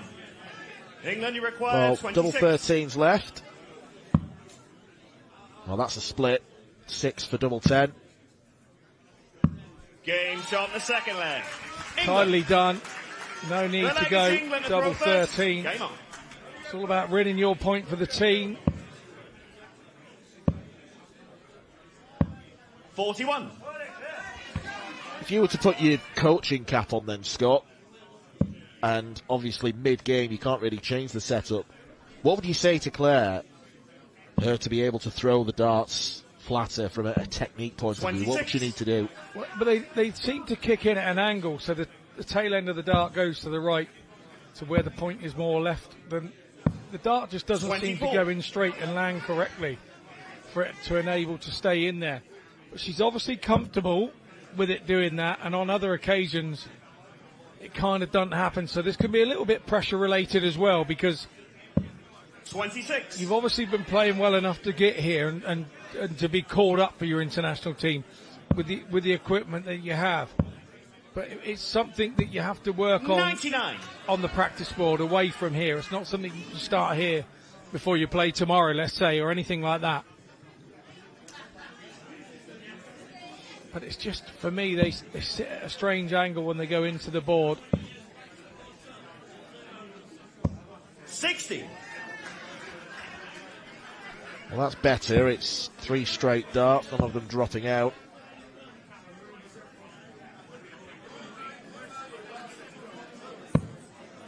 $97. Well, she's got to maybe change a point, maybe. So she looks to be thrown with a fairly sort of standard smooth point. Maybe she's got to find a point with a little bit 31. of grip on the bottom end somewhere to try and get them to hold on in the board a little bit more. 80.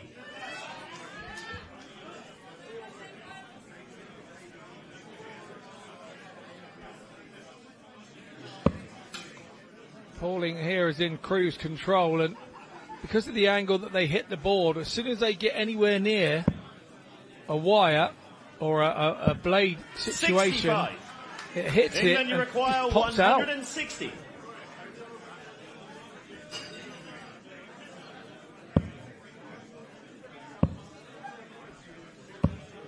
$55. Again, Pauling in no panic here. She is cruising.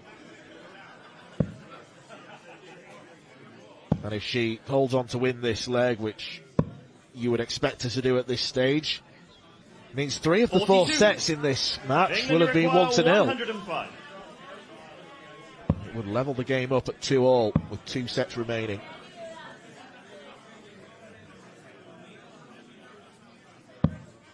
.45.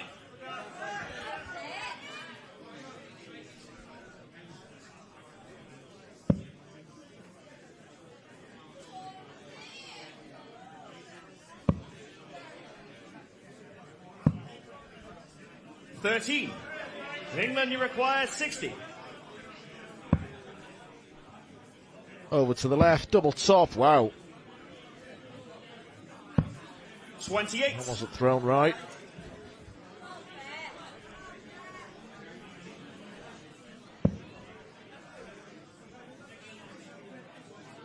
They're getting frustrated, and it's completely understandable. 50. Nothing's gone right for her. England, you require 32. Playing for your country is one of the biggest moments in your darting life. Game shot in the 4th set. England.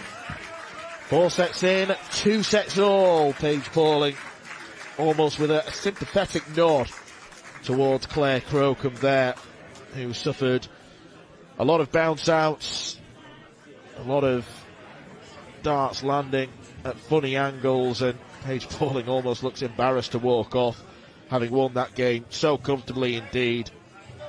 Not at her best, but she did more than enough to win against the luckless Claire Crocombe. The 18-year-old walks off, gets a hug from her skipper, Dita Hedman.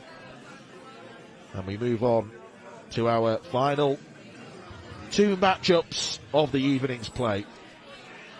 Okay, ladies and gentlemen, now move on to our penultimate set of the evening. And first to the stage, representing Wales, it's Eve Watson.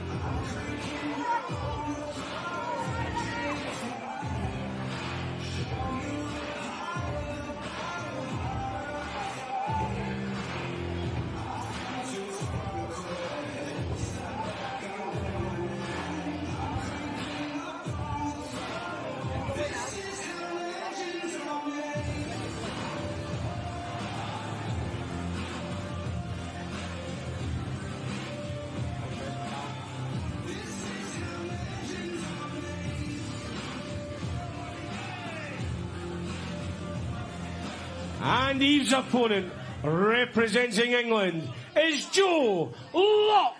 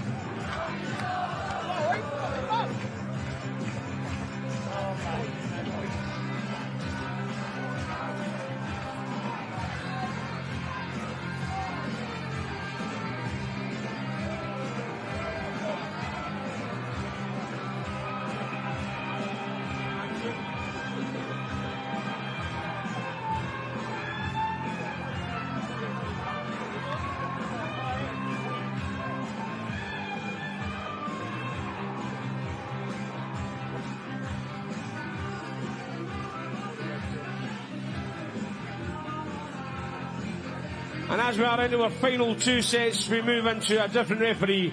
It's Mr. Aaron Mitchell.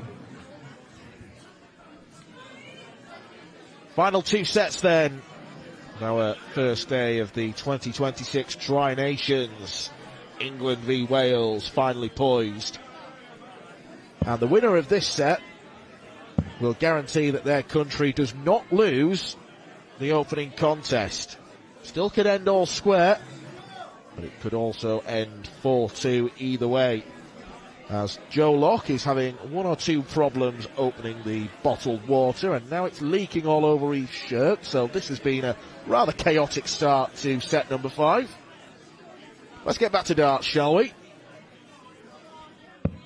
Joe Locke, a former Suffolk County player.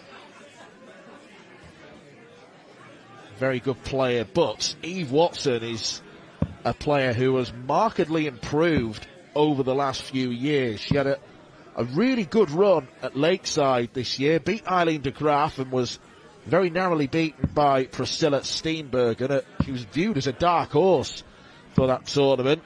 Thank the you, ladies and numbers she was gentlemen. producing Set, back first that leg, up. It's Wales to throw first. And on home soil, Game on. she'll be hoping to ensure that Wales are not beaten by England in the first match. A player that you rate quite highly, Scott. Yeah, I do. Thanks for that commentary on the water bottle opening. That was very gripping stuff there. Back to the darts. Yeah, no, I've watched Eve now for the last couple of years, and 100. She's developing at a nice rate. You know, it's the confidence is coming along. She's believing in her game a little bit more, and I've seen her at county. And 60. Yeah, it's something that kind of she's following in a way that Rianne developed 100. and came through, and I think that she's a really solid player. And as for Joe Locke, Joe's become a friend obviously through international appearances and my time 60. with the England team, and she's a real jovial character. You saw her go back on the walk-on there, and that was to 85. She forgot to say see you later mum while I'm coming to the hockey, so yeah, never forget your mum when they're here. But she's a really solid player. 60. Playing in a really solid Suffolk County team, which sort of sports the likes of Andy Geldin and so on. The guys on, Brett Claydon and many of the guys that you've seen sort of top end of the challenge, so Ryan Meikle. They all sort of apply their trade there at Suffolk, and it's sort of 41. sometimes go England overshadow. require 76. Joe's made a terrific start here. Double top for a 15-dart break. 36. Lob just over the top Wales, of you top. require So 140. 140 now for Watson, who's thrown plenty of straight darts, just not many in the trebles. Bucks could not follow. 81. England, you require 40.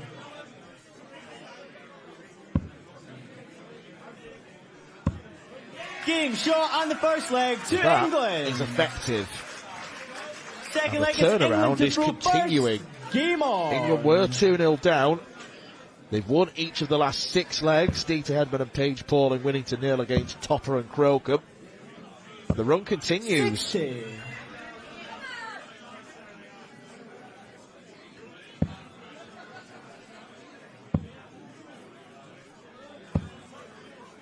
$83.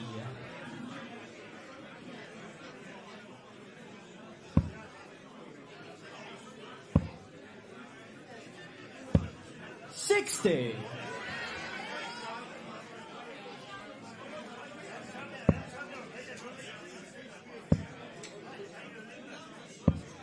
$41.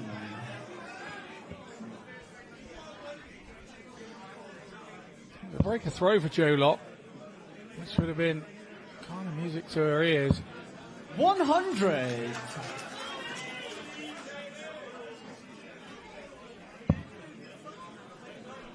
It's always interesting to note the different ways 81. that players throw. It's a sport that on paper is very simple, but there's so many nuances and and different little tidbits involved, and the way that Eve Watson 45. brings the dart right to the bridge of her nose, I have absolutely no idea how she can throw so accurately.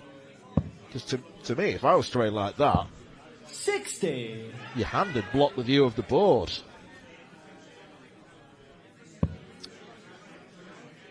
Yeah, very much so. Some people do it. They're 100. the dart away and have it touching their sort of. I can't have it touching any. I couldn't do that off a cheek or anything. I just couldn't do that.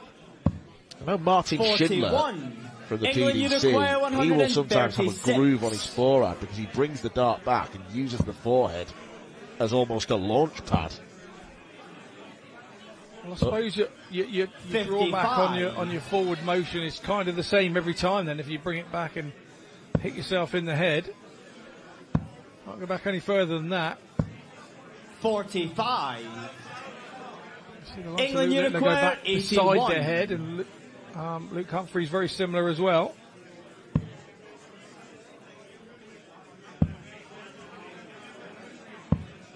$49. Wales, you Covered it require nicely, Joe Locke there 150. with the last dart. Leave herself 32. Watson going for the old 2 treble 19s route. 98. Double England, you 18 require didn't go 32. well, but managed to hit a treble 20 with the last dart to pressure up this. Game shot and the second leg to England. Pressure for Joe Locke, First straight leg in. is Wales to throw first. Game on. Well, that's 8 legs in a row now for England against Wales, and the Welsh side have not had a single dart at double. 60. This is what you call a barren run.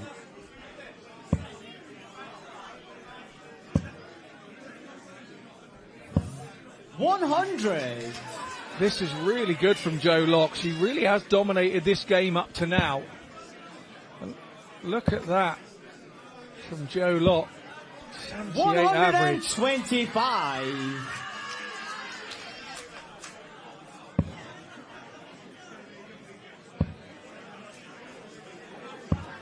$81. 26 average in old money. She's running at the minute. 41.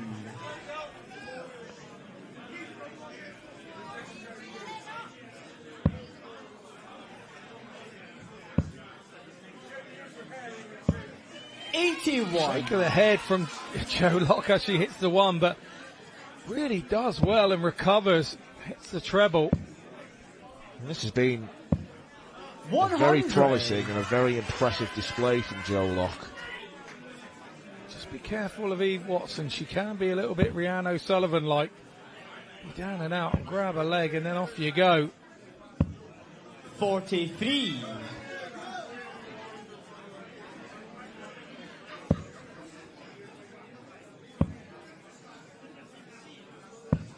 $99. This is on the Watson throw, by the way, so we mustn't be too harsh on Joe Locke. Or Joanna, she calls herself there, really berating herself after hitting treble 43. one. Surely this is where Wales 76. get that dart at double. And it will be double top. 36. England, you require 153. Biggest check out of the tournament is not going to be struck by Joe Locke here. 60. Wales, you require 40. I don't see Watson making mistakes here. That's awkward now. 20. As when you're 2-0 England, up, you those require fly in 93. down, but when you're 2-0 down, they become difficult. Is she going treble 19? Yes, she is. Double 18 straight shot, in. and That's the a best beauty set to from England. Joe Locke. And England will not be beaten in the first match of the women's tournament here at the Prydain Social Club. Because after an awkward start, they have won 3 sets in a row without dropping a single leg. And that was great from Joe Locke. The 93 checkout in particular was hit with such confidence. Eve Watson can afford to smile. but Wales can no longer afford to lose. Otherwise, the points are gifted to England. Laura Turner and Rose Moore will fight it out in the last set of this evening's play. But look at that for a confident checkout. It is England 3, Wales 2, with 1 set remaining. Okay, ladies and gentlemen, we now come to our final set of the evening. And first to the stage, let's welcome England's Laura Turner!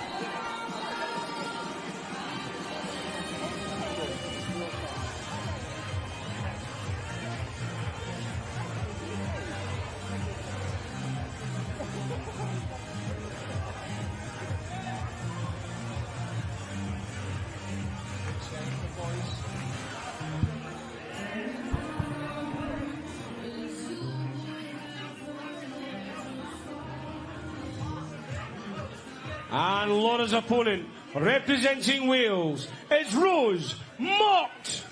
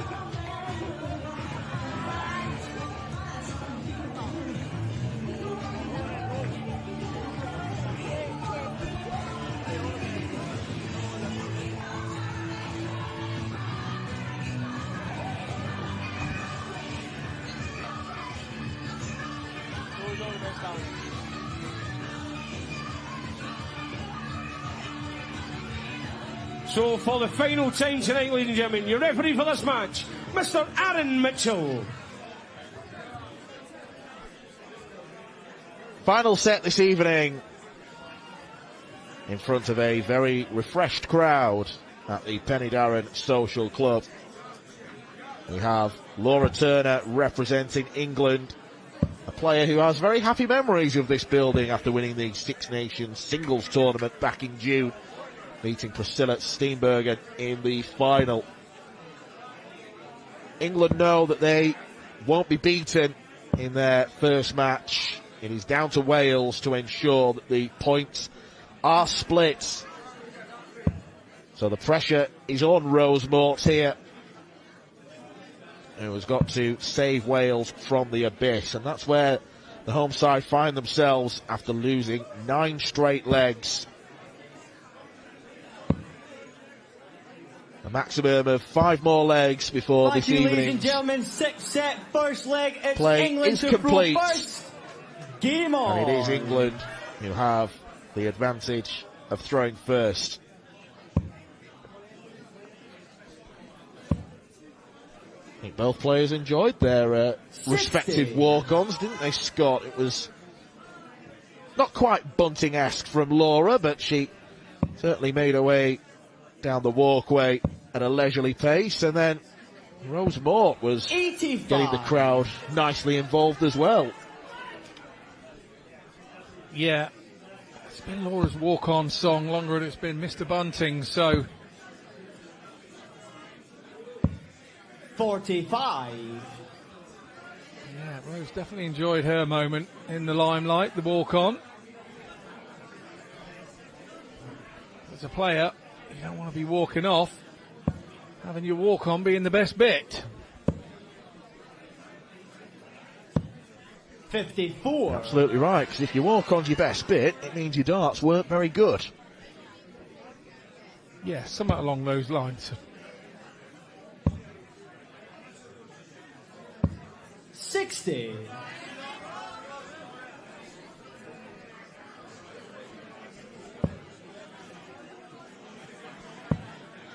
Again, always difficult playing at this time of night. There's been sort of you 31. travel up to get to your hotel and drive from wherever you've driven. So to play at this time of night, it's been a long day already to get here. There's been a few farmers 41. protests around the country as well. Blocking off a few directions with all just happen to be the ones we need to come through. Well, I'm glad you're 43. here and not there. Absolutely, I should be there really. The fuel prices are ridiculous for us at the minute. And the knock-on effect is all your food is going to be more expensive. It's just, and we don't want that. 41. That's all we want. Fair price. As we sit here polishing off bags of wine gums and Haribo. It should be 10p dearer again next week because of the fuel prices. 45. It has a knock-on effect to everything, Dan. Oh, you're so young and wet behind the ears, aren't you? Correct.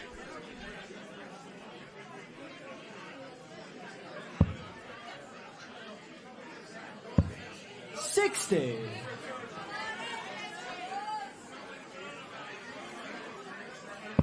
Steady start from both ladies here. 35. A couple of trebles there for Rose Mort, but not the one she desired.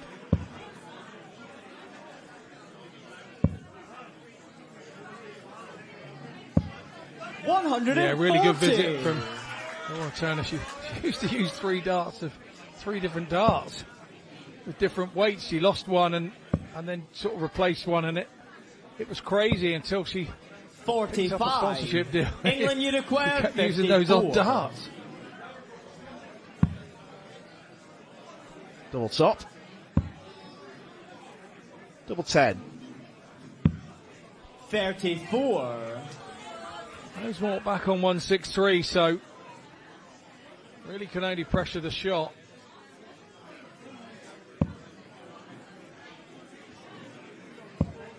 $45. England, you'd acquire 20. Well, that 140 is essentially the difference so far. Double 5. 10. Sails Wales, high you'd and acquire wide. 118. Offers an opportunity here of 118 to Rose Mort. She's done the right thing, left the gap to the treble. It didn't quite go for her. Across the treble 18 now. 58. England, you'd acquire 10. It's time to go straight at it. Co-commentating mate. Game she shot does on indeed. the first leg to England. It's all Second about leg how is Wales to letting throw them first. Game get on. as far as they can get, knowing when to stop it. Yep, she will be joining us in the commentary box on Sunday. 45. Look forward to having Laura's company. I mean, you look forward to getting a break as we rotate the You mean you'll get the break? Well, yeah, I'll get the break.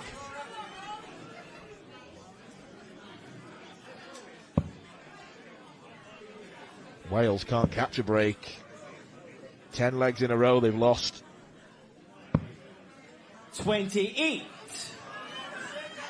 Going down in increments of 28 is not going to help the Welsh cause.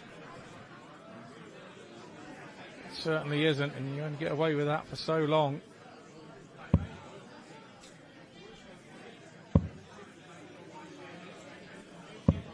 $60.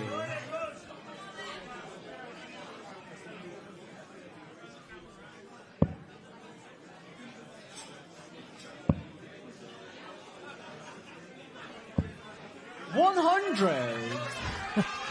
Right eyes, risen eyebrows from Rose Mort there, but it was a good visit. But she wanted more. 140. She wanted that. That's maybe why she needed more.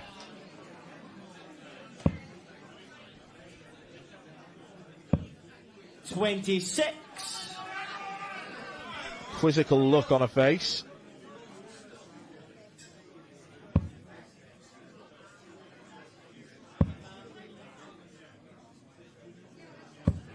$60.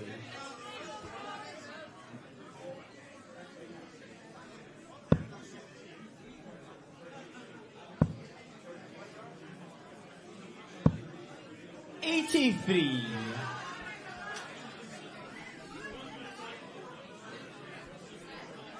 Turner successfully turned the throw here. 60. Well, every dart she's thrown has been straight. Problem is that the weight of them has too often been off. 97. England, you require 121. Nevertheless, it's been a good leg from Laura.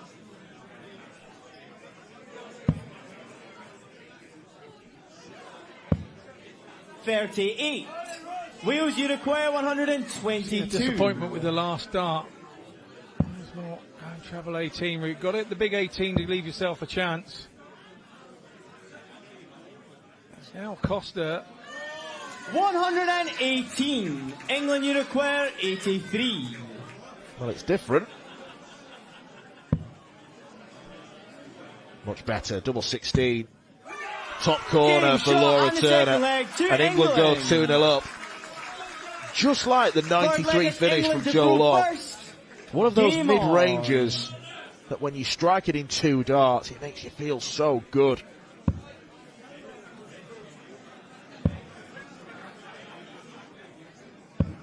$85.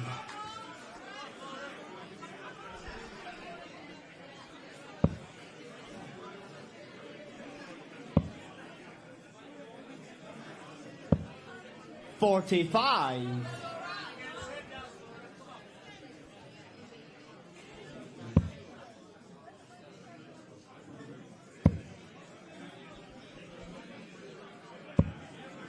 $43.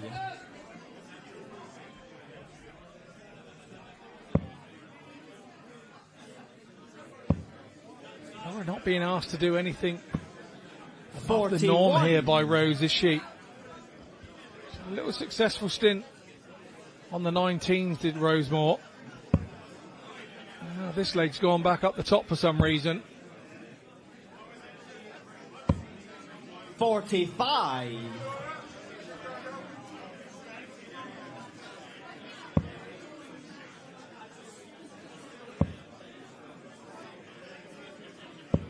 $60.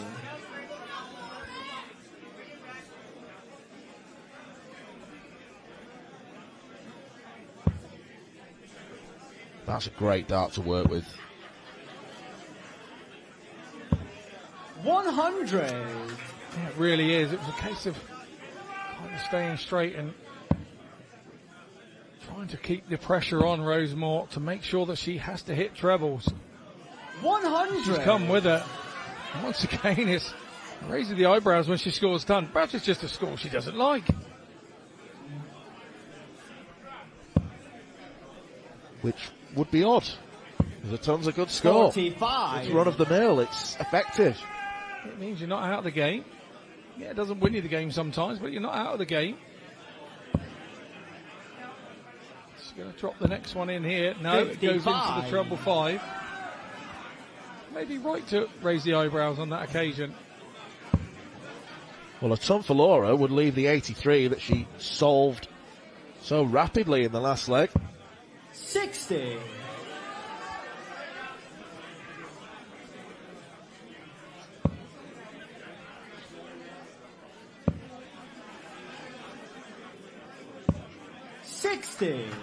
England, you require 123. To end the night with the biggest check out. 66 left. Oh, wrong side of the wire. It's unlucky. She went aggressive, looking for the treble 16. 94. Wales, you require 140. Gets it wrong with the last dart to leave 29. But it's enough pressure applied to the Rosemort throw that 36. She's kind of England, you require off the lines 29. a little on 140. Don't see this number left very often.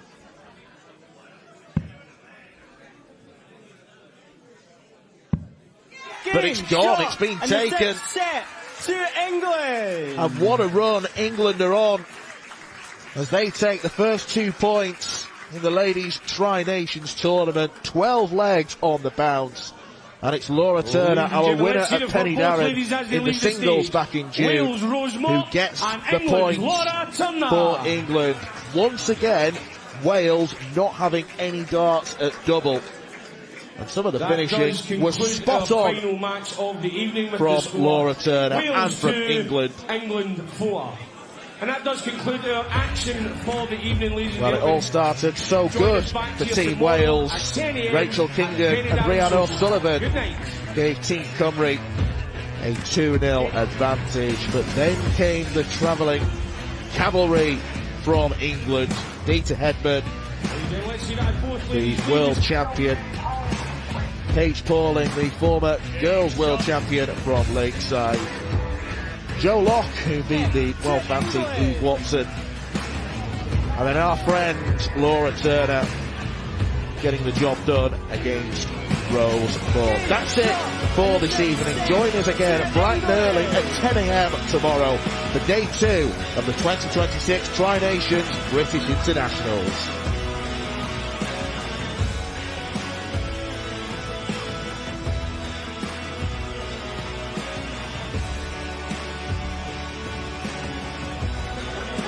Yeah, Laura, thank you so much for coming over to join us. When you stepped up onto that oche, was it a case of just getting the job done? Yeah, it really felt like it. Unfortunately, it wasn't my best game. It wasn't Rose's best game. I know exactly what Rose can do, but ultimately, when you're playing in this team environment, it is just about the win, and I am delighted to have just got over the line in the end. Yeah, because in terms of that team dynamic, you know, England, you did have a slow start. How proud are you of your teammates when they needed to deliver, when they needed to fight back, they did? I'm proud of all of them, even the ones, you know, Steph was really unlucky, Lindsay was so unlucky, she was 2-0 up on Rhiannon. I'm proud of everyone that steps up there and puts on that shirt. It is really, really tough.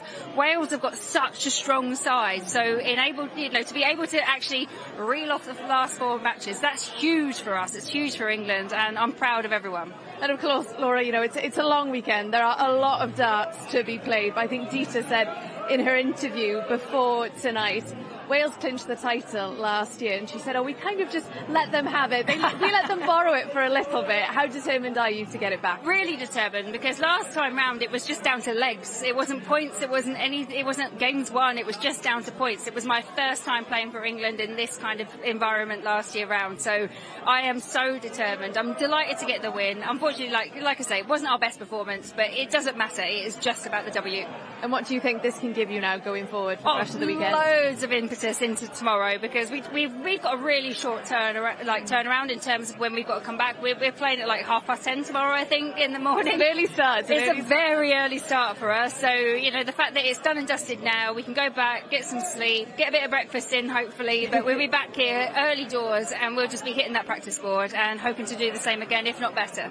Well, Laura, look, really appreciate your company. Have a good night's sleep tonight. We'll see you tomorrow morning. Thank you so much. Thank you. OK, felly, dyma'r sefyllfa a newn ni ddechrau gyda'r menywod o ran y table. Felly Lloegr sydd ar y blaen fel mae pethau'n sefyll a wedyn ni'r Alban a Chymru lawr yna ar y gwylod. A wedyn ni gyda'r merched pethau'n edrych bach yn well i Gymru nhw sydd ar y brig fel mae pethau'n sefyll. Lloegr yn yr ail safle a wedyn ni yr Alban gêm fawr i ddod fory. Lloegr yn erbyn Cymru, cofiwch i ymuno â ni ar gyfer honna. A wedyn ni y bechgyn, wel Lloegr yn sicrhau'r teitl yn gynharach am berfformiad gan dyn nhw bechgyn Lloegr sydd yn gorffen ar y brig o ran Bencampwriaeth y bechgyn. Felly dyma ni, fel oedd Laura yn sôn, mae pethau'n dechrau yn gynnar iawn am 10 o'r gloch y fori. Ni'n dechrau gyda Bencampwriaeth y merched, yr Alban yn erbyn Lloegr, a wedyn ni trydydd gêm y diwrnod, fe fydd bechgyn Cymru yn wynebu yr Alban, a wedyn ni 2 gêm i ddod o ran y merched Cymru, a wedyn ni y dynion. Y merched yma yn erbyn Lloegr, a wedyn ni y dynion yn wynebu yr Alban.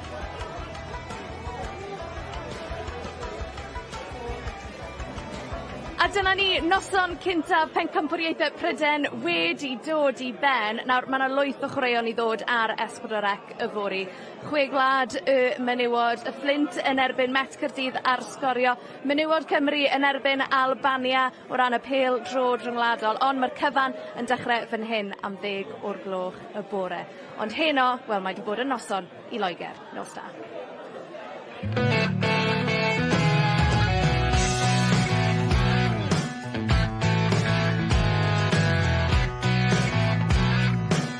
Mae Lloegr wedi ennill y gêm gyntaf, a hynny o 2 set i 1 yn erbyn Cymru.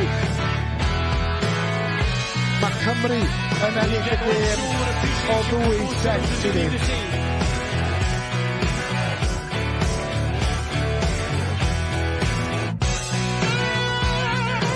Bechgyn Lloegr yn Bencampwriaeth Prydain.